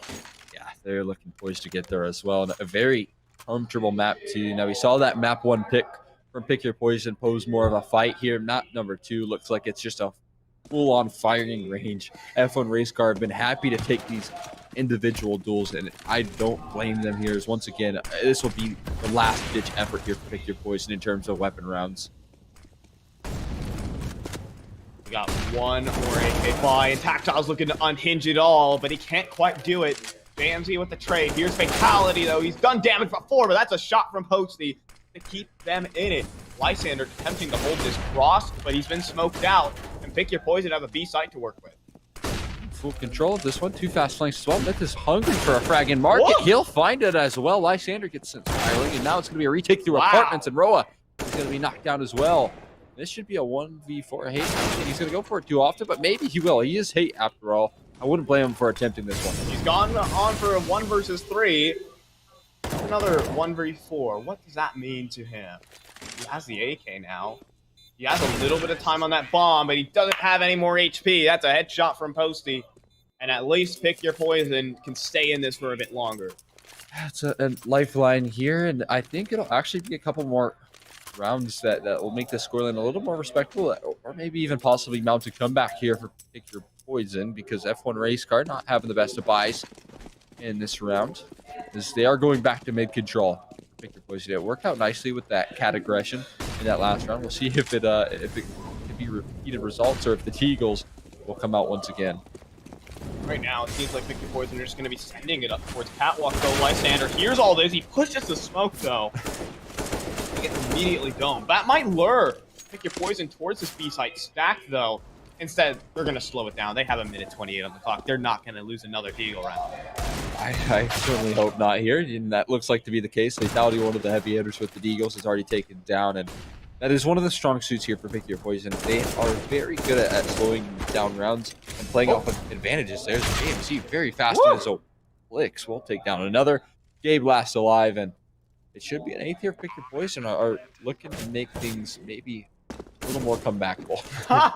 Gabe, his days are numbered. He has a knife out. Look at them. He's just being so hard to hit here for JMZ. Eventually, he'll finish the job.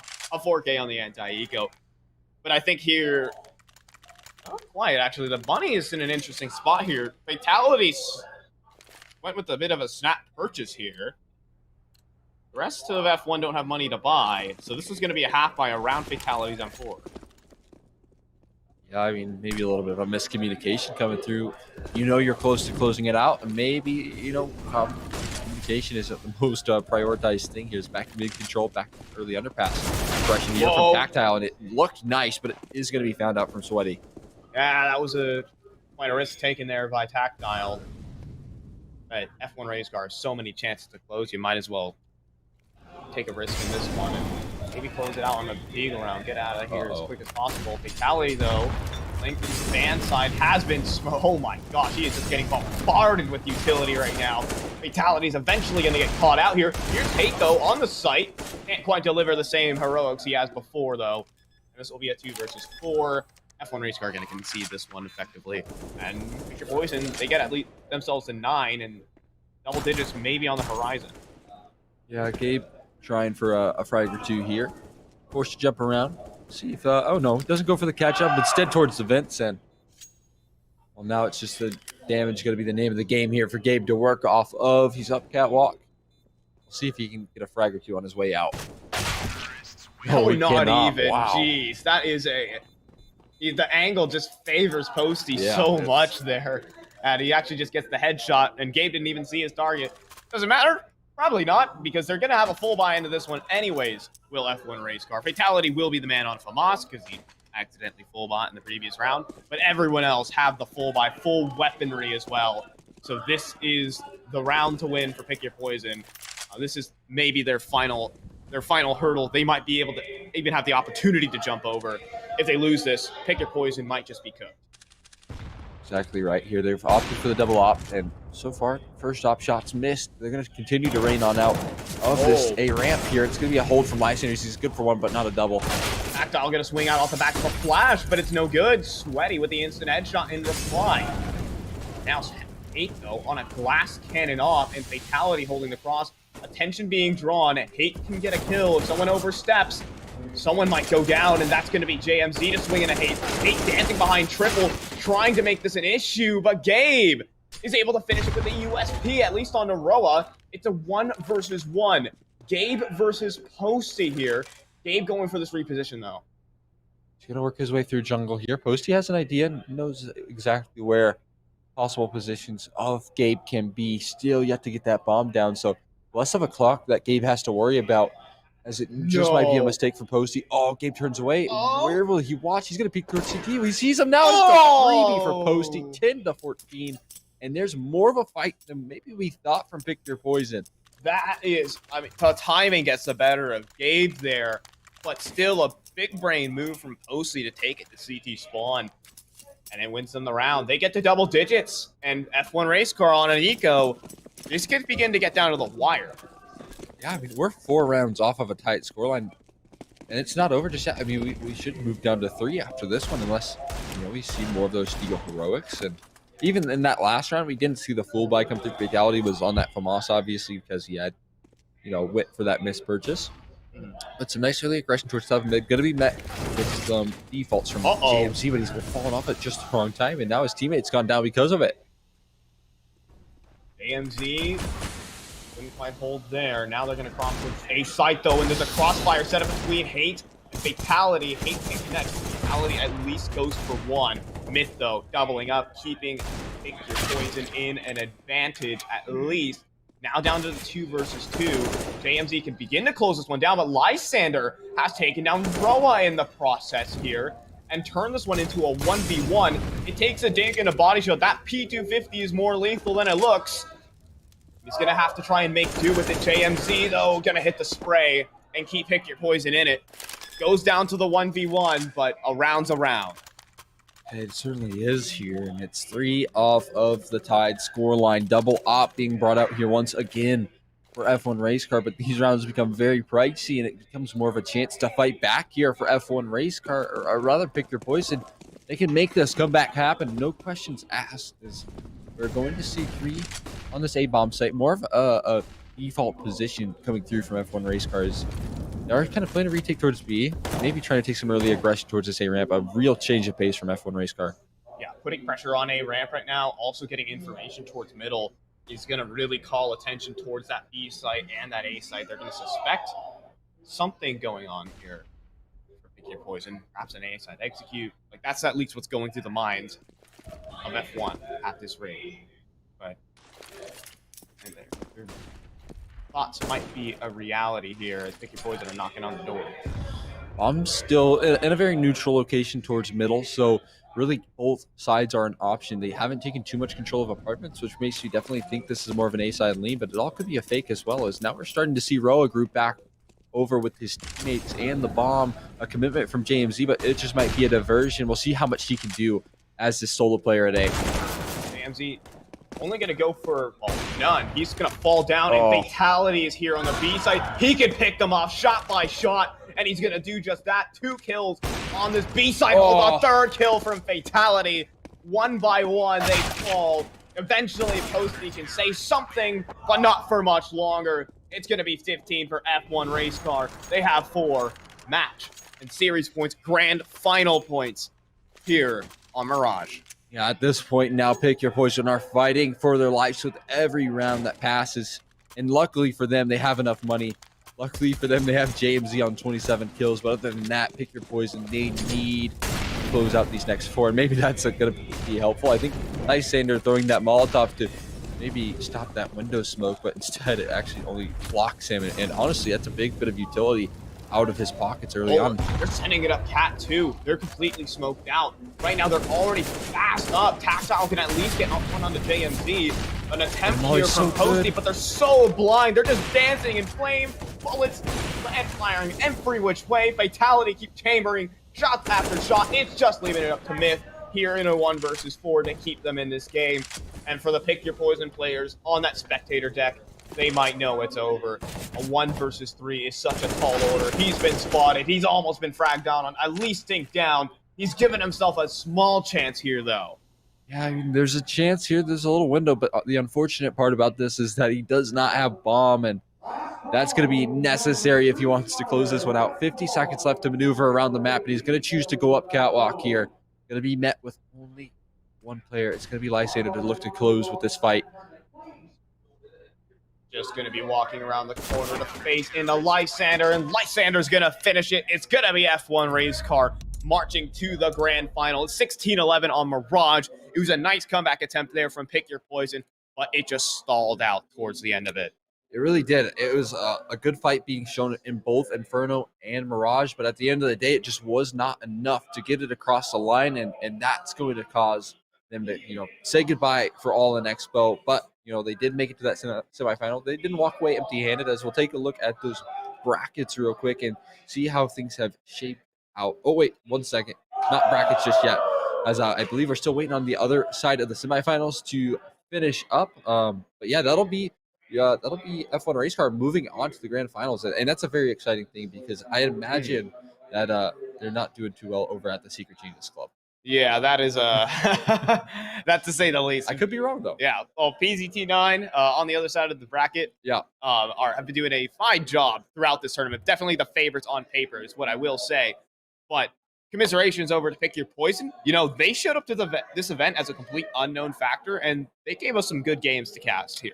They really did. I very much enjoyed watching every T-side round that they threw at us. Seemed like it had some great thought put together. So whoever was kind of leading that charge in terms of the tactician role, maybe the IGL role, is super promising. I would love to know more about that, but they did a great job of all things together and should be happy with their run. And of course, that defeat, it came off the back of some very fiery players like showing up with a Deagle Ace to open things up and a Deagle 4K to really win one of those anti-ecos. Yeah, that is some unreal things that went down from the F1 Race Car side. If they can deliver that in the grand final, we can see something competitive.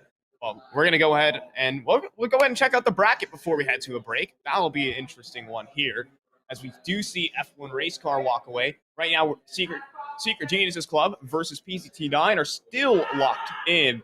PZT9 taking map number 1, 16-8, and currently on map number 2. Oh, I mean, what's your thoughts on that?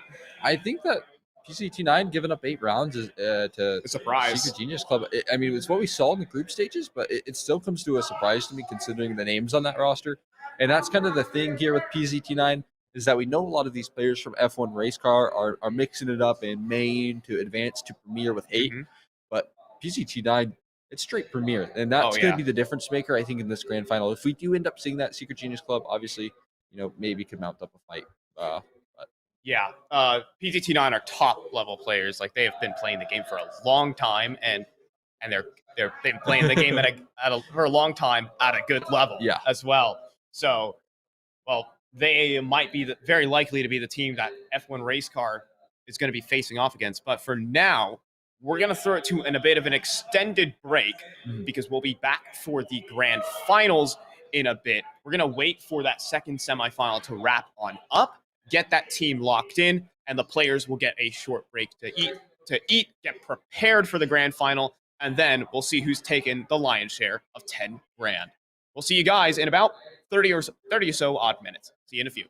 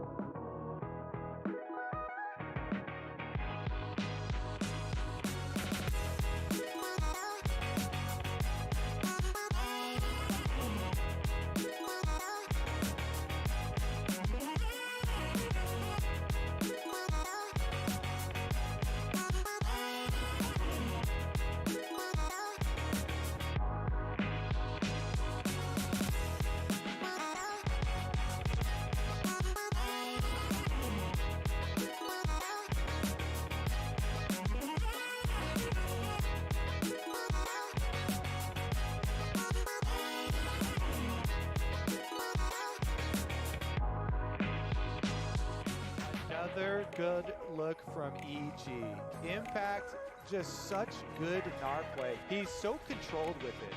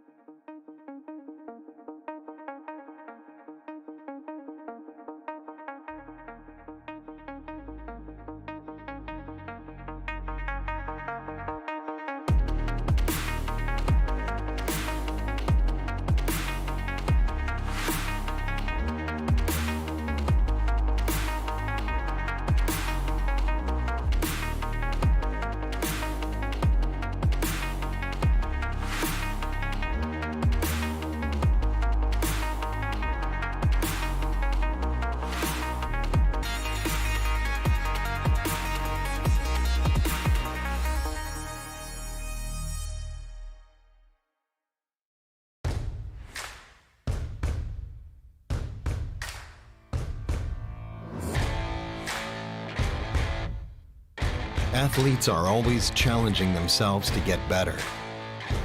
You've seen this in all sports. Esports is no exception. You can never predict the outcome. The only thing you can control is how ready you are.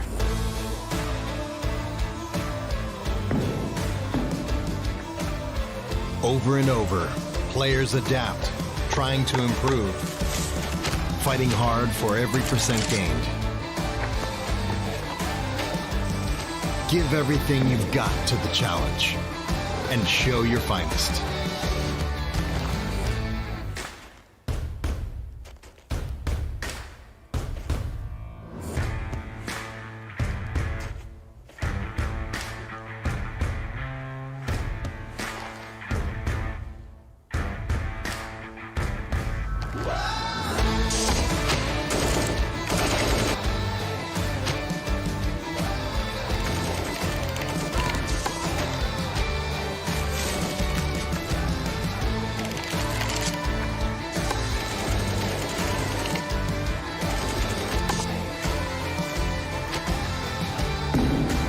Bring your best out.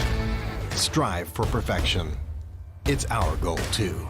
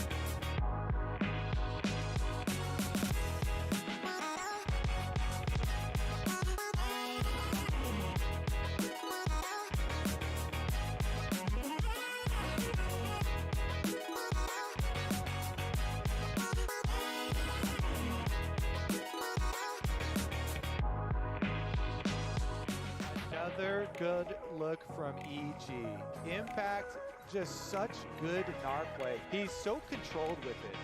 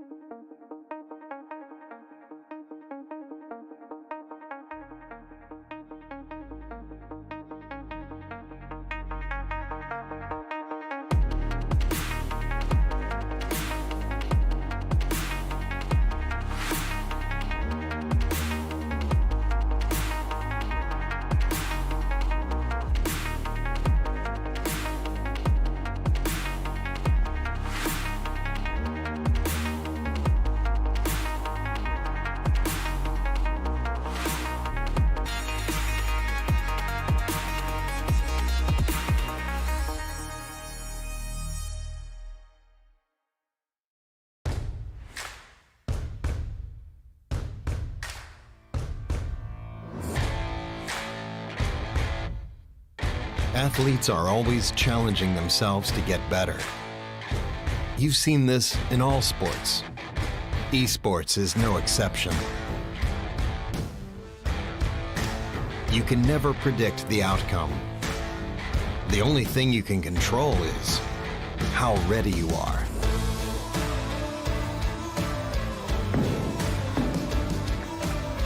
Over and over, players adapt, trying to improve, fighting hard for every percent gained.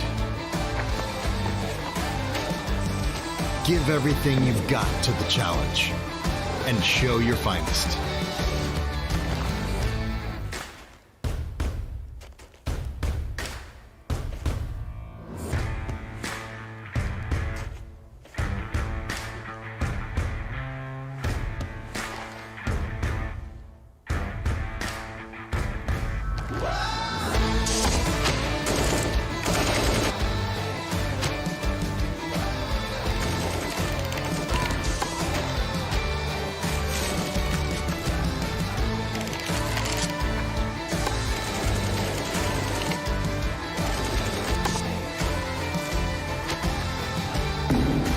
Bring your best out.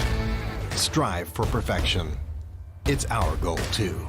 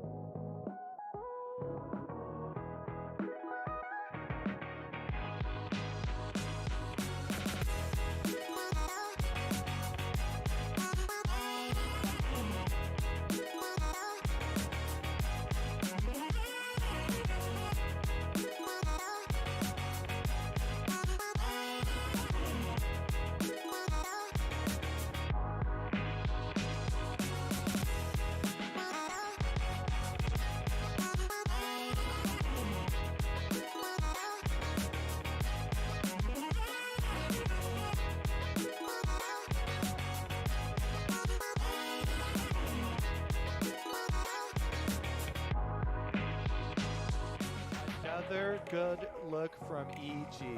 Impact, just such good narc play. He's so controlled with it.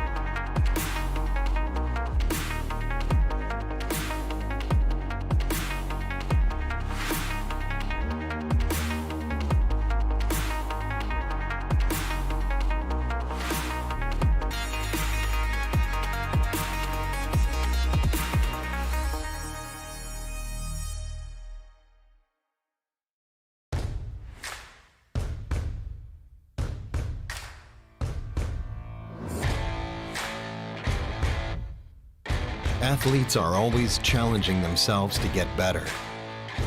You've seen this in all sports. Esports is no exception. You can never predict the outcome. The only thing you can control is how ready you are.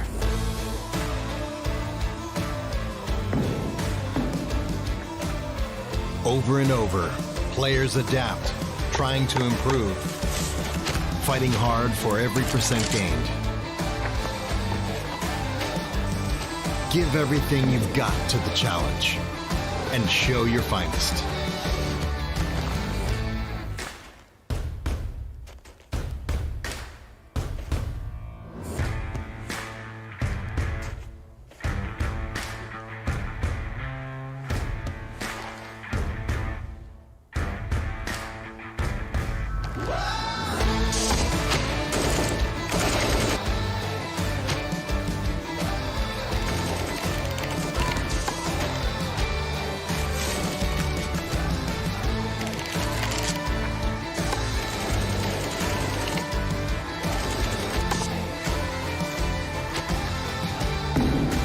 Bring your best out. Strive for perfection. It's our goal too.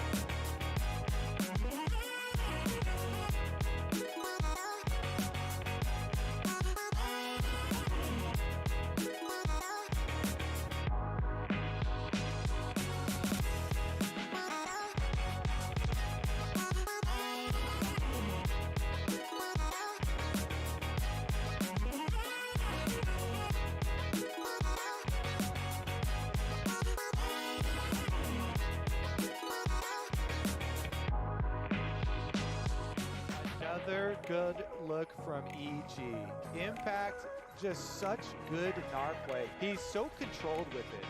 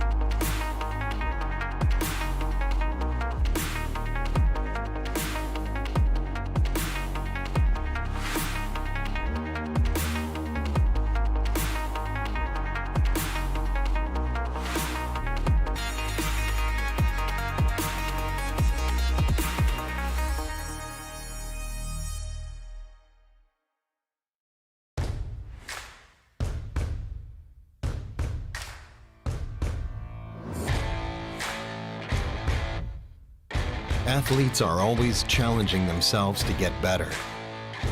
You've seen this in all sports. Esports is no exception. You can never predict the outcome. The only thing you can control is how ready you are.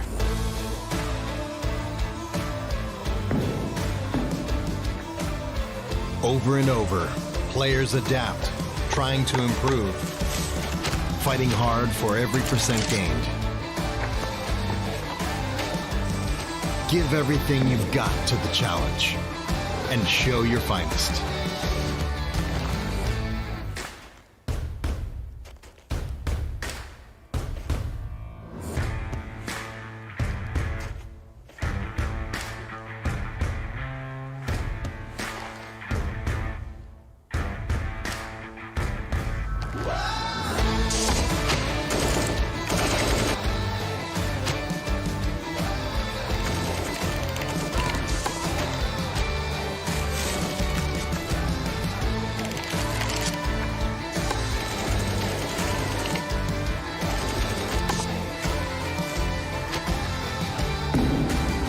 Bring your best out.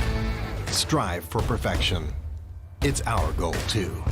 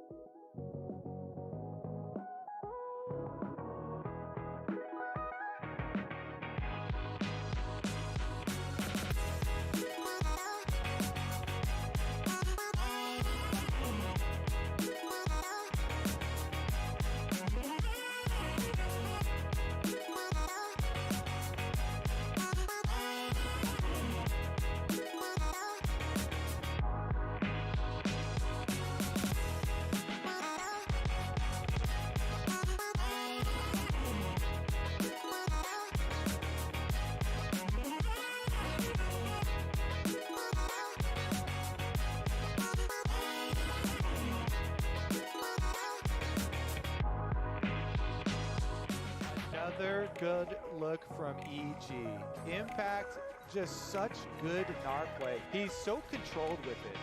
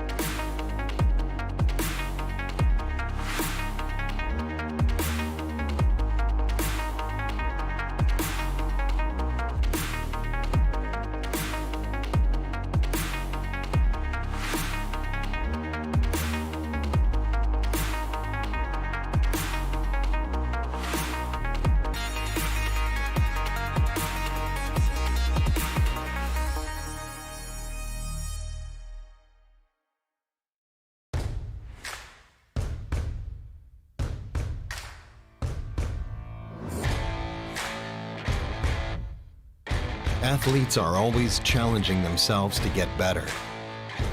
You've seen this in all sports. Esports is no exception. You can never predict the outcome. The only thing you can control is how ready you are.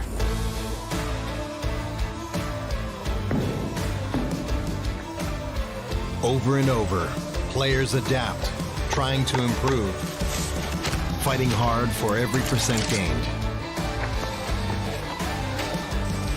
Give everything you've got to the challenge and show your finest.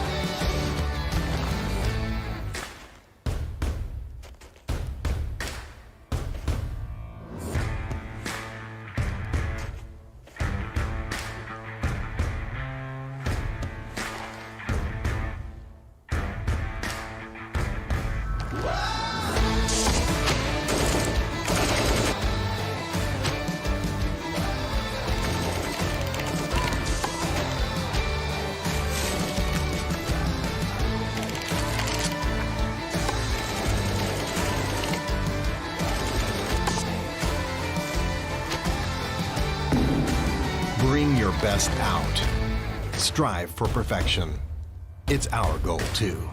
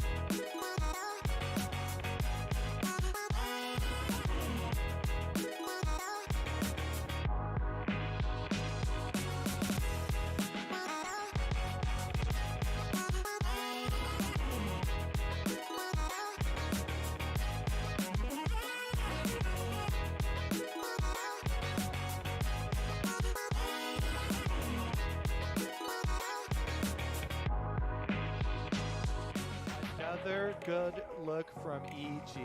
Impact, just such good narc play. He's so controlled with it.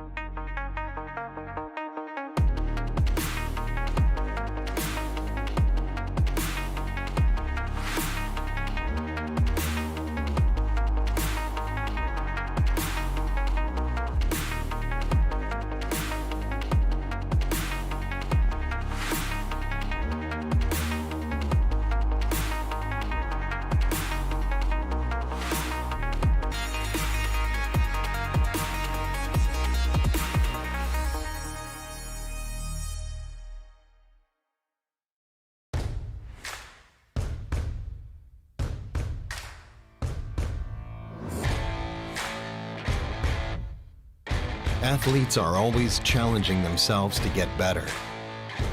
You've seen this in all sports. Esports is no exception. You can never predict the outcome. The only thing you can control is how ready you are.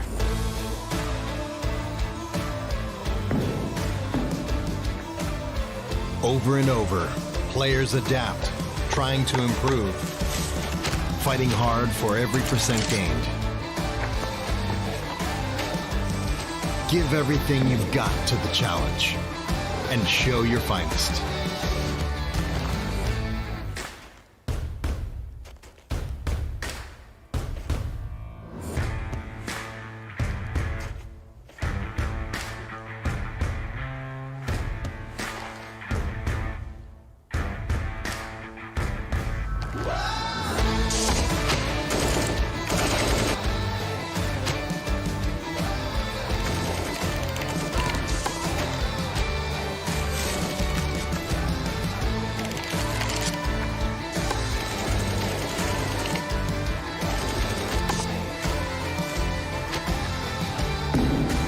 Bring your best out. Strive for perfection. It's our goal too.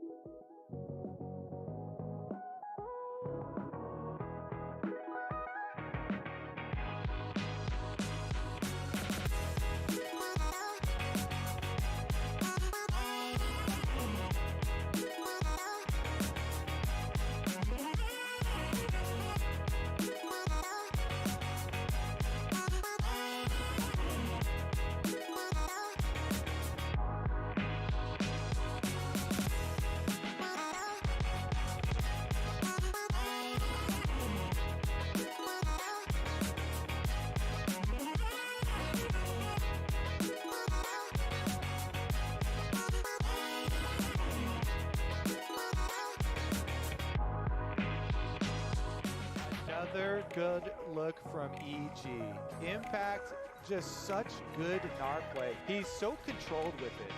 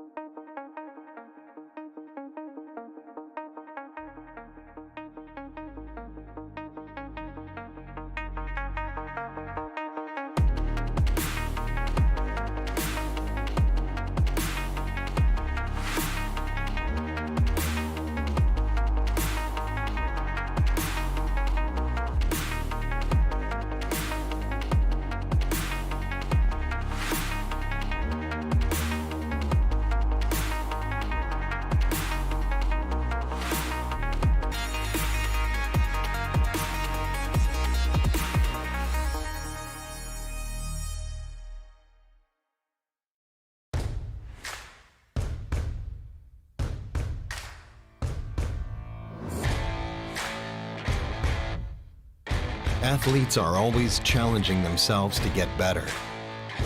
You've seen this in all sports.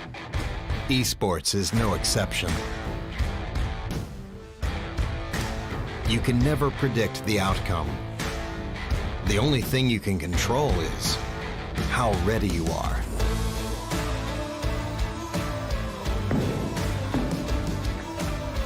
Over and over, players adapt, trying to improve, fighting hard for every percent gained.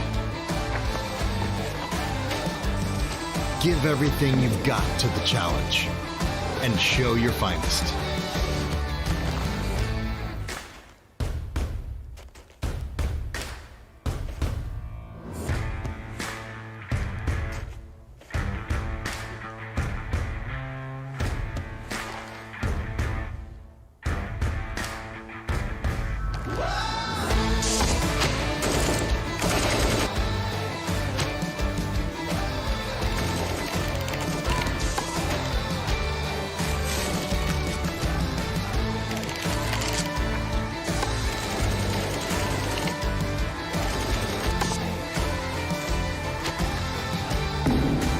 Bring your best out.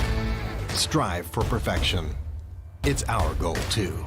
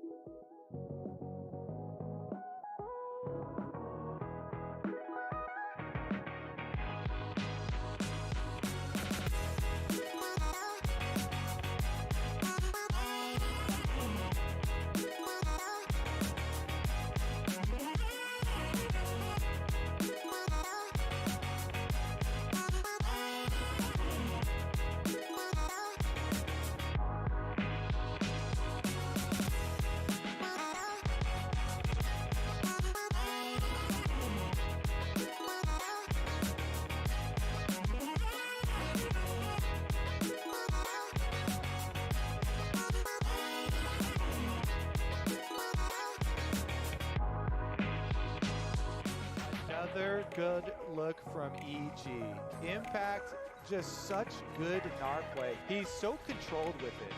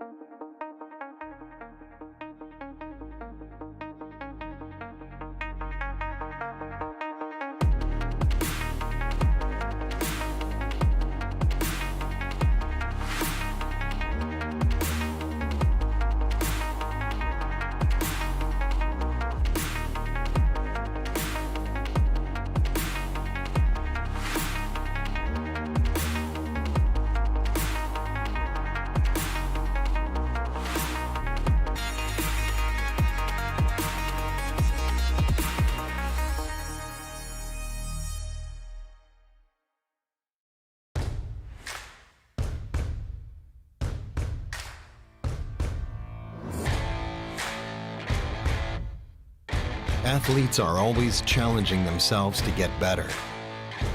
You've seen this in all sports. Esports is no exception. You can never predict the outcome. The only thing you can control is how ready you are.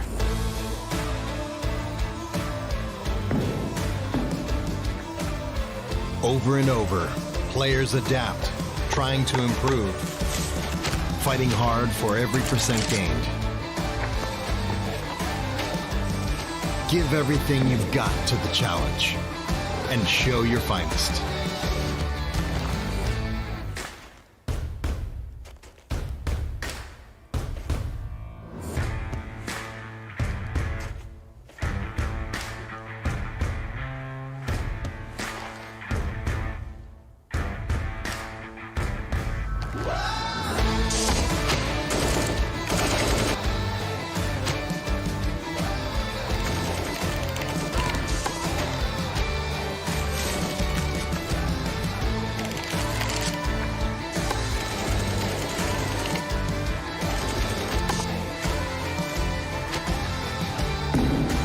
Bring your best out. Strive for perfection. It's our goal too.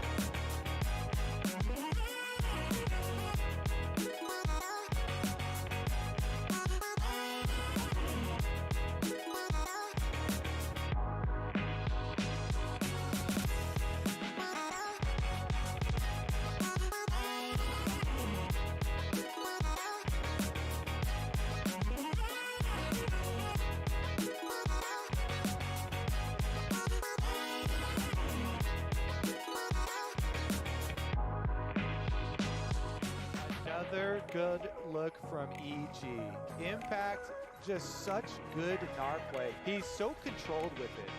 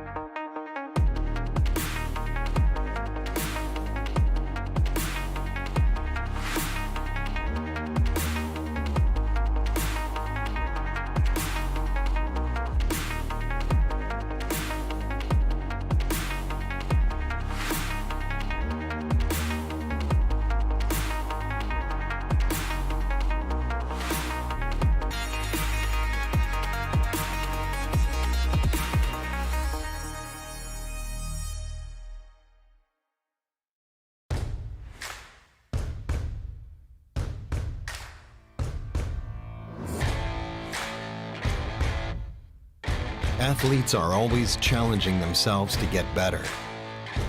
You've seen this in all sports. Esports is no exception.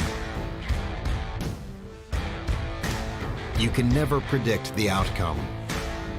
The only thing you can control is how ready you are.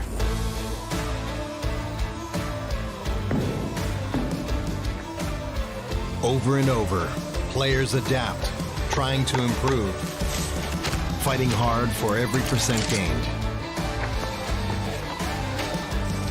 Give everything you've got to the challenge and show your finest.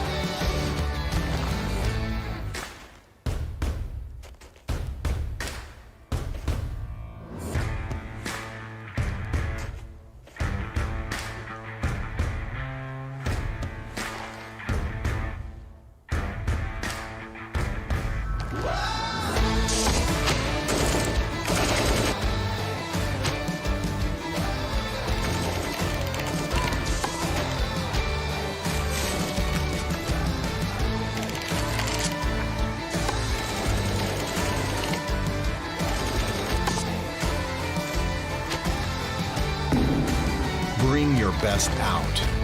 Strive for perfection. It's our goal, too.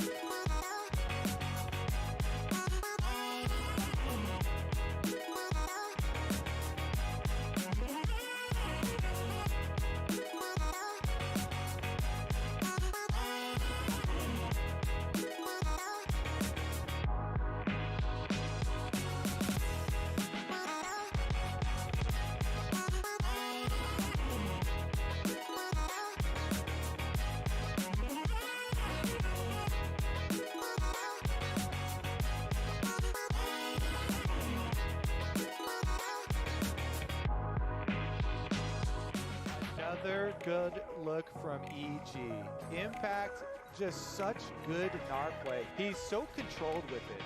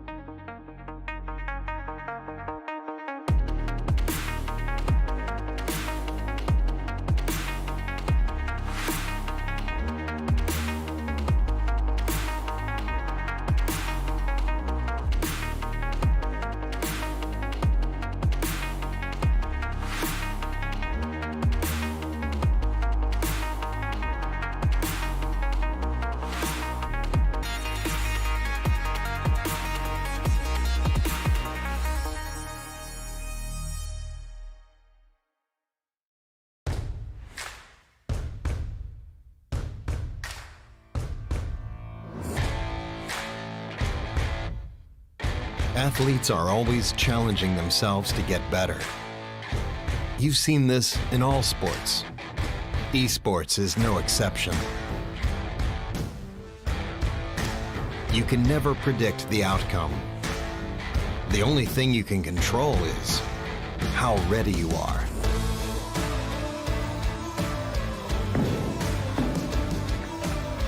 Over and over, players adapt, trying to improve, fighting hard for every percent gained. Give everything you've got to the challenge and show your finest.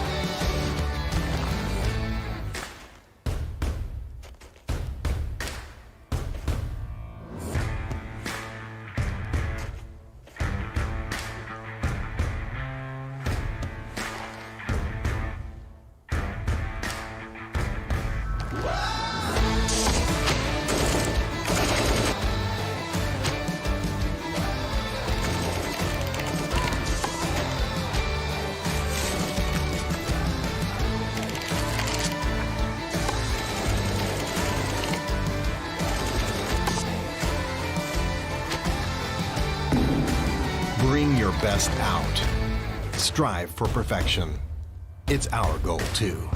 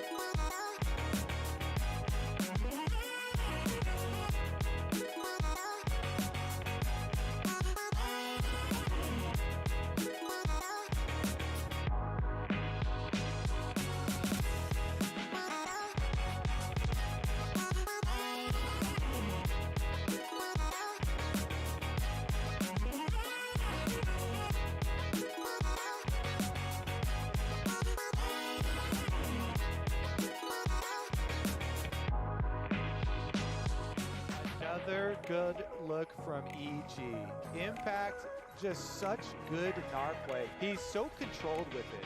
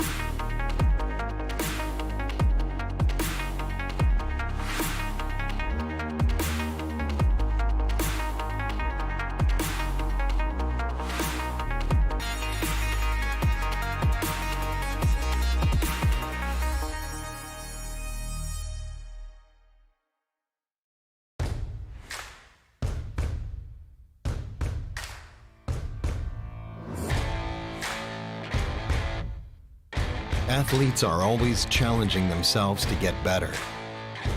You've seen this in all sports.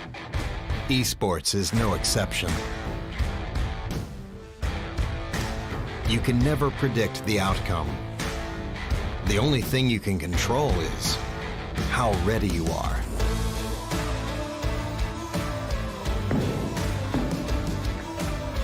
Over and over, players adapt, trying to improve, fighting hard for every percent gained.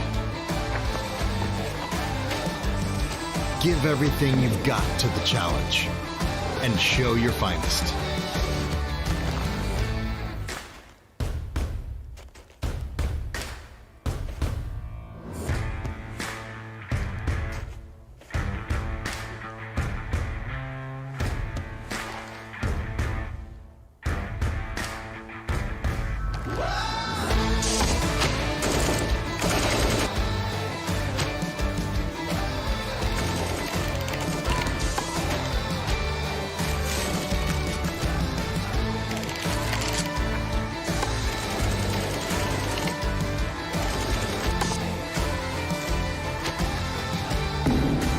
Bring your best out. Strive for perfection. It's our goal too.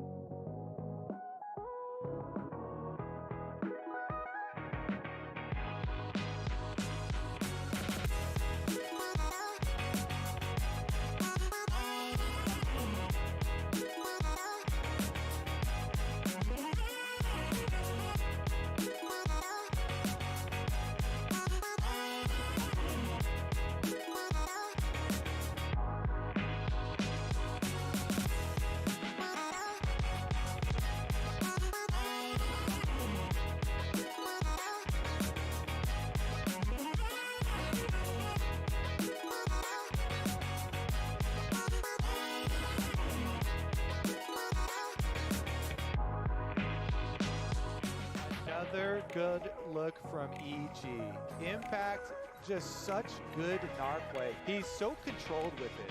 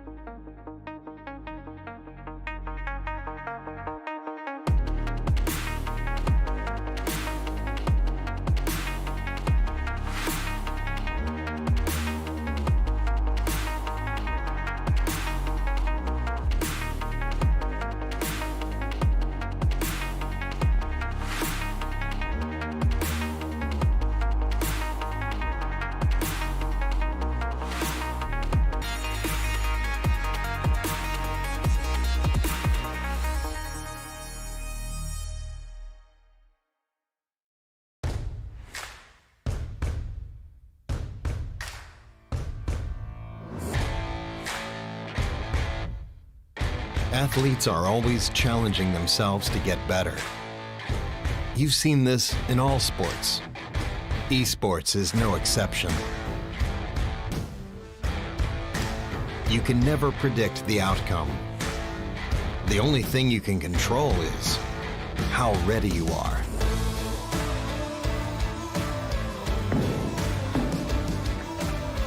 Over and over, players adapt, trying to improve, fighting hard for every percent gained. Give everything you've got to the challenge and show your finest.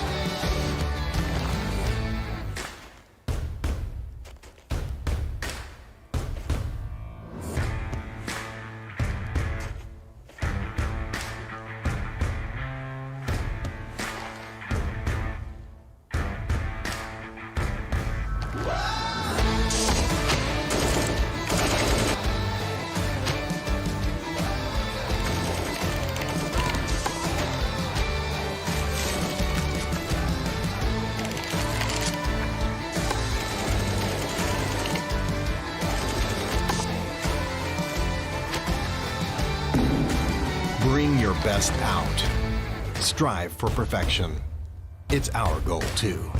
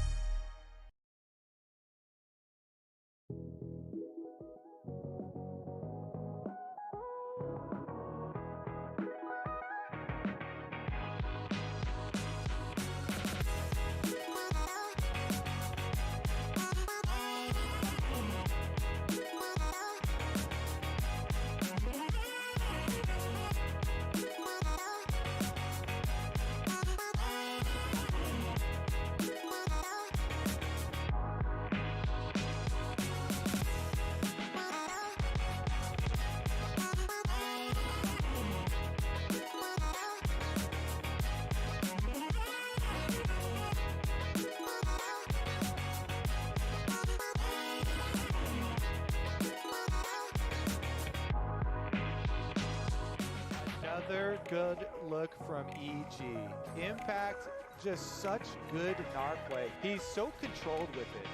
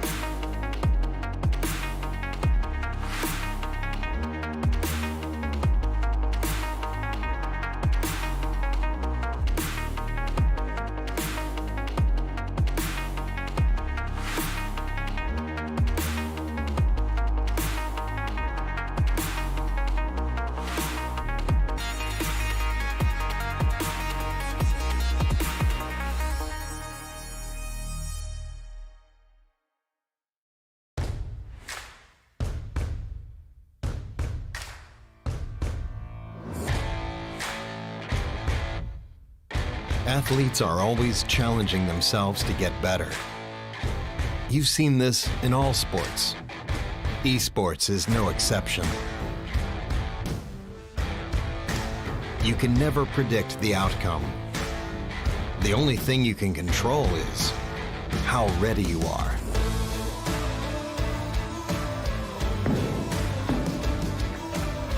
Over and over, players adapt, trying to improve, fighting hard for every percent gained. Give everything you've got to the challenge and show your finest.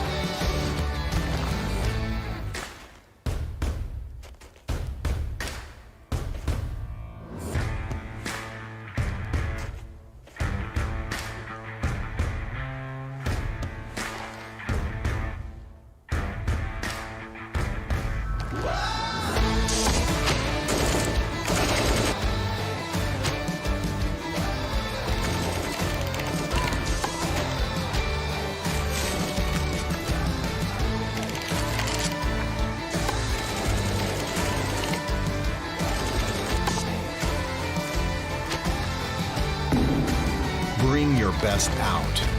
Strive for perfection. It's our goal too.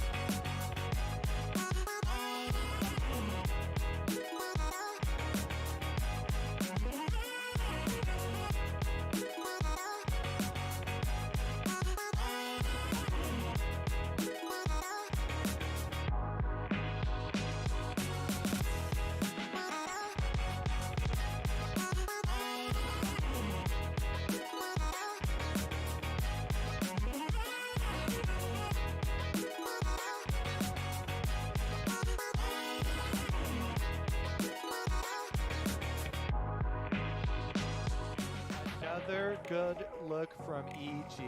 Impact, just such good narc play. He's so controlled with it.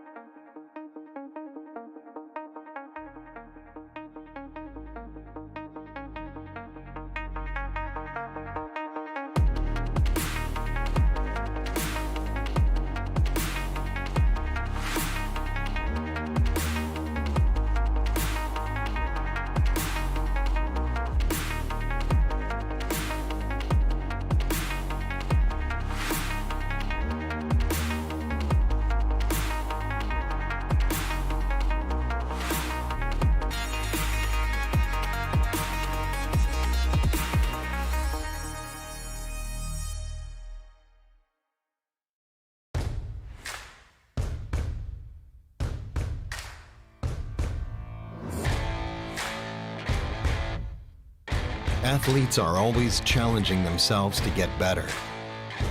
You've seen this in all sports.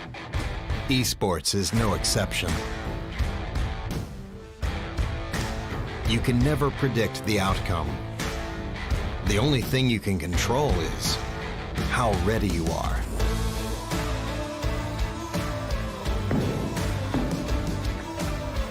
Over and over, players adapt, trying to improve, fighting hard for every percent gained. Give everything you've got to the challenge and show your finest.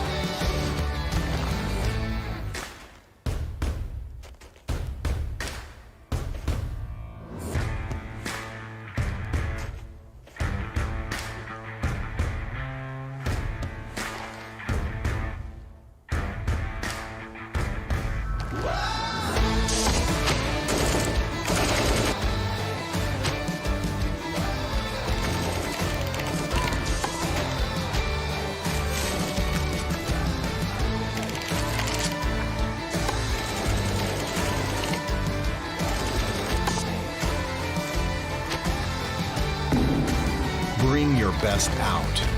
Strive for perfection. It's our goal, too.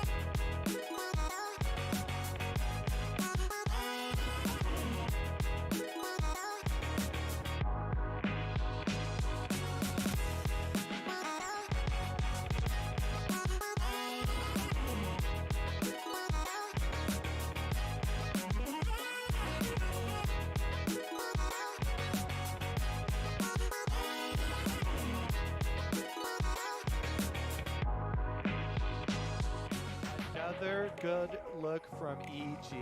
Impact, just such good NAR play. He's so controlled with it.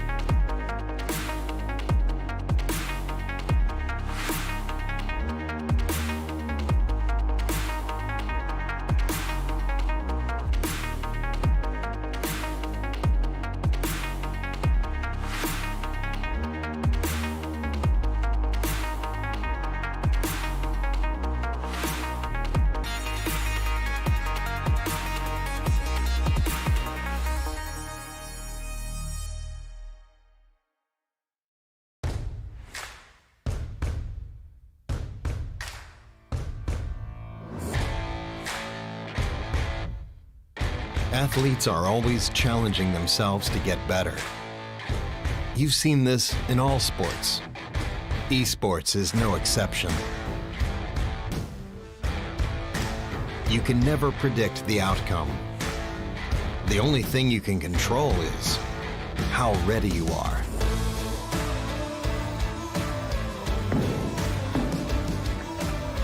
Over and over, players adapt, trying to improve, fighting hard for every percent gained. Give everything you've got to the challenge and show your finest.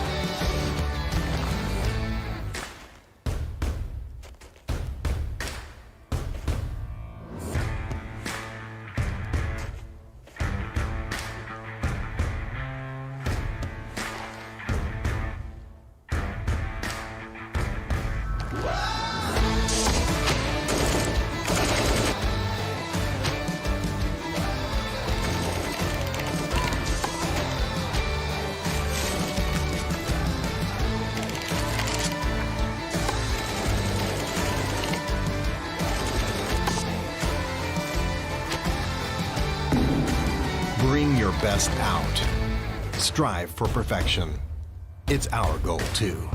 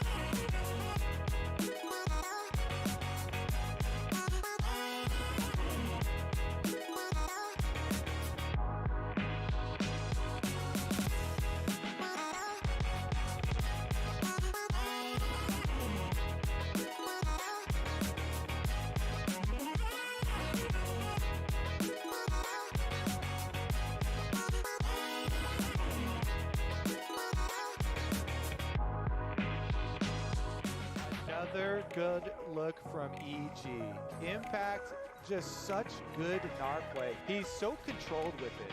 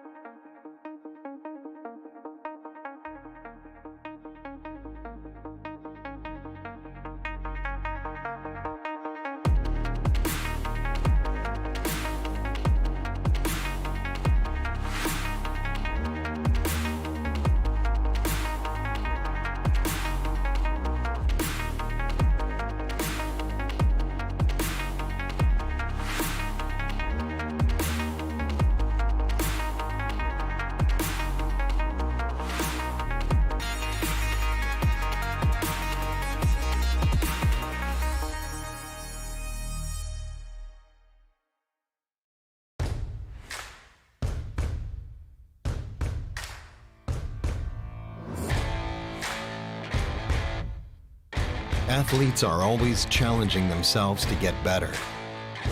You've seen this in all sports.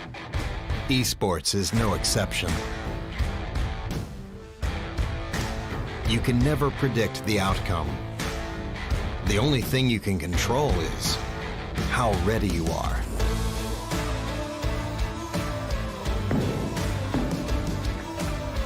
Over and over, players adapt, trying to improve, fighting hard for every percent gained.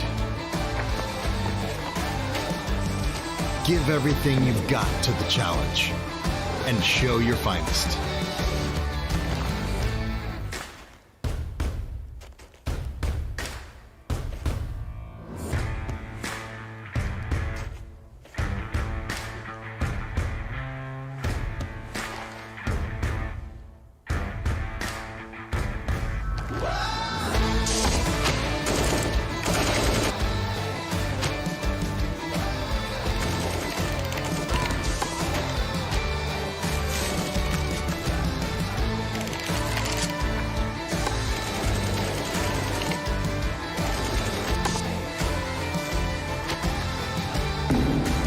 Bring your best out. Strive for perfection. It's our goal too.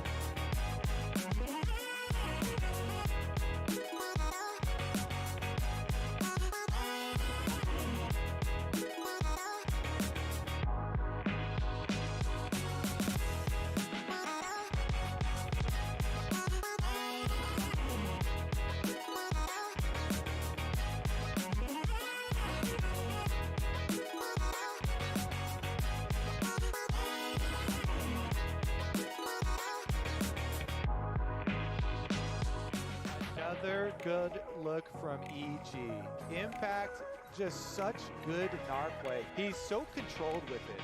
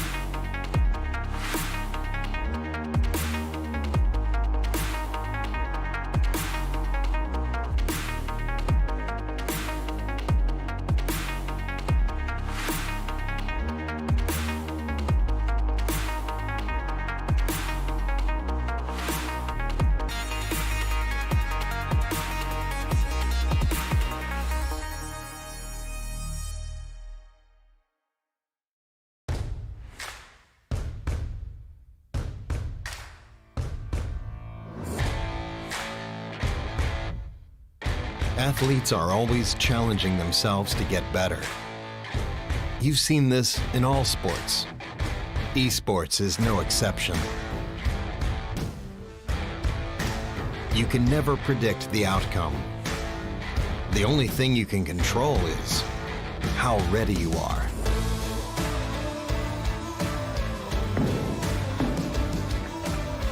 Over and over, players adapt, trying to improve, fighting hard for every percent gained. Give everything you've got to the challenge and show your finest.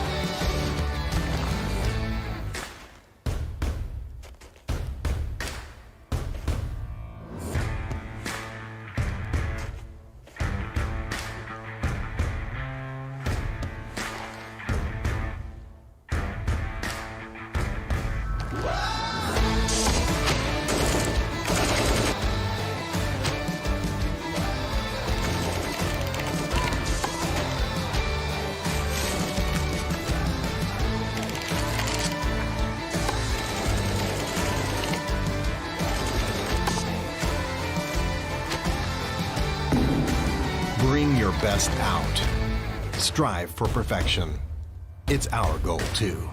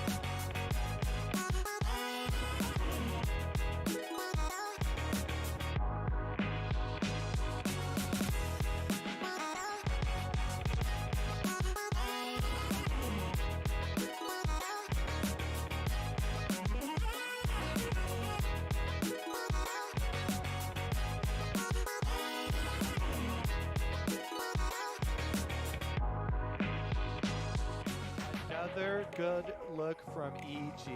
Impact, just such good NAR play. He's so controlled with it.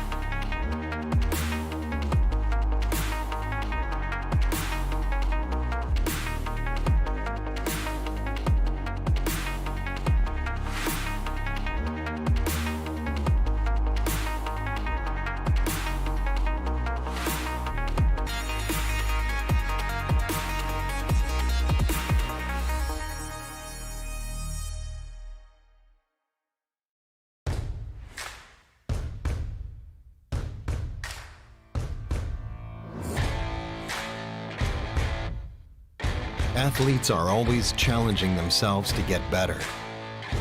You've seen this in all sports. Esports is no exception. You can never predict the outcome. The only thing you can control is how ready you are.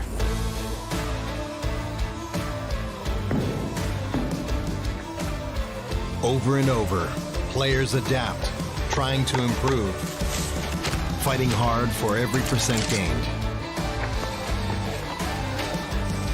Give everything you've got to the challenge and show your finest.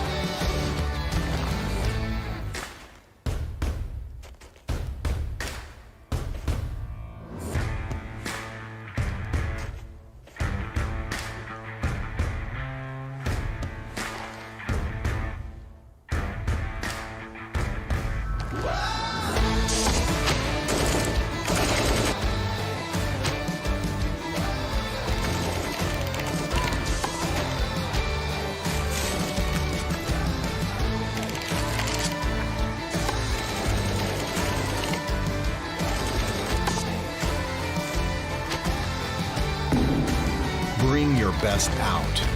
Strive for perfection. It's our goal too.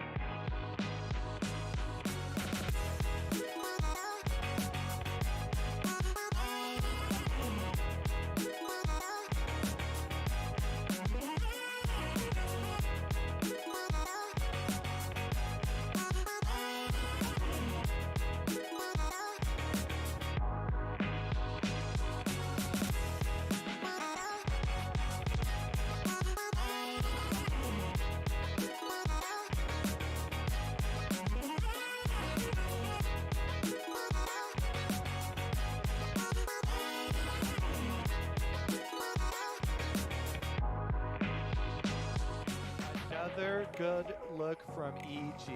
Impact, just such good narc play. He's so controlled with it.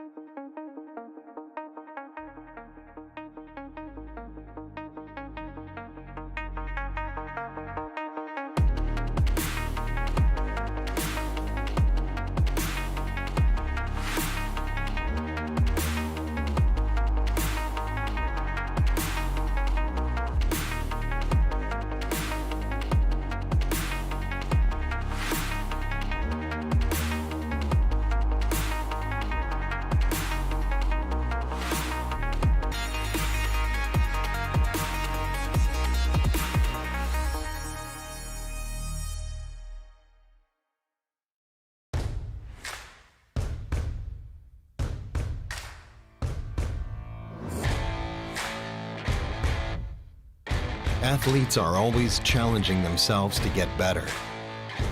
You've seen this in all sports. Esports is no exception. You can never predict the outcome. The only thing you can control is how ready you are.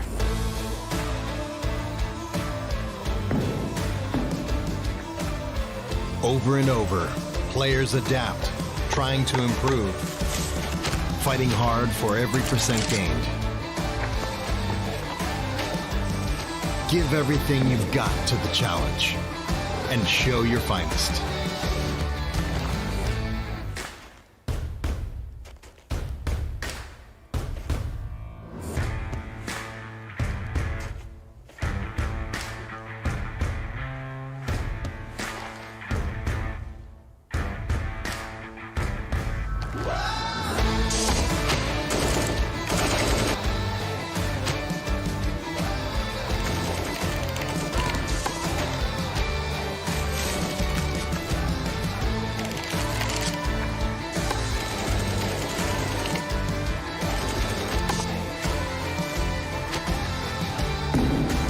Bring your best out. Strive for perfection. It's our goal, too.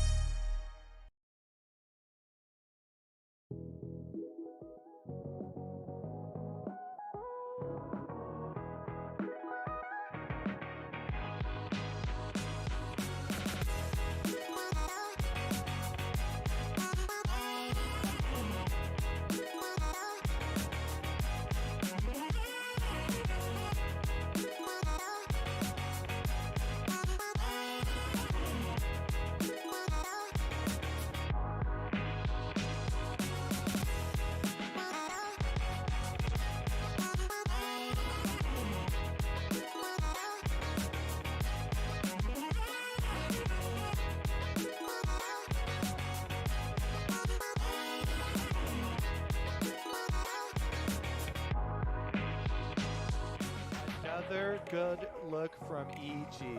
Impact, just such good NAR play. He's so controlled with it.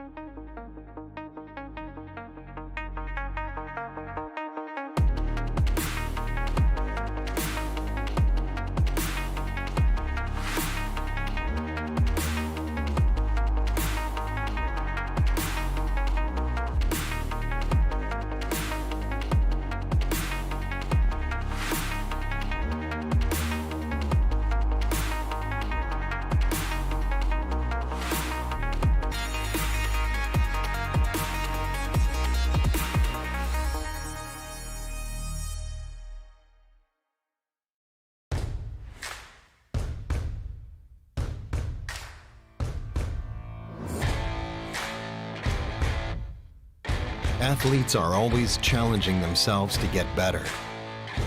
You've seen this in all sports. Esports is no exception. You can never predict the outcome. The only thing you can control is how ready you are.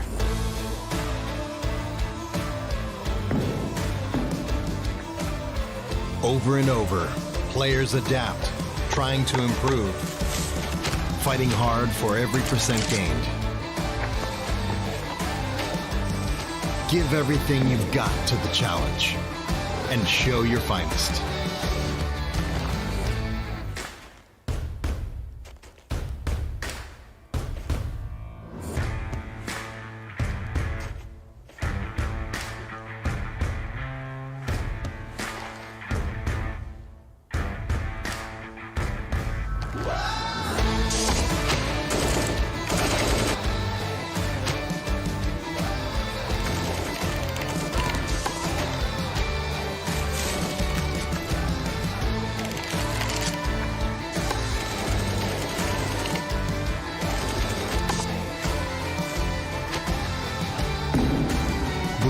best out. Strive for perfection. It's our goal too.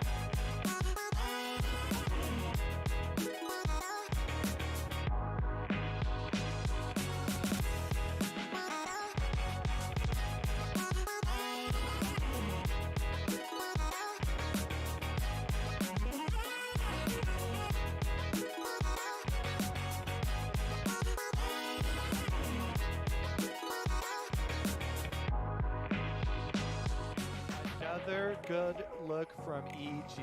Impact, just such good narc play. He's so controlled with it.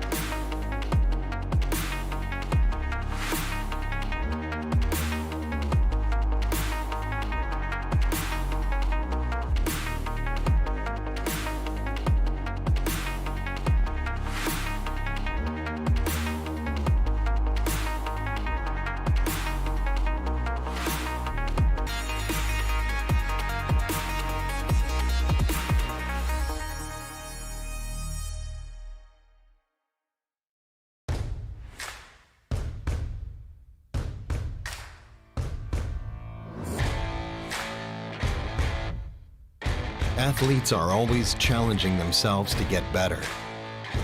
You've seen this in all sports. Esports is no exception. You can never predict the outcome. The only thing you can control is how ready you are.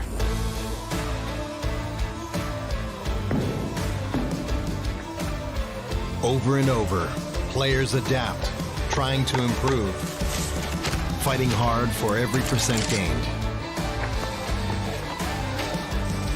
Give everything you've got to the challenge and show your finest.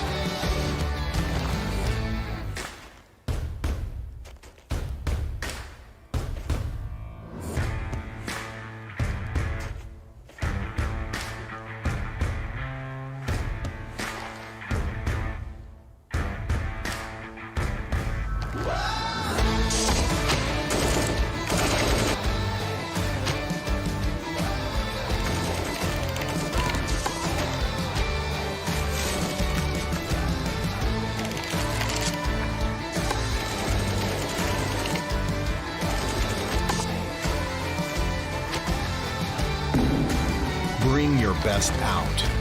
Strive for perfection. It's our goal too.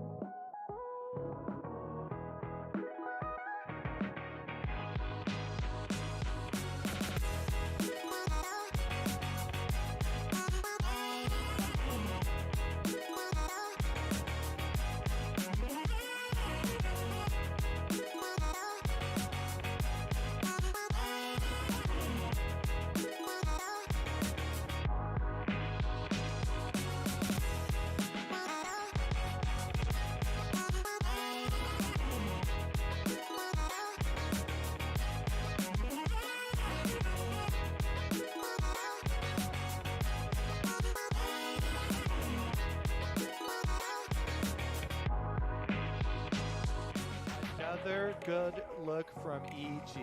Impact, just such good NAR play. He's so controlled with it.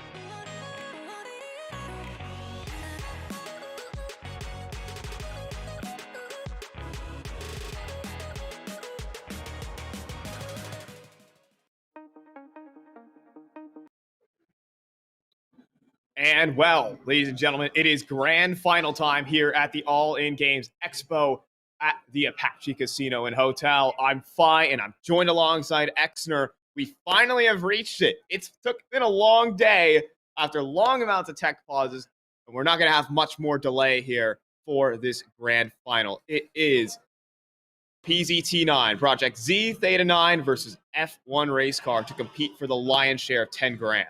Yeah, we've made it to the grand finals here, and we have ourselves an excellent matchup. I think that so far in the bracket, we have yet to see a third map. This is our best chance to get there. Obviously, we're going to see the most competition from the two finalists in F1 Race Car and Project Z Theta 9.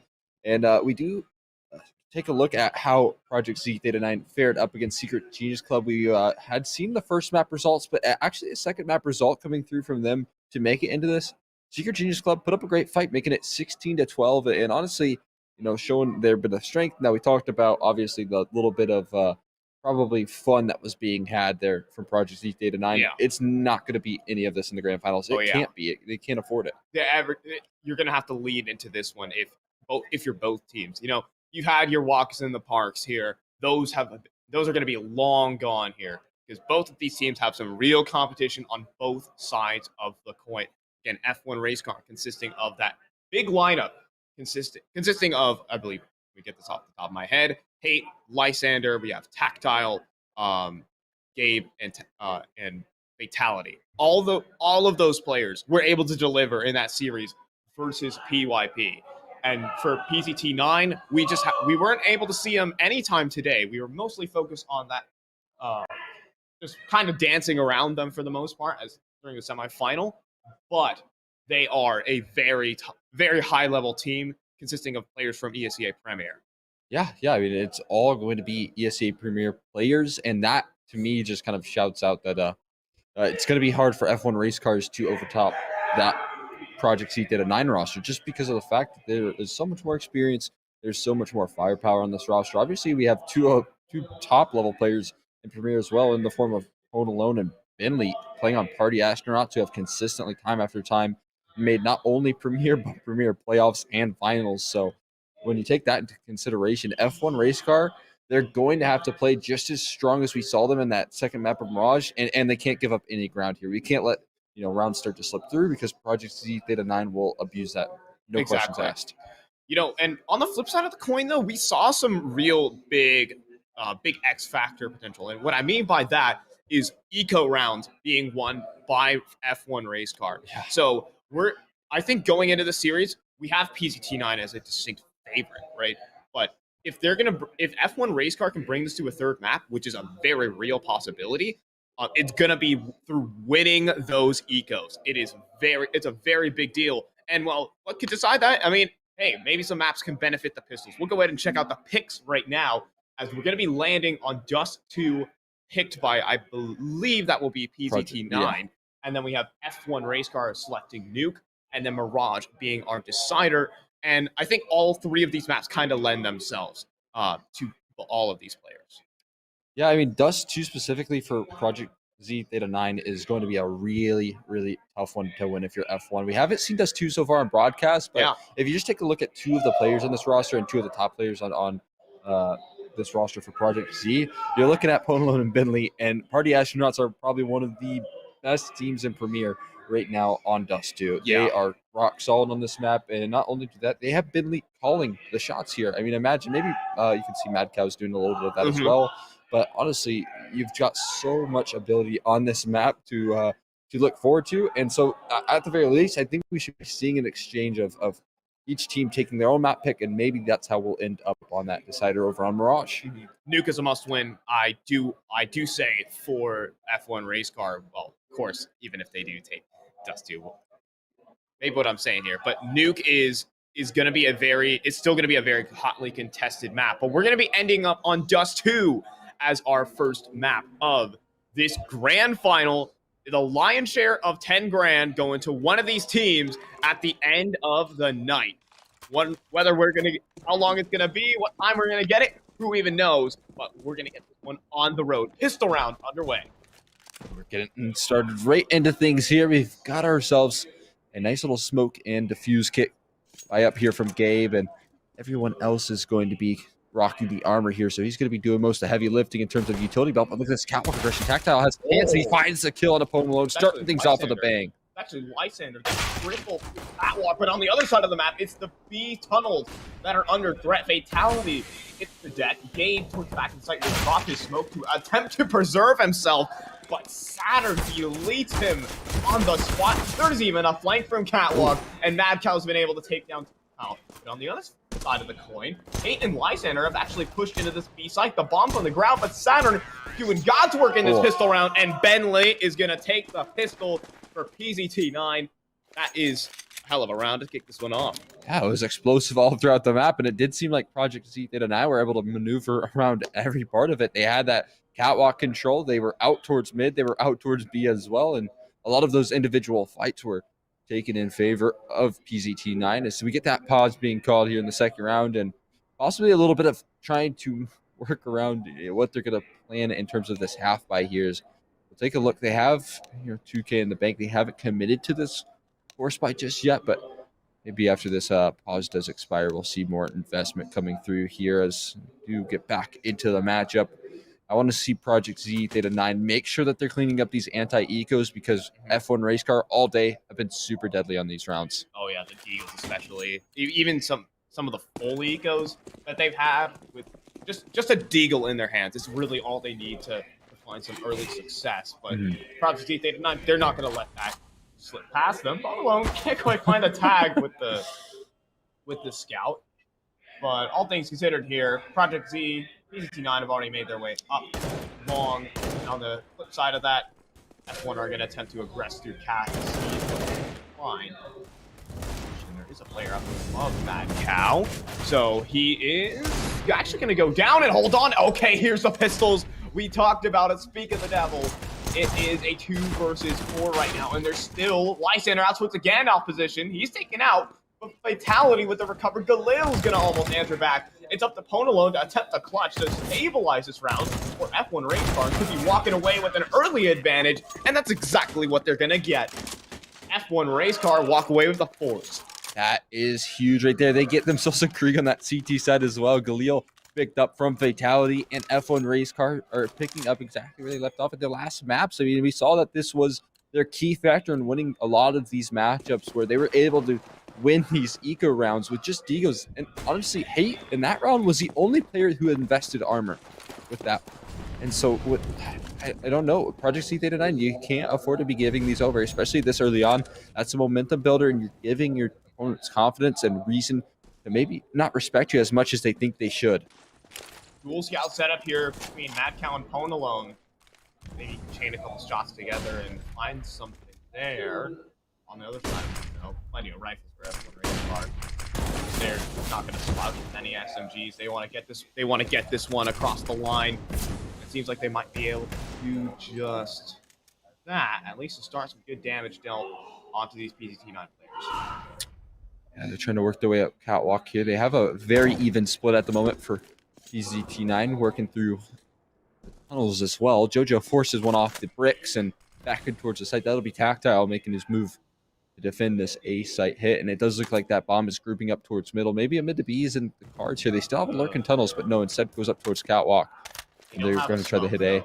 They don't have a smoke, so they have one flashbang to try and do this, and I think this one is going to be ending towards the catwalk here. Tactile is going to be tasked with holding the line here.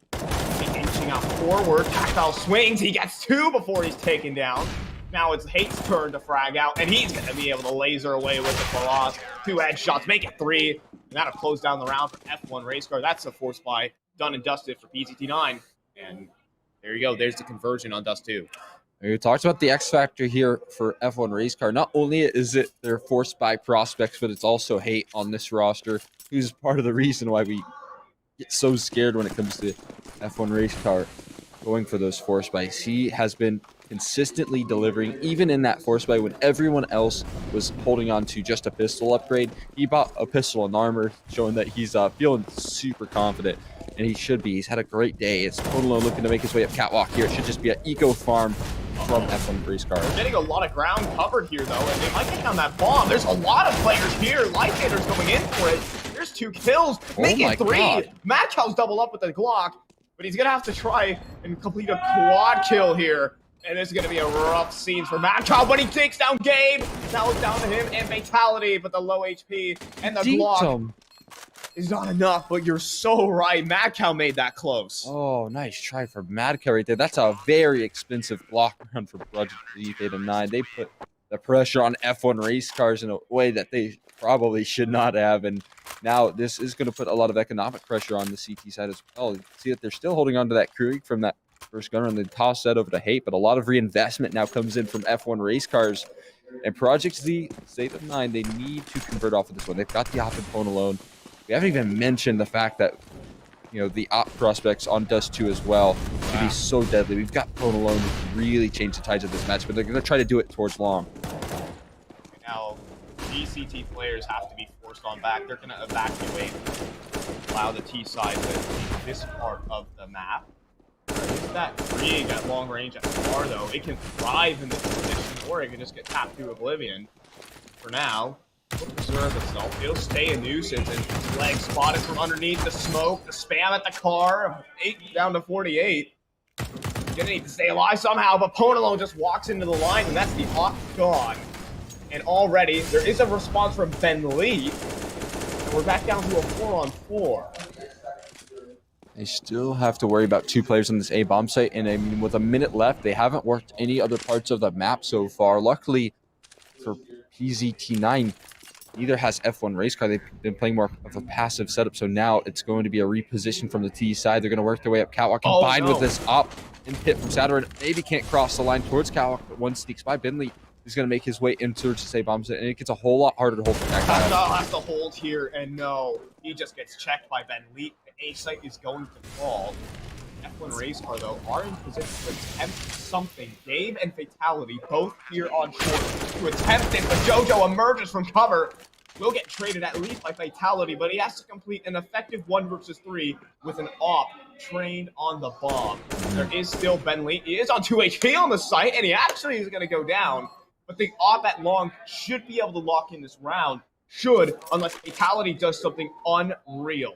Has to be a laser beam shot from the Krieg. He picks it up, but it's only a tag for Saturn's. Fatality is still standing in this one. And he gets the kill! Does he have time to defuse? He does! Fatality defies the odds and wins a 4th for F1 race car. How on earth has he done that right there? That's a nasty shot from Fatality, and that puts F1 race car continually in the lead here. Bomb plant still going in from PZT9, but that's the momentum from F1 race car continuing here. Despite these rounds coming down to the wire, they've got to be feeling confident. They're feeling hot into the server right now, and it's showing. It's so evident. That is an incredible shot. There's still a buy-in on the T side, though, and they're going out towards long. They know that only 1 player survived, and they're going to go ahead and take their chances with this. Try to break that CT money. Already getting that opener. Making it a lot easier here for the T side. Once you get that 4v5, the rounds become a whole lot easier to crack down, especially if the CTs start to push your way. Instead, they're just kind of defaulting into a 2-2, and that does leave the A bomb site somewhat vulnerable, especially with the fact that they don't have any cat control, and neither do they have control of long. I mean, you're working with scraps here, F1 race car, but maybe you can just rely on some heroics instead to get the job done. Whoa, that gal tries to be a hero for just a moment. Hold alone, it's gonna sit him down. His Lysander's going to the side. He just picked up Mad Cow, but he gets punched in from the catwalk, and that's where the lack of map control really comes to hurt them. Fatality and Gabe in the same situation, but this time they have to fight versus an extra player, and Project Zeta 9 are all healthy. It's a different situation, so this time around, F1 race car off the save. Yeah, I mean, it looked so fiery for F1 race car, but when you see rounds like that, you just know the depth that we're working with when it comes to PZT9. They've got so much in the cards there. They can see that they're taking that systematic map control. They're able to work up catwalk and combine that with a long split. Nice shot from Gabe, though, to hold on to his AWP. And I think he'll be able to just dodge out on the second player remaining here. As Jojo does try and press the issue. He's not too interested in dropping his rifle, though. It's still limited money for this T side. If they lose their guns here, then PZT9 might just falter a little bit here. They want to hold on to their AKs again, keep the money healthy for future rounds. So in the event that they do lose, which, I mean, it's pretty inevitable that you are going to lose some rounds here for PZT9. You need to have a little bit of a cushion. So they'll go ahead and cancel the hunt and get on with this one. Round number 7. F1 Race Car, though, are going to go in for the 4 spot, and they can win these rounds most certainly. We've already seen it here in the half. They're having a little bit of a communication breakdown. That fast cat becoming more of a slow cat there as they miss the jumps. But all in all, they'll still make their way there. And Gabe is going to hold the line with the AWP. Solo on catwalk. It's good information. It's good map control. He gets volleyed off. He's going to be forced to fall off the angle here. What is going on? I'm not quite hitting that smoke. In fact, Hate is going to try and exploit it. When Saturn jumps up, Hate tries to go for the spray, but maybe it works in Saturn's favor. It's planned tactic. Oh my gosh. Hey, it's a calculated cat, though. The aggression cat. Lysander swings in. Cannot do. Dave, though, will at least get the trade, and Tactile goes 1 for 1 at long. It keeps it reasonable here for F1. They have to find a way to equalize, though. Gabe is going to try and aggress this smoke.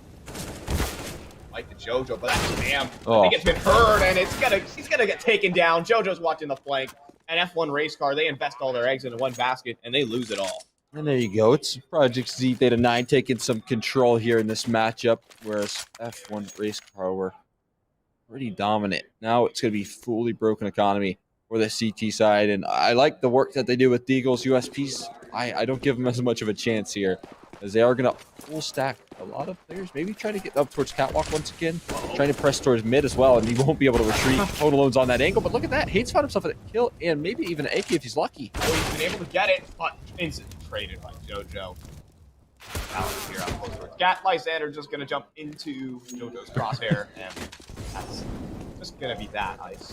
Whoa, so that's F1 are going to good luck in the middle, and they're going to get a warm welcome from Ben Lee's Mac 10. I'll be 4-4, and PZT9 equalize after a very chaotic first 4. Yeah, there we are here.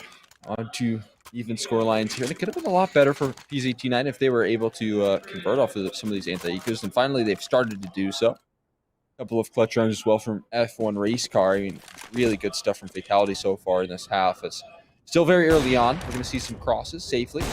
No op from Ponalone getting early tags from the CT side, but look at this fast mid at B. Jojo's moving with some pace. They're already going B? Jojo's already wrapped on them. Holy, this is such great pace.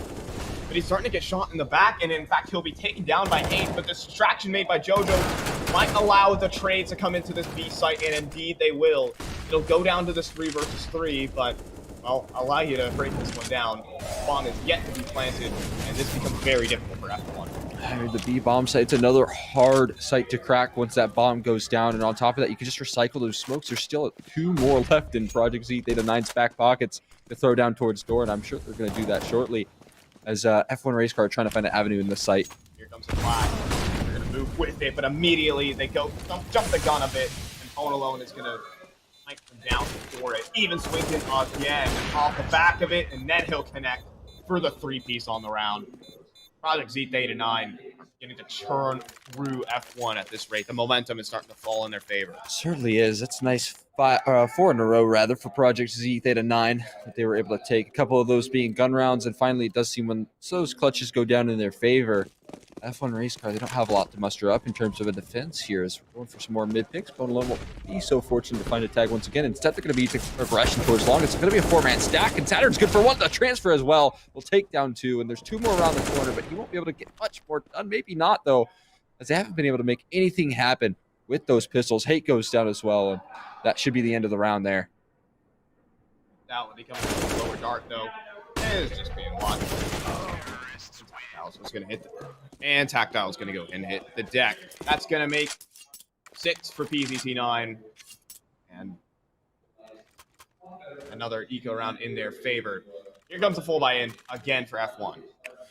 Yeah, they're going to get the AWP out here for Gabe as well. We're going to see the double op setup coming through out from the CT side. F1 Race Car really trying to change their approach in this round. They're going to get that safe cross.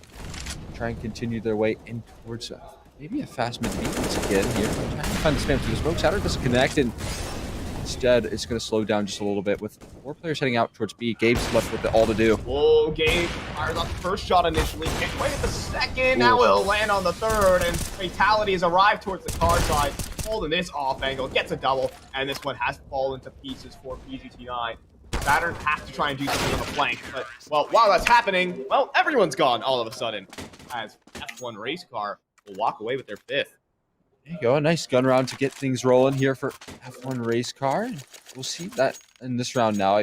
That right there, Gabe was able to take 3 pop shots without getting punished. And we got the triple op, actually, as Fatality is going to join forces in this one for F1 Race Car. I think it might be required here. Project Z Theta 9, you're going to want those. They are double opping on T side. Oh, this is going to be This is op mania. 5 ops in the server. Half the players are wielding an AWP. This is... I'm not sure what to think of this. If one person misses a shot, then it might just spell the end of everyone else. We'll see here. Gabe towards middle is going to concede the angle.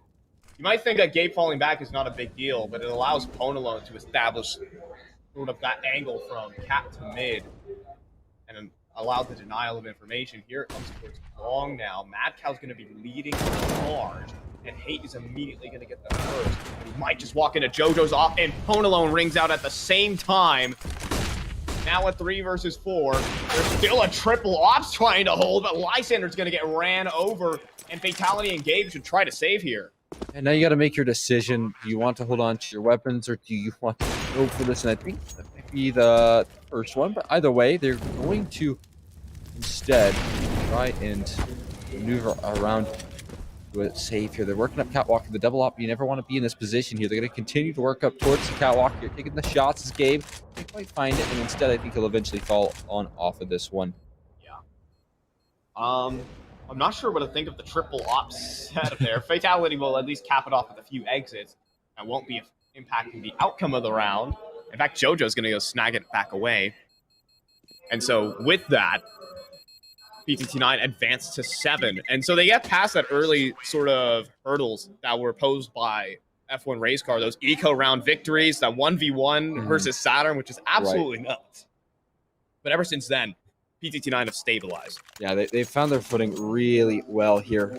Project Z Theta 9, they're trying to continue it though. And again, they've put themselves in a nice position in the top. We talk about those two, and we think it's very, very even, all things considered. But we're going to see if we can see more of a dominant half from PZT9 on their map pick. Once again, going for that long control, and JoJo once again finding an opening frag here. The double op setup for the T side is going to work out, and it's fitting because it's JoJo and Ponalone. Yeah, JoJo and Ponalone, 2 capable oppers, and the second is going to go ahead and open up on a Fatality, and it's falling to pieces here for F1 Race Car. It's only Hate here and Long. He's going to try and get spammed away. Somehow he escapes, but not for much longer because he re-aggresses straight into JoJo. It's only been ops this round for PTT9, and it might just continue here. Lysander at long range could easily be picked. He's trying his luck at the moment, and he isn't finding any. Now a 2 versus 5. Ben Elite is on the hunt as well. This is just brutal right now. Even he completes the spray onto Lysander, and PZT9 have now gotten that ball rolling. And this is what we were expecting from this PZT9 roster. You're expecting some dominant stuff, and that's what we're getting out of them. You got JoJo and Ponalone on the T side double up, which is something you don't see too often, but I very much like to see JoJo up in these more mixed tournaments. Obviously, he doesn't pick up the mantle over on Mythic, but now seeing him play on LAN, it's a whole nother story because he's very capable back in his advanced days when he was using that weapon. And once again, it's JoJo to kick things off. Tactile trying to push the upper tons, and he can't find any ground. Yeah, F1 Race Car trying to take some initiative on these Eagle rounds, maybe to catch a Project Z player off guard, but it's been some great shooting here from these PZT players.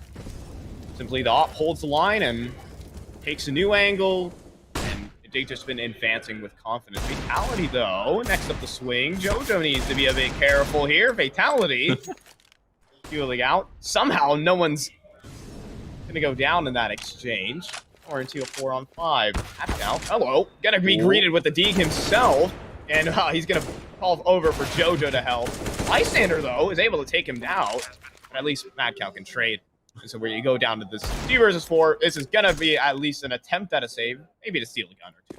See, now all of Project Z39 are in Project Save Mad Cow right now. They need to get his safely out of tunnels, and maybe they've just failed their mission as Fatality is going to knock him down. Now they will have plenty of money and a little bit of time as well to chase him as if they want to go for that. It's not a bad idea, but also the max loss bonus, it doesn't matter all that much here. So they will eventually chase their way through the upper transaction. Nice shot from Fatality to find the first, but will they come with a repeat? It's a miss, and Bentley will drop that AWP on the ground. Project beat Z39 will take a 9th. Yeah, that's a 9-6 half guaranteed. And it was looking so good for F1 to start this one. They were super confident after winning their eco, but since then, even with the double op setup, even with the triple op setups, things just haven't been materializing for them, and PZT9 have been beating them in the outright duels. Here, though, Fatality had a chance. Not gonna be. And once again, PZT9 just have free long control. It's up to Gabe to try and hold at long range, and for good reason, he has that off. But they're already wide swinging. They're already taking the fight to the CT side. Gabe has to hold, and that's a 3-piece. A no-scope to cap off the third. He can even go for the ace here. Let's be real here, Cole. He's going to drop down with the pistol into the smoke. Now going to be using the AWP. Right now, PZT9 are going to hit the brakes. They're going to let them work. These 2 Party Astronaut players remaining try and close down this round that has fallen by the wayside. Phone alone. Advance forward into the smoke, perhaps? One boost. Actually, it's a boost from Ben Elite. That is sickening. And now Gabe almost goes for all 5, but eventually Bentley is going to set him down before he can hit that total. Now it's Bentley versus Fatality in this 1 versus 1. He's got to be careful about crossing long. I mean, this would be a sure one if Fatality was to be peeked into from this position. And Bentley, he looks interested in going for it, but instead just going to pause. So he just waits out the clock a little bit, trying to force a mistake from Fatality. And I think Fatality is just going to wait. Yeah, he's just going to wait and hold for this one. But Bentley beats him on the peak. That is a statement on land. Fatality got peaked. And Bentley wins that duel. That is crazy. And it's a 10-5 half. That's absurd right there. I mean, I was not expecting that with how things started off. The fact that we saw a 5 to 10 half with how good F1 was looking. That was a 4-1 scoreline in favor of F1 race car. And it turned out to be not so much a 5-10 half from then on out. They went on a 1-9 run. Yeah, I mean, they won a single gun round, really. There, some of the, again, there's a lot of X factor in F1 race car. There's a lot of sort of moments that they're winning ecos, right? They're winning 1v1s that they shouldn't be winning. But at the same time, you just have discipline Counter-Strike from PZT9. They were able to rotate and manipulate the map in their favor and, win some outright gunfights like Ben Leet there towards the end of it. So PZT9 with a 10-5 lead, looking to potentially close out on their map, but it's going to be up to the likes of F1 race car to get things started on their T side to stay in Dust 2. We'll hop into the second half here. We will get a victor of map number 1. And look at this. They're getting a little bit of fun out of their grand final matchup. Double dualies purchase. That's 4 guns for $800. That's a steal if you ask me. But there might be this aggression in towards B side. Judging by where the bomb's placed, and they're going to group up with 4 players as well. They might just run into these dualies. Lots of smokes and flashes, but at the same time, PZT9 have pushed through long. They know this is going to be a B-side hit. These flashes are raining on over. The smokes as well. This B-side is under threat, and JoJo has the dual Berettas. It's the weapon for the job, but it can't get it done. Now a re-aggression in. Mad Cow's so low, but he's still not going to find a kill. It's so very close. That nade will touch down, though, and bring us into a 3 versus 3. And Lysander lucky to be alive as well. He's on 1 HP, so he's picked up a set of dualies. He's going to push through the smoke here. Fatality's good to find the first kill, but eventually it won't put down to the 1v1. Lysander, 1 HP. That's going to go with the dualies. He's going to spam it down, and we'll find it. That dualie buy gets punished, and it's in the worst possible way with Lysander picking up the weapon, and a pause gets called afterwards. Oh, baby. Now they get to just wait here. F1 race car this time around winning the pistol round, and it's in the hands of PZT9 to win their force. Again, I mean, PZT9 is still a very capable team, to say the least. Like, just in terms of raw mechanics, they could bring a definite fight with the Deegs, but We'll see if F1 Race Car can just sweep them aside. We've seen that confidently done in a lot of these rounds. And I think this one, it's a must win. If F1 lose this, all right, in that potential reality, then well, there becomes a big issue when it comes to staying around in Dust 2. Here's the thing, though.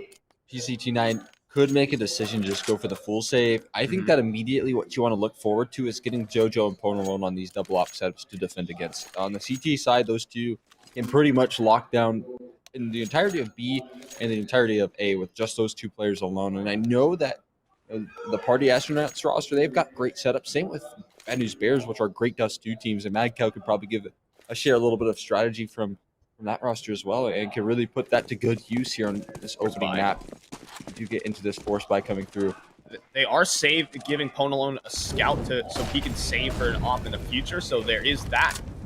That comes to fruition, but here it's just going to be some long aggression. That's a nice shot though from Saturn to sit down fatality. Now we can hold this off angle and deal more damage. A second one man. and the bomb. AK F1 and Race Car have coughed up bomb in this one, and now they swing into the scout. Hates low. He's down. And Saturn is just doing heavy lifting right now. 3 kills to his name. Gonna get shut down here. Ponalone. Hold on. Keep that in mind. Gabe has walked out from lower tunnels, but there you go. Ponalone's gonna finish off Lysander. And that bomb on the ground. Gabe is up for this 1v2. Gonna continue to push the issue towards long. This blue bin boost could be quite nice to add to your arsenal. That's quite an angle that you have to clear, and I don't know if Gabe's gonna be ready for this. He's revealed his position too. Both players are focused on this line. There is that boost to map count, and it works out perfectly. That will be a force by victory, and F1 Race Car now in the back. They have to keep these force by wars going. Oh, they have to, and with a team like F1 Race Car, you almost expect them to have a decent chance at winning, but right there it was all Saturn, dropping 3 guns on the ground with just a deagle, and not only just a deagle, he was soloed towards long for a good fair bit of that fighting, and it's one of the players that I almost forgot was on this roster, but I looked at him in the server, and I was like, Saturn's on this roster too. That just makes it so much harder for F1 to get anything done, and right there it's already a 3v5 on this force buy.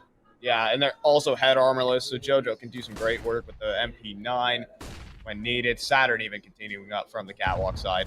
When Gabe jumps up, head spotted. It's going to be JoJo to win these fights too. Saturn is here just to do cleanup duty. He's just a secondary character in all of this. Oh, hey, hello, mAAd. Hey, just got. He was running with nades in hand to try and. Okay, yeah, wait, hold on a minute. Oh, hey, oh no! Oh my days. Hey, just keeps us speechless there for a moment, but it's still PZT9's round. Good Lord, hey, you gotta stop with the deagle. Aces, that almost happened once again. That would have been a 1v5. Already we saw a deagle buy up and the pistol round where he aced, and then a 4K soon after. I don't know where he gets it from. Woo! This time, it's just going to be more of the same here. Aggression up the middle, elite with the MP9, and it's a great start once again for F1 Race Car. Yeah, it's a full eco here. It's just a bit of aim training for these guys, except for the Zeus from Gabe. He's going to touchdown and electrify old Saturn. That'll wake you up. Yeah, maybe. Well, PTT9 are already wide awake right now, so. That's very true.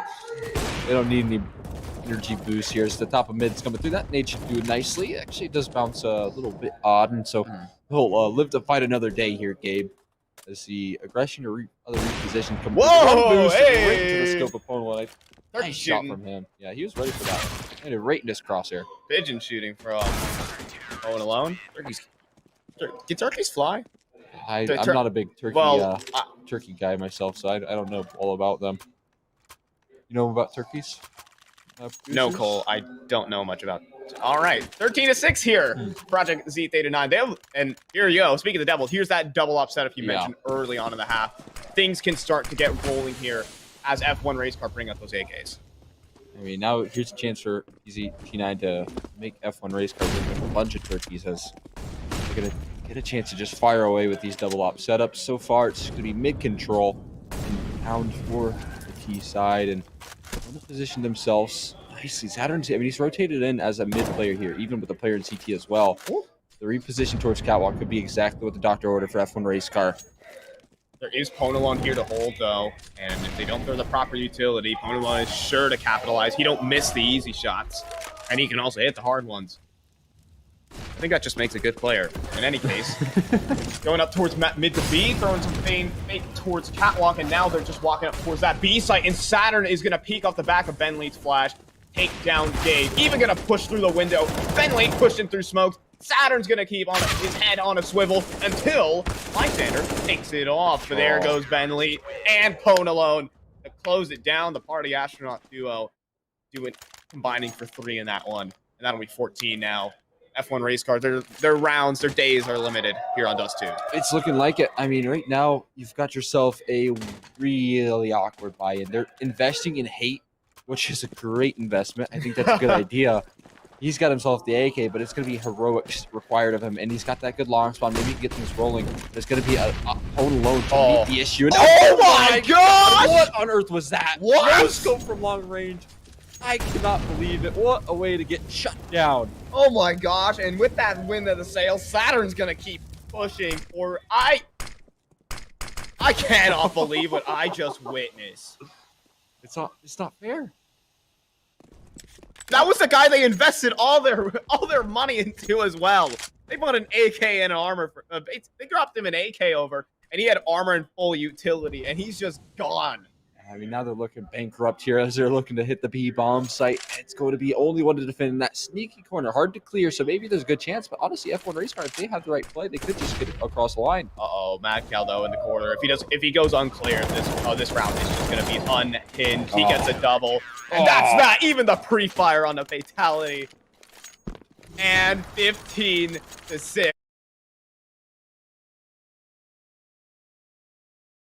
A little flashbang, and wait for it. He throws a little flashbang, and then he flashing the pan over towards Long, man. Oh my lordy. I mean, stars in his eyes too. You could tell he was like, I'm gonna get this pick towards Long. I've got AK'd. Everyone's trusted me, and then just to get no scoped across the map here. Ponalone wants more too. Under the underpass is going to go for more, and it's Hate right around the corner, sweating bullets. Oh, and fatality. Oh no! Ponalone just unscopes. Always trapped. He has to dig his way out of this one. He's going to push forward with the off and Hates for holding for it. But in the meantime, here comes a tunnel aggression from Mad Cow. And Saturn even picking off towards top middle. He's pushing all the way through. Fatality's gone. The map might just be as well for F1 race car. The bomb's down in middle. It's up to Hate. Now he had a nice 3-piece with the dig. Now he has to complete a 1 versus 3. With the bomb down and a minute to play. I mean, you definitely want to entrust Hate in this position, but in a 1v3 versus JoJo, Bentley, and Saturn, that's even still just a terrifying process. They're looking the right way. Mid, I don't think they're exposed to this. So, maybe they are. JoJo, he gets sent spiraling now into a 1v2. It just becomes a lot more doable. 1v2 now here for Hate. Gonna make his way down in towards the lower tunnels. And now he's going to reposition here. He's got a chance to have Saturn. a big issue. Oh, no, but Saturn is going to be able to close it down, and Hate hits the deck. It's a little bit of delay there on the clutch. It wasn't quite the inevitable. We know Hate is capable of those type of clutches, but unfortunately, it doesn't materialize for him on Dust 2. And the first map of the grand final goes to PZT9 in very dominant fashion. And now we look to Nuke for a solution here for F1. Yeah, and that was far too dominant for me to handle, and for me to think that F1 race car could put up any sort of fight versus PZ9 roster, because it's in for a world of hurt. I mean, Nuke isn't even much better. You've still got strong Nuke players in the form of Ponalone, and form of Party Astronauts, and in the form of Bad News Bears as well. Those are two of the better teams in NA on Nuke. So I'm still very scared of F1 race car unless they can pull off anything that can impress me. I think at the end of the day, we could be looking at another 2-0 because they came to play. They were not giving up anything. There was no P90s being bought this match. It was straight up locked and loaded here. They know what the prize is. They didn't drive out here. They didn't fly out here just to walk away with peanuts here. They want the whole lion's share of that 10 grand. So with that, we're going to throw it to a bit of a break. And next up is going to be DE Nuke to see if F1 can force a third in this grand final. See you guys on the other side.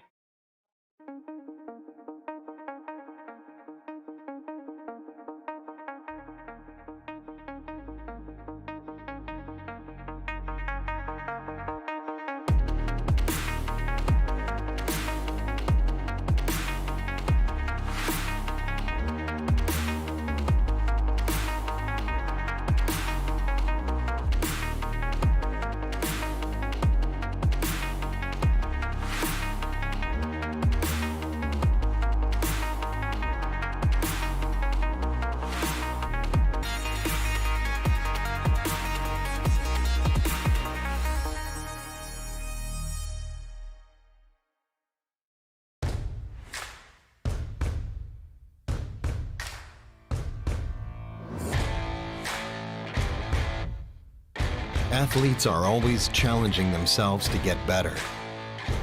You've seen this in all sports. Esports is no exception. You can never predict the outcome.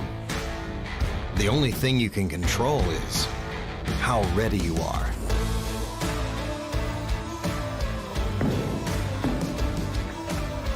Over and over, players adapt, trying to improve, fighting hard for every percent gained.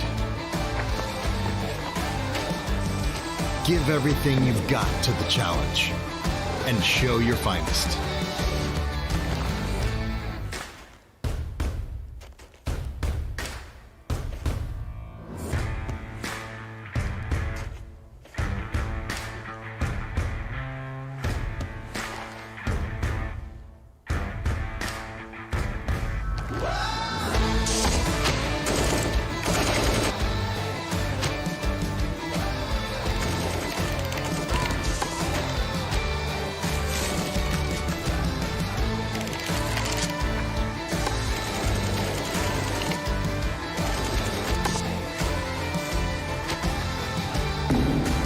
Bring your best out. Strive for perfection. It's our goal too.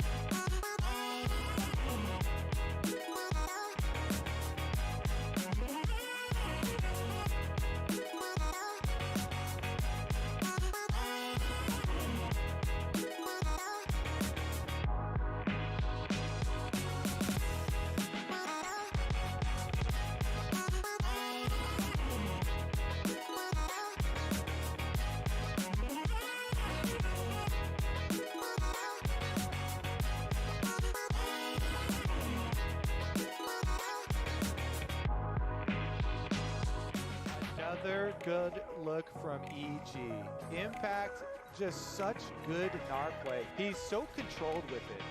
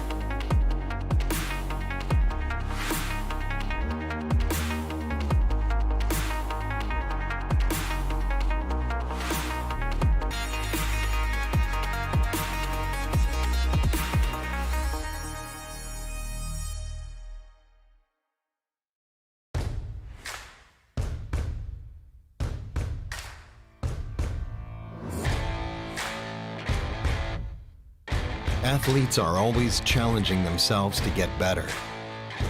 You've seen this in all sports. Esports is no exception. You can never predict the outcome. The only thing you can control is how ready you are.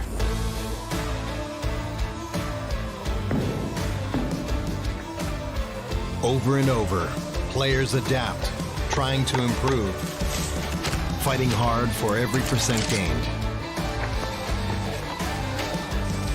Give everything you've got to the challenge and show your finest.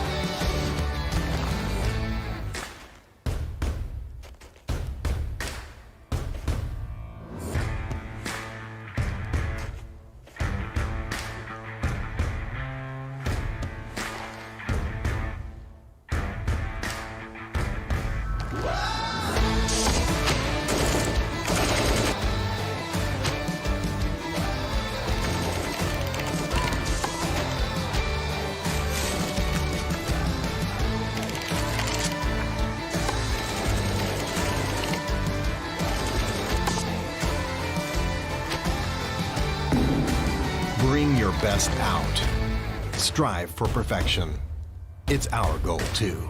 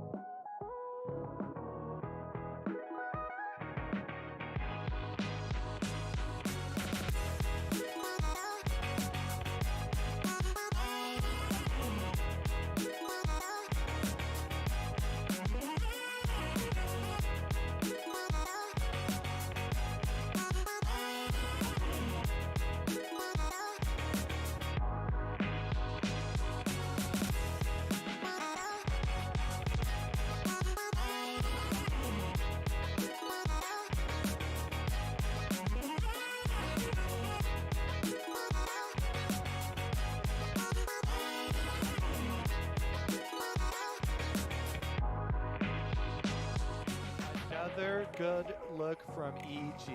Impact, just such good narc play. He's so controlled with it.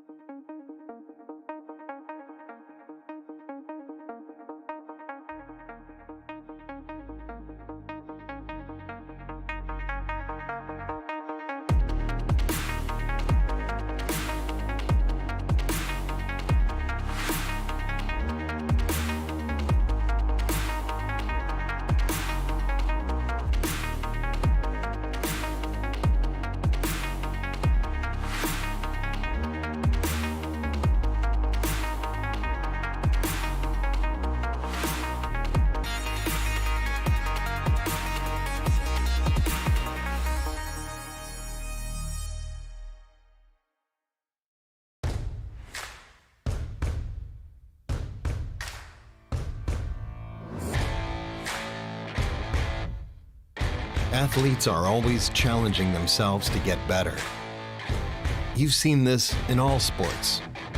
Esports is no exception. You can never predict the outcome. The only thing you can control is how ready you are.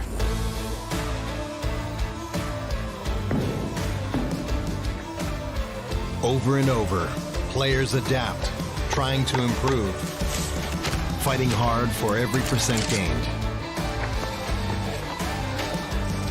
Give everything you've got to the challenge and show your finest.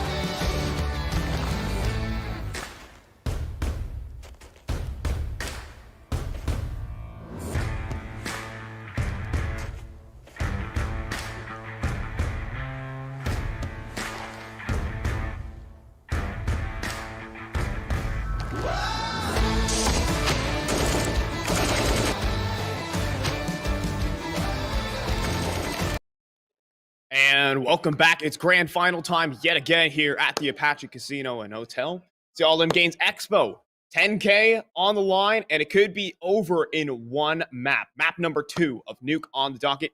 I'm Phi. I'm joined alongside Exner, and we have PZT9, who just ran rampant on Dust 2.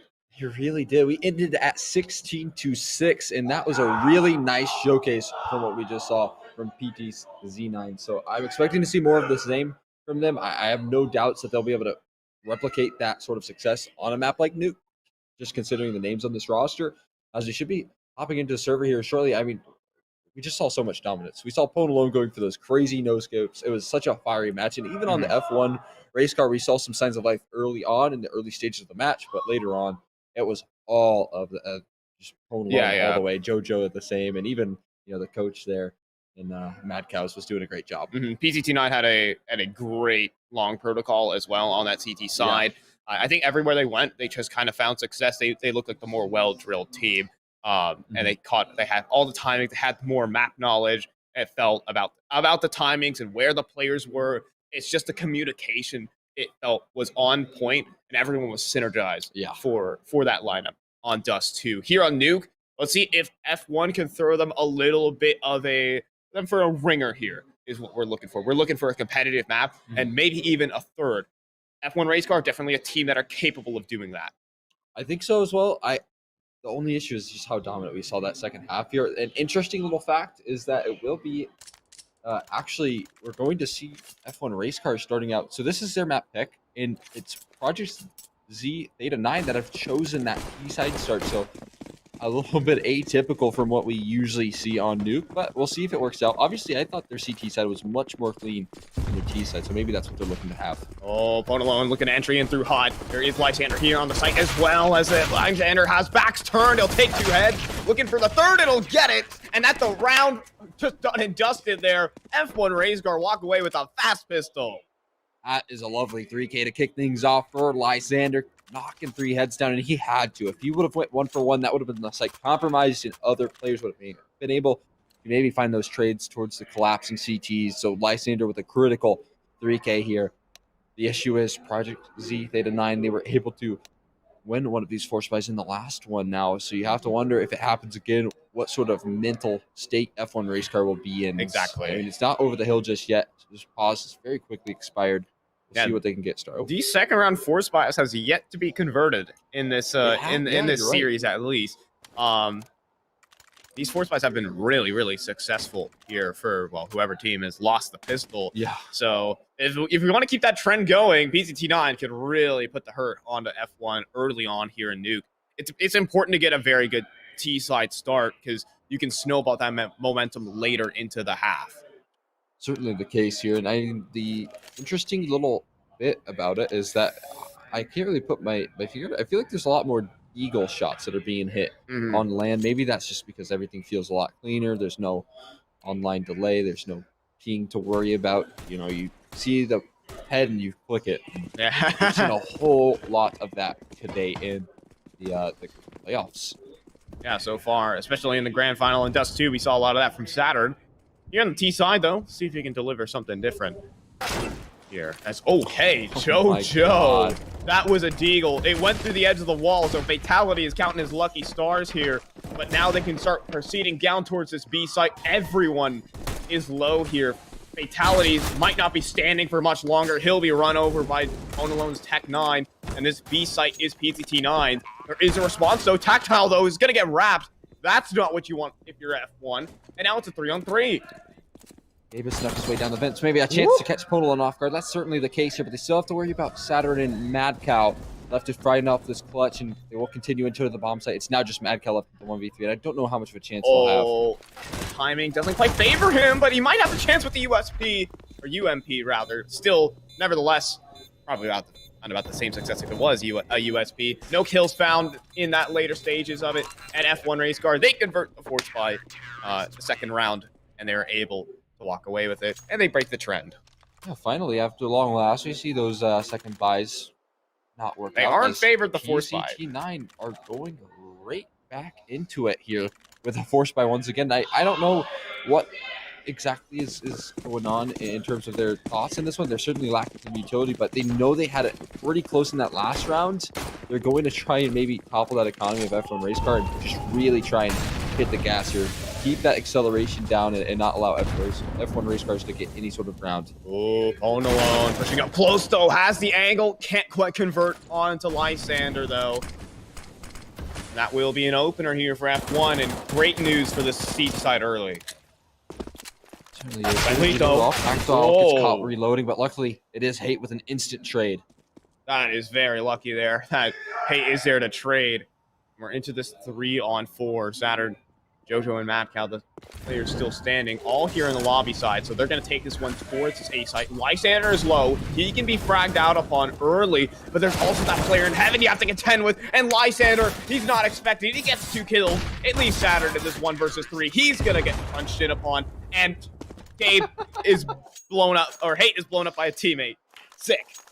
There we go. So finally, it should be F1 race cars able to breathe a nice sigh of relief, knowing that their opponents are probably not going to be on the best of buys, but even still, they can afford a nice Deagle armor duo here. I'm not sure if Ponlon will go for it, but the rest will. Saturn and Jojo alike will both buy themselves a fair bit to invest in, and it's still scary, but F1 race cars will win that round, knowing that it'll probably be a little bit lackluster in terms of what they have in their arsenal.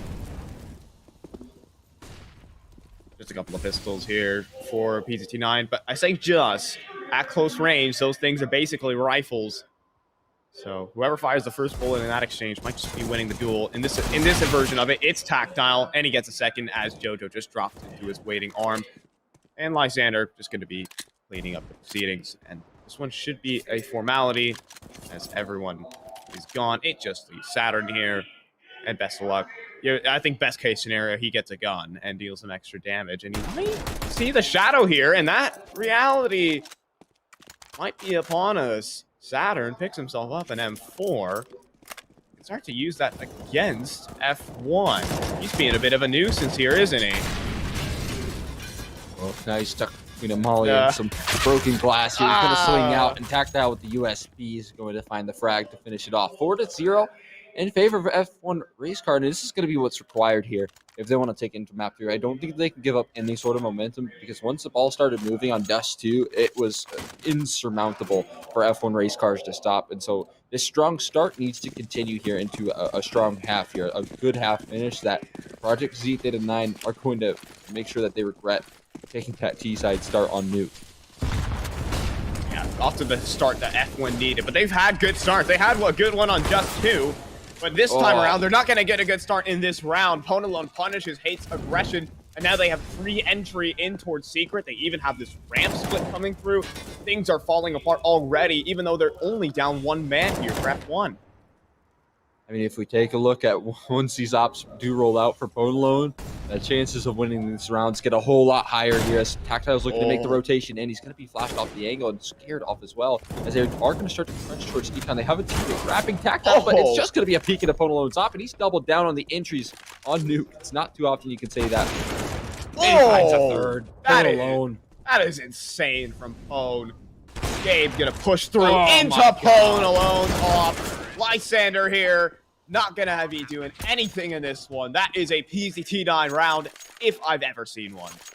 Ponalone taking full control right there. 4 opening kills. He found the 4 first kills for Project Z Theta 9. And granted, he did have some teammates there to help him out. It was mostly some very fast shots from him. And on top of that, just holding down angles for his teammates to scale up, that really kicked that round off. It's great stuff, and I'm wondering if that's going to be a theme now that Ponalone has this AWP. Will more and more gun rounds go their way? Ponalone is posted up, looking to take the duel, and he even gets a tag through the wall onto Hate, and the rest should just follow here. As it's already 2 opening kills. Crafts the third onto Gabe, who's up close and getting sandwiched upon. Able to knock Ben Lead out of the sky, but that's going to be the extent of it. Fatality has pushed into Hut, maybe to throw himself for a little bit of a ringer, but other than that, I think this one is, for the most part, said and done. Even Saturn's just going to check Fatality. That's a bit rude. And Hate, who started off the round getting tagged by Pone, is left to carry this one along. See if he can have any fun. He's quick-witted with the deagle here. Actually, missed shots from Saturn. Maybe a chance for How is he alive? But he bails out of the situation, knows he's going to go for the reposition in the headshot angle, and there's no real reason to chase down this deagle. You don't need this frag, so it will be an eventual fall off of the line from Saturn. Yeah, I just saw Hate pause for a moment, and then I heard something type in the chat. So they're typing to each other right now. Oh, I'm sure. I mean, they can certainly hear each other. They're screaming and yelling in the background. Their main stage for this $5,000 first place prize pool, and that's going to be the finishing frag. Saturn, all things come to an end. We'll eventually find that kill, and 4-2 here. It's going to be a weird buy as well. I mean, take a look at the money for the CT side. They don't have a lot to work with, and they're going to go for another save. Oh, yeah, it's going to be a half buy, and the SMGs are going to be brought out. Deagles in play. There we go. Deagles brought out for the likes of F1 for this one, as well as plenty of MP7 and an MP9 in the mix. Could prove a bit lethal when you get down to these close range, dancing around with smokes perhaps. We're talking a lot of potentials here because mAAd Cow is bringing reality straight to F1. Lysander hits the deck. mAAd Cow gets away with some damage though, and can make these SMGs so much more potent, but as JoJo does trade out Seaman and mAAd Cow, things begin to whittle away here for F1. 3 players looking to press the issue in lobby. Fatality's gone for a little bit of an early pre-fire. That will be the death of him. JoJo's good for the headshot. Going for more. Eventually he'll be overwhelmed and will be taken down as well. Tactile to find that frag and get an AK upgrade. It's going to be AKs maybe held on to, but they could make a retake out of this. I don't know if they'll end up going for it, but yeah, it looks like they're bailing out of this one. Yeah, they're going to go and give this one up, concede. 3 rounds in a row here for PCC9. Definitely off to the recovery here on this T side. You know, normally you want to get off to a very nice start on Nuke, build up the money, and keep the CT economy low, but you know what? We'll take 3 in a row, and 3 convincing rounds on the trot as well. These rounds haven't been all that close. It's just been Pwn alone 4Ks and just running through the rifles and the Deegs. So they still have an op for Pwn alone as well. I mean, that hasn't gone away. That doesn't, you know, leave the minds of F1 race car at the moment. They still got to worry about that. And so a lot of these angles that they probably are going to be wanting at the peak, they're going to be scared to because of how effective these players are and how effective Pwn alone has been in these last 2 maps. And so we'll see this double op setup being brought out here from F1 race car. I want to know if this is going to be the answer. It definitely can be on a map like New, but already Tactile, the mini player, has been wall banged down to 10 points of health. It's already not the start you want if you're F1.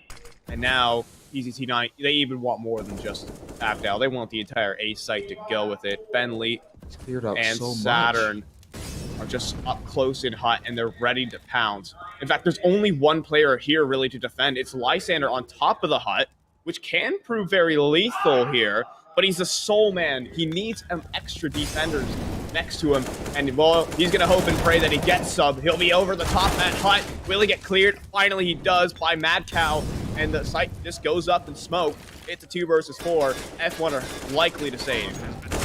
Talked about how he was the only defender and he only gets that 1 frag there. I mean, it was nice trying the position, but he had to at least double down, if not get 3 to win that one. F1 race car, they struggle here, and on top of that, he did have a teammate, Tactile.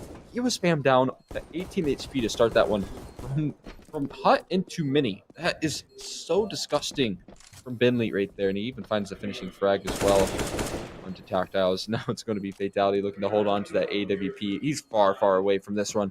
It's a tied scoreline. Project Z-Theta9, in a very similar fashion to map 1, have started off a little bit rocky, a little bit slow, but once they get the ball moving, it seems to be that they can string these rounds together nicely. It seems like it's sort of a replicate of Dust 2 here, where F1 race car, they get themselves, you know, they got there started with an eco round, but I mean, this is 4 rounds from the jump, but it's been 4 rounds right back for Project Z-Theta9, and it's been procedural takes. They've managed to put pressure on almost every part of the map and keep the CT side guessing every single time. And every time F1 race car push for info, they get punished. Let's see if Tactile gives it up to Pwn alone. Instead, he'll be molly out, and it's Fatality's off. that will find Ben Lee to kick off this round. Olone's still looking for an aggressive line, but it will eventually fall off. Whoa! Trade from mAAd is good to take out Vitality. Can't find a second there. Tactile spinning all around. Is going to eventually trade out evenly, and Lysander holds down towards Ramper, but he's only good for one, and this will be the B bomb site compromise. There's no one in time to rotate one towards double doors close by, but Saturn's going to be meeting him in control here, and we'll see if they can hold down the line. Saturn as well. He's not good for one. 8 times. Oh, a bit of trouble opening up the door there from 8. They both wanted to open up the door at the same time, but JoJo still can't handle the heat, and that will be F1's race car. First round, breaking the 4-win streak of PCT9. Yeah, it's often some solid shooting there with the rifles. It's a very expensive first round for F1 race car, and again, that economy on that CT side has been ever so present an issue for every CT side. This team, this quarterfinal is through semis so far. I mean, nobody has been able to really master that economy besides a couple of teams here. Bentley is going to be taken down early on as well, and it's going to be a little bit of a slower shot. Getting to press the issue, jumping that auto shotty rather from Gabe. It will just even out. There's still one more Fatality. though. Uh-oh, Fatality has bypassed all of them. He can get 2 kills here, and he will. Not quite the third. Quick swing in from Saturn. We'll quickly bring this into a 1 versus 2. He has 1 minute and 20 seconds to remain on the clock. So that kind of makes 2 statements here. How fast-paced this round has been. And secondly, this is a huge asset for Saturn to use in a clutch. That element of time will keep F1 race car guessing, because as the time begins to burn down, they'll begin to consider other options. I mean, Saturn, he could really maneuver around the map here effectively. And Heaven would be the prime option, but there is one rotating in towards Secret right now, moving up and might just get the jump on him here. So we'll see if Saturn's aware of it. It's only with has the an auto shot. auto. That's less than ideal, but he could get a weapon right next to him. No, but let's just stick with the auto. It was good if he would have given up the sound cue by dropping that weapon. Maybe Saturn could have turned around. Yeah, Saturn not quick on the draw as well. I mean, he's not expecting players to be pushing around the map. That's sometimes a risk that happens. So F1 race car brave in that round, but it pays off. It's 6-4, and now the money for PCT9 beginning to run down low. They might have to take an eco if they lose this one, but they're going to take this one. Maybe this is their winning formula. Another A-site hit in play. That nade does so much damage. They're trying to go down the vents, and they're actually going to be able to get down. Is that all 5 players? And indeed it is. And alongside that, Tactile's out of the round from that outside lurk of Mad Cow. It's a 4-on-5 here. F1 race car are in a brutal position. PCT9 are looking to push that smoke. You see Pone alone playing around the edge of it. Not going to be given the frag just yet. Instead, F1 race car seems like they're saving. They're going to save. Oh, Gabe's got to be careful here walking away. He might be peeked from the ramp room. It looks like they're walking their way up. It's Pone alone. That would be quite an upgrade here, but doesn't check it. Here's the nade swing by his ears, but won't quite get the chance to take down Gabe. He will get away safely, and it's a 5th round for PZG9 off of the vent drop there. I mean, that is not a round you see all that often, but it works out very nicely for them. Vent drop this time around. PZT9 are mixing it up every single round on this T side. That's something we haven't seen yet from the T side. And there's still a very open playbook for this squad. Saw A-site hits numerous times, secret plays, and it seems that they are very competent on the map despite this is F1's map pick. PZT don't know what they're doing on this. Especially so already. We're gonna take this one towards Squeaky. Maybe the boost up from Pone alone. Ooh, not gonna find anything though. Still holding it. One might push the smoke, and that's a freebie given over to Saturn. All he has to do is sit and wait and enjoy his luck there as it's going to be some spam Tactile. There's still one more Lysander close by. He gets dropped, and Saturn has taken that A-bomb site successfully with 3 entry kills. It's now a 2v4, and I think it's just going to be called off here once again. JoJo can even begin a hunt here, but Fatality is going to hunt the Hunter, at least for the moment. But F1 don't really have the facilities to attempt this one. Not enough smokes, and well, I think Band Power is the more glaring one. They do actually have Fatality. He has a lineup for that smoke from CT Spawn. Can we get a look at that? Oh, he's already thrown it. But he's thrown it's a retake one way. And Gabe looking to save this one. I think that shot being fired off shows to everyone on PCT9 that they are saving this one. Wait. Is that the smoke right there in front of Fatality? I'm pretty sure he had a lineup for... There was a smoke down like right next to that forklift, and I was wondering if it just like maybe missed. I think it's faded away now, but either way. All right. At the end of the day, they saved both their weapons, and I think that was the main mission for F1 Race Car. Now, they also need to make another mission of trying to win the half at the very least. You're talking about the CT side of Nuke, and obviously over the years we've seen a change in how this map and what sort of score lines you're looking for, but you're certainly going to want to win your CT side, and that might not be an option here shortly if they can't convert off of this force buy.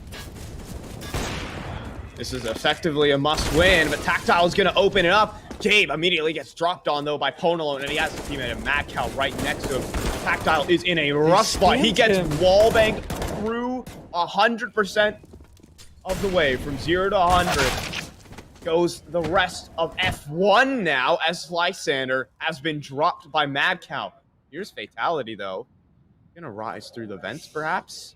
Considering it. It's risky. Definitely is. mAAd gonna deploy his smoke towards Mini. Oh. Fatality still in the vents. PZT9 can't go down. And I think they're gonna be able to get down that bomb. mAAd is covering for this, though. Both Waiting of these for his teammate players, Mini. they're gonna group up together here. mAAd is playing from the CT vent position. It seems like Fatality's aware of such a thing, or maybe he isn't. mAAd gonna emerge, blindside Fatality, maybe the second. That's almost a finisher onto Hate. Leaves Ben late for this 1v1. He's still on the site, though. Hate doesn't know it. It's not planted for any of those, and Ben Lee just has the keys to that round. And that'll be a 7th round for Project Z and the lead. Great stuff. I mean, we talked about how that was a much-needed round right there from F1 Race Car. They're staring down the barrel of losing their CT side of Nuke. This is their map pick, and we've already seen the sort of lockdown procedures that we've gotten out of Dust 2. I mean, you get to that CT side on Nuke, it's even more scary with Ponalone and Jojo on this roster. The double-up potential that we've already talked about could come out, and F1 Race Car don't have a lot going in terms of trying to pick up this map, but maybe Lysander can make a round out of this one. Oh my gosh, he's gotten 2 kills? He's gotten 3 kills? Are you serious? He will eventually get traded. But oh my gosh, the damage that he's done might just turn this round on its head for F1. It's a round that they desperately need. Ponalone can put this one away, though, and really silence the hopes of F1. Certainly could hold on to this one. I mean, it's 1v3. It's not out of the realms of possibility just yet. He's going to move in towards the ramp room, where he'll need a little bit of pressure on B if he does choose to go that way. I think maybe Heaven's his best option. That's where he's going to head slowly but surely. A minute to work with, and right now, I mean, this would be a great round to win if you're F1 Race Car. This would give you a chance to win the half, but even still, you think it's a little bit shaky. Ponalone's trying to clear all the angles towards Heaven. And get inquisitive, even clearing out outside. But now he kind of has to swallow the pill. He's going to have to take a gunfight to get on the site. That is for sure. Ponalone going to begin to creep up. The clear right below him. He's going to have to do that, but he's just going to get uppercut by Gabe. A huge 3-piece by Lysander. It's a shame we didn't get it on camera, but even though we did, and we sure as hell saw it in that kill feed, and that gets F1 Race Car a much-needed round. I mean, take a look at the scoreboard as well for this CT side. Wow. F1 Race Cars, they're rocking with Lysander stepping up to the plate in a big way so far. 17-10 at the moment, whereas, you know, the usual suspects that we kind of turn our attention to in the form of Hate and even Tactile, at least in the semifinal matchup, haven't been able to do too much. But there's already Tactile getting dropped to start up the round. Oh, no. And MVP, and Hate dropped as well. Speaking, just all the heavy hitters are down the drain. Lysander's next to the ball. Here's Fatality's turn to try and pull up big, but there isn't much to be had. And in fact, Gabe tries to jump into the site, but Ben Leak just snipes him down. And it's a very quick final round of the half. It's a quick 8th. It's an 8-7-1 for PZT9 on that T side of Nuke. You can call that a good half. I think you should, because we already saw that it was a 5-10 half, a little bit worse, honestly, on Dust 2. Project Z, they put up a much better fight in terms of trying to take down F1 Race Car. This one, it's a little bit better. Maybe you could be comfortable, but then we talk about how it's Nuke, and it's a little more scary that now it's going to be Project Z heading into their CT side, and it does not get any easier. For Double you. op setups, man. We talked about that on Dust 2, and even on Nuke. It is a much prevalent map. There are plenty of long angles you can take, and this is even a map that Pono thrives on. They've taken maps off. I mean, Pono has been responsible for taking maps off the best teams in NA. Yeah, Furia for that matter on Nuke. Team 1 in ESEA Premier, who are currently competing in ESL Pro League. Like, Pono alone is a legitimate threat on this map. And so F1 on LAN have to tread with caution. So here in the pistol round, though, maybe it's about keeping Pono alone away from that off, and you could do that by keeping the money low. It would be nice to get things rolling with a pistol round victory, as we're going to see a little bit of utility. I think we've seen this quite a bit from Gabe, kind of being that utility belt. And it does seem to be like a fast A-pop. Already though, Jojo nailing a headshot on the Lysander. All right, and he has the P2000 though, but the pace quickly calmed down though by PZT9. Saturn on the site, able to drop them down. It's up to Gabe here in a 1 versus 3, and the nade is able just to sink down. It is a swish onto Gabe from Ben Lee. That'll be 9 now for PZT9. Hey, I respect it. Yeah, it certainly is. And now you're going to look at buy-in Pono Alone's rocking the Mag 7. That's going to be money quickly stacking up for you as soon as you can get that off for the first gun round. We got a little bit of a eco in play here for F1 Race Car. And on a map like Nuke, I really don't like this. If you're going for that third round buy, you need to make sure you have utility to back it up for your first round. But maybe they won't even get there. Hates found a person. Oh my God, a Zeus in as well from Gabe. Gabe is even able to get that. mAAd does at least trade back on the fatality. But this is still an advantage for PZT9. But as Jojo begins to get chunked down outside, and if Hate can finish the job here, this could get very, very risky. PZT9, long range dueling here. Jojo, if he goes down, it's a 2 versus 4. And I don't care what weaponry you have. A 2 versus 4 is not what you want to be in, but mAAd's going to bail out Jojo with a USB headshot. But F1 have been given access towards the ramp room, potentially this B site. They really changed their approach, and still you have Jojo on high watch and very low HP here. Escape's going for the pre-fires. He's going to be sending his life in to try and take the fight. mAAd will win it, though, and it's going to make this retake a little bit easier when they find that frag. It's now just Hate. Oh, no! That's a 1G! Oh, no. That is a 1G on land. And ladies and gentlemen, that is a real 1G. He has died to his own Molotov. But all right, you got to get past that. There's still a retake to be had here for PZT9, and it might have just cost them the round. It might is the bigger question here, because now taking around the site, Hate playing with Ben Lee. But is there time on the bomb? No. I don't think there is. And F1 Race Car have walked away with an eco round victory. I did not think they had a chance in that, and every time I feel like I underestimate F1 Race Car, they prove me wrong right there.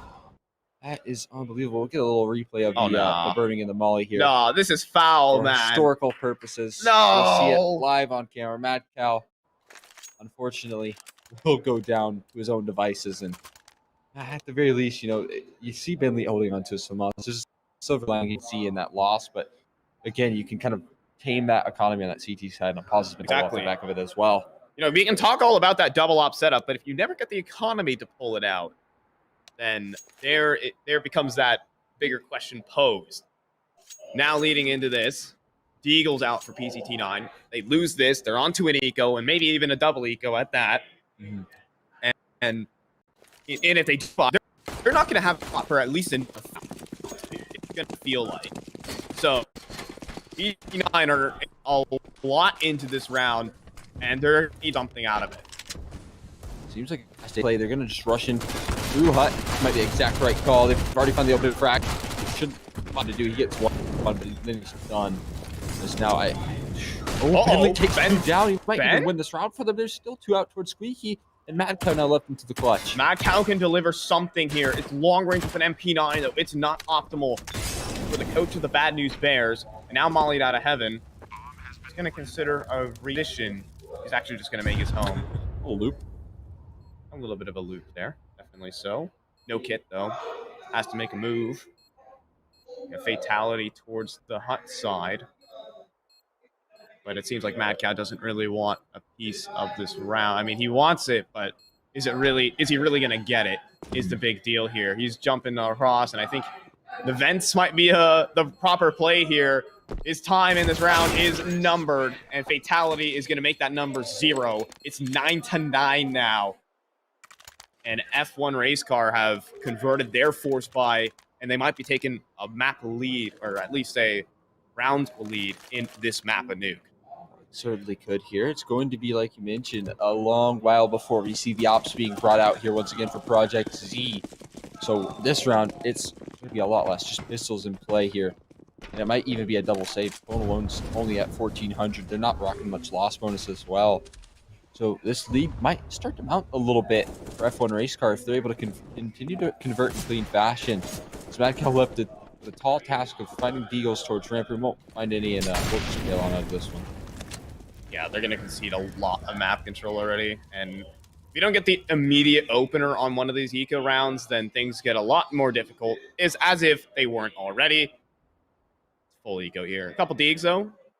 Bentley, I don't distrust him with one of them. So F1 Race Car are going around the world. They're going on a Nuke World Tour. And on the meantime, so is Bentley. You know, he's seeing all the sights. And he actually might be seeing the op of Gabe here. And JoJo has just Zeused Hate. They've got a flank as well coming through onto Ben the Lee, opper. Ben Lee just flanking. Ben Lee just flanked onto Gabe and dropped that off. And now JoJo emerges from the hut side. Tactile will at least slow it down for a moment. Here's Ben Lee's off, though. It doesn't quite connect. He needs it. This shot if PZT9 want a chance. mAAd, on the other hand, has taken down Tactile.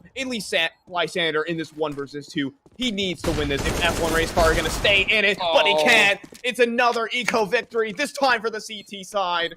And it's double digits for PZT9. It's double digits, and on top of that, we talked about how it would be a long while until F1 Race Car had to worry about the op. It's going to be next round. We were totally kidding right there. That is going to be complete disaster. The Zeus in play. And honestly, we saw a round like that go in the way of F1 Race Car.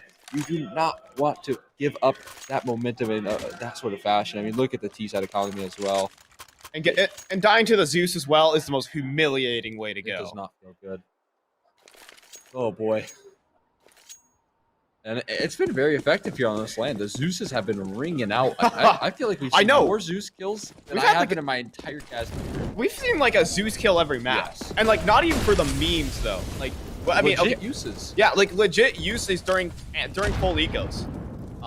Like JoJo is I'm pretty sure it's been JoJo for a lot of this time. Mm-hmm. He's been electric. There you go. Not my best pun. I like that. Solid. I don't even know what my best pun is. I couldn't call it that. In any case, that's not funny, though. Lysander takes down Ben Lee. And yes, they just lost against the full eco and to a Zeus, respectively. But this is still a real round to be played. At least JoJo will answer back. Now the A-side is still under threat. Gabe pushing forward. Might be able to wallbang JoJo if he just timed it right. We're still in a 4 versus 4. Oh, not so worry. I've got a couple different angles here. They're flashing out of the squeaky door, and they're going to try to their luck towards this A-bomb site. They haven't hit the gas just yet. Instead, they're holding their positions. 50 seconds left to work with, and that's a lovely little smoke being thrown here from PZT9. Ooh, there's a gap. It doesn't favor Fatality, though. And so being smoked out towards lobby, they're going to take their sights towards the ramp room, and actually no one's home here for PZT9. They've left this one completely open. Makes me wonder if there's anyone down towards the lower site. Chase doesn't maybe not gonna matter though. Ponalone will take down Fatality, make the drop. At the same time though, F1 have pushed down low. Where is this B-side defense? Where's the rotate? It's non-existent. And so PZT9 are gonna have to attempt this retake. I mean, if you're not gonna hold a ramp, at the very least you have to have someone on that B-bomb site. Instead, they're gonna try for the 4v3 retake situation, and that's still not the easiest B-bomb site. It's pretty easy to hold if you can get in those good post plants for the T side. Gabe can play this angle as well. It's a very nice one to hold. You can pivot between multiple different angles and take those fights. He'll do that, but he'll get traded. Here comes Hate, though, from the control side. He gets immediately picked off. It's Lysander at long range who has to clutch up here. It is. Ponalone, though. He misses the shot. Ponalone pulls out the P250, though, and finishes it with that instead. Who needs an off when he got pwned with the P250, Matt? I just cannot believe it. Another important round there from PZT9. Now, F1 Race Car making it close. Got the bomb plant. They're giving themselves a little bit of wiggle room here, but still This is tournament point. This is the grand finals match. You already lost your first one. This is your map pick. You need to be showing us something special on Nuke, and so far it's been a couple of rusty rounds that really haven't looked all that good here. At the very least, they've stuck 2 down towards the speed bomb site and should put another plant in. Vitality is going to go in punching those digits. Oh, Never mind. mAAd is going to deny him. And any sort of consolation F1 race car could have gotten has all but gone down the drain. Last second. He was so close to getting that extra 800. Now Tactile in a 1 versus 5. Tech 9's going to be out. We get some damage done here. That's going to be the real goal. But as soon as he peeks around this corner, oh no, someone has a position. Now he's spotted, auto shotty, and right to the arms of Finley and JoJo. 9-12 there, and finally we'll get another buy-in. But it's going to be lacking that utility for sure. Yeah, here F1 race car. They're going to need to pull something through here. PZT9, off the back of winning that eco, has completely changed the tempo of the half. We were talking about, oh, they're not going to have an op for 4 rounds. They got one gifted to them right there. They've won the closer rounds too. Now here on this gun round, something needs to be found here for F1 if they want to try and convert this into at least a third. Pwn alone playing around these smokes. This is a classic Pwn, but he can't connect. Lysander will take him out, but there's a flurry of blue in the kill feed as Saturn is able to delete them outside, and it leaves it to Gabe in a 1 versus 4. He spots JoJo. He's been spotted himself as well. PZT9 are just going to close in and snap the jaws of this round shut. Gabe just going to swing out. He'll take out mAAd, though. He'll make a meal of this one. At least try to. Yeah, he needs to do some damage here at the very least. He's been spotted out once again. He's going to be flanked as well. Saturn finds a finishing blow, and that's no bomb plants, only 2 kills in that round. And you started that off with a 4v5. It very quickly went south from then on out. Yeah. It is like okay, Ponolo misses a shot. Wow, what a surprise. There was 3 players that just collapsed in on them. I mean, it's not even Ponolo that's needed to do well in this game as in all that. It's 18, 17, and 15 for Saturn, Ben Lee, and JoJo. Like, the riflers are doing the heavy lifting here for PZT9. On LAN, no less. And that is quite a statement here. Eagle round, another one for F1. They need to do something to convert these. They've got JoJo once again posted up in towards top. Nearly connecting there. Hello. It's just going to be taking some damage, though, and that's not a trade you want to take. 14 looking more and more likely here unless they can get anything done with the Deagles that they certainly have before. It's just going to need to be replicated, and I feel like eventually this will come to fruition. You can't rely on these Deagle rounds at all times, and that might just be the case here versus a team like PZT9. Oh, but hold on. There's Gabe with the scout. Saturn immediately trades on the opposite side of the map, and he's just taking confident duels at the moment. And Joe just auto shotgun off screen. It's just kind of it's sort of comical how that works. He's still sticking around here in Hut as well. He just wants a couple more to try and close it down. No. 10K is just right around the corner, and so is Hate, but he's gone. 10K is still there. It is looking very nice for Project Z Theta 9. It is going to be 14 now as Saturn closes it down. And the money for F1, it's there. And that 10K, it might also be there for PZT9. They are knocking on that door. Yeah, they're getting very, very close and closing it out in 2-0 fashion as well with the icing on the cake here. It's not over just yet. They haven't crossed that finish line. They still have to take care of this buy, and this could be the last chance for F1 race car. Unless they get a bomb plant, this is one of their final opportunities to afford these rifles here. They talk about affording rifles. It's not the case for Polo, and he's rocking with the Max 7. JoJo on the auto shotty. They're trying to make their way into this game. They cannot get it across the line, and already Bidley nailed an opener. That is a huge kill to take onto Hate, and JoJo even with the auto shotgun died to mAAd's Molly. That's mAAd's Molly. That's the second time he's taken out a teammate. Home alone on his Max 7 as well. Running forward into Gabe. Somehow survives at close range. But there's Saturn at long range to take down Lysander. It's going to be mAAd and Saturn versus Gabe. He'll at least get the bomb in his hands. That's a start but with a minute to play, he needs this round to stay alive and nuke. He's going to try and move towards the outer yard here. We'll see if they give up the 1v1 fights that he's going to look for. He's going to continue to break the issue. Found the first. Last alive. Starts to hear the maneuver down towards this E-bomb site, but instead chooses to make his way in towards ramp. And still kind of the whole map goes dark for mAAd right now. Is kind of, that time is ticked down in between. Gabe is stalling out his plant, though. He's trying to find mAAd, and he might just do it. He gets a tag in the vent. He can turn this around, and the Glock is in hand. But no, mAAd is going to be able to secure it. 15 for PZT9, map series, and all-in games Expo point for the CT side, for the boys.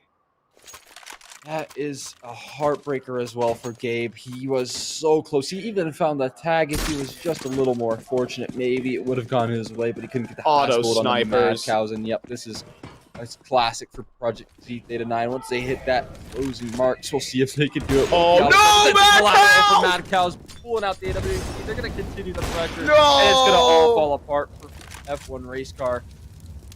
mAAd's looking to put this one to my bed. God. It's 4 kills for the man. Fatality is just going to get wrapped on, and that's going to do it.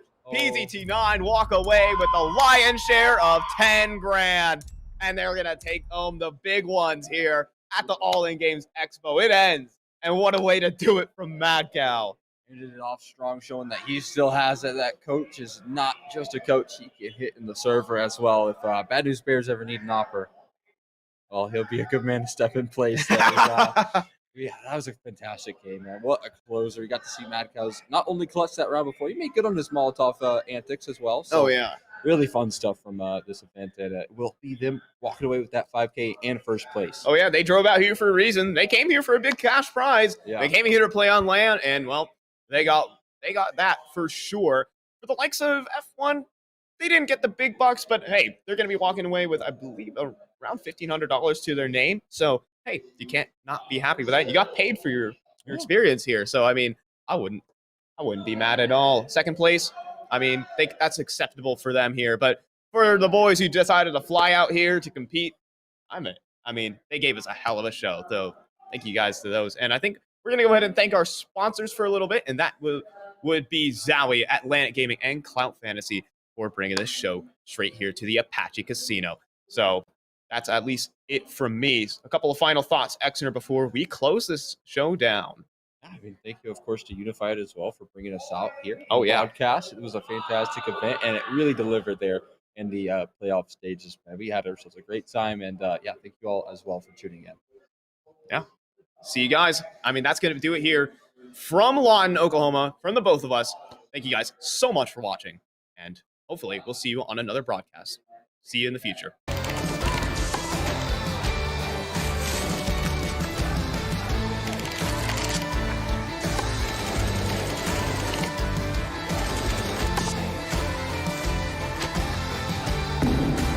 Bring your best out.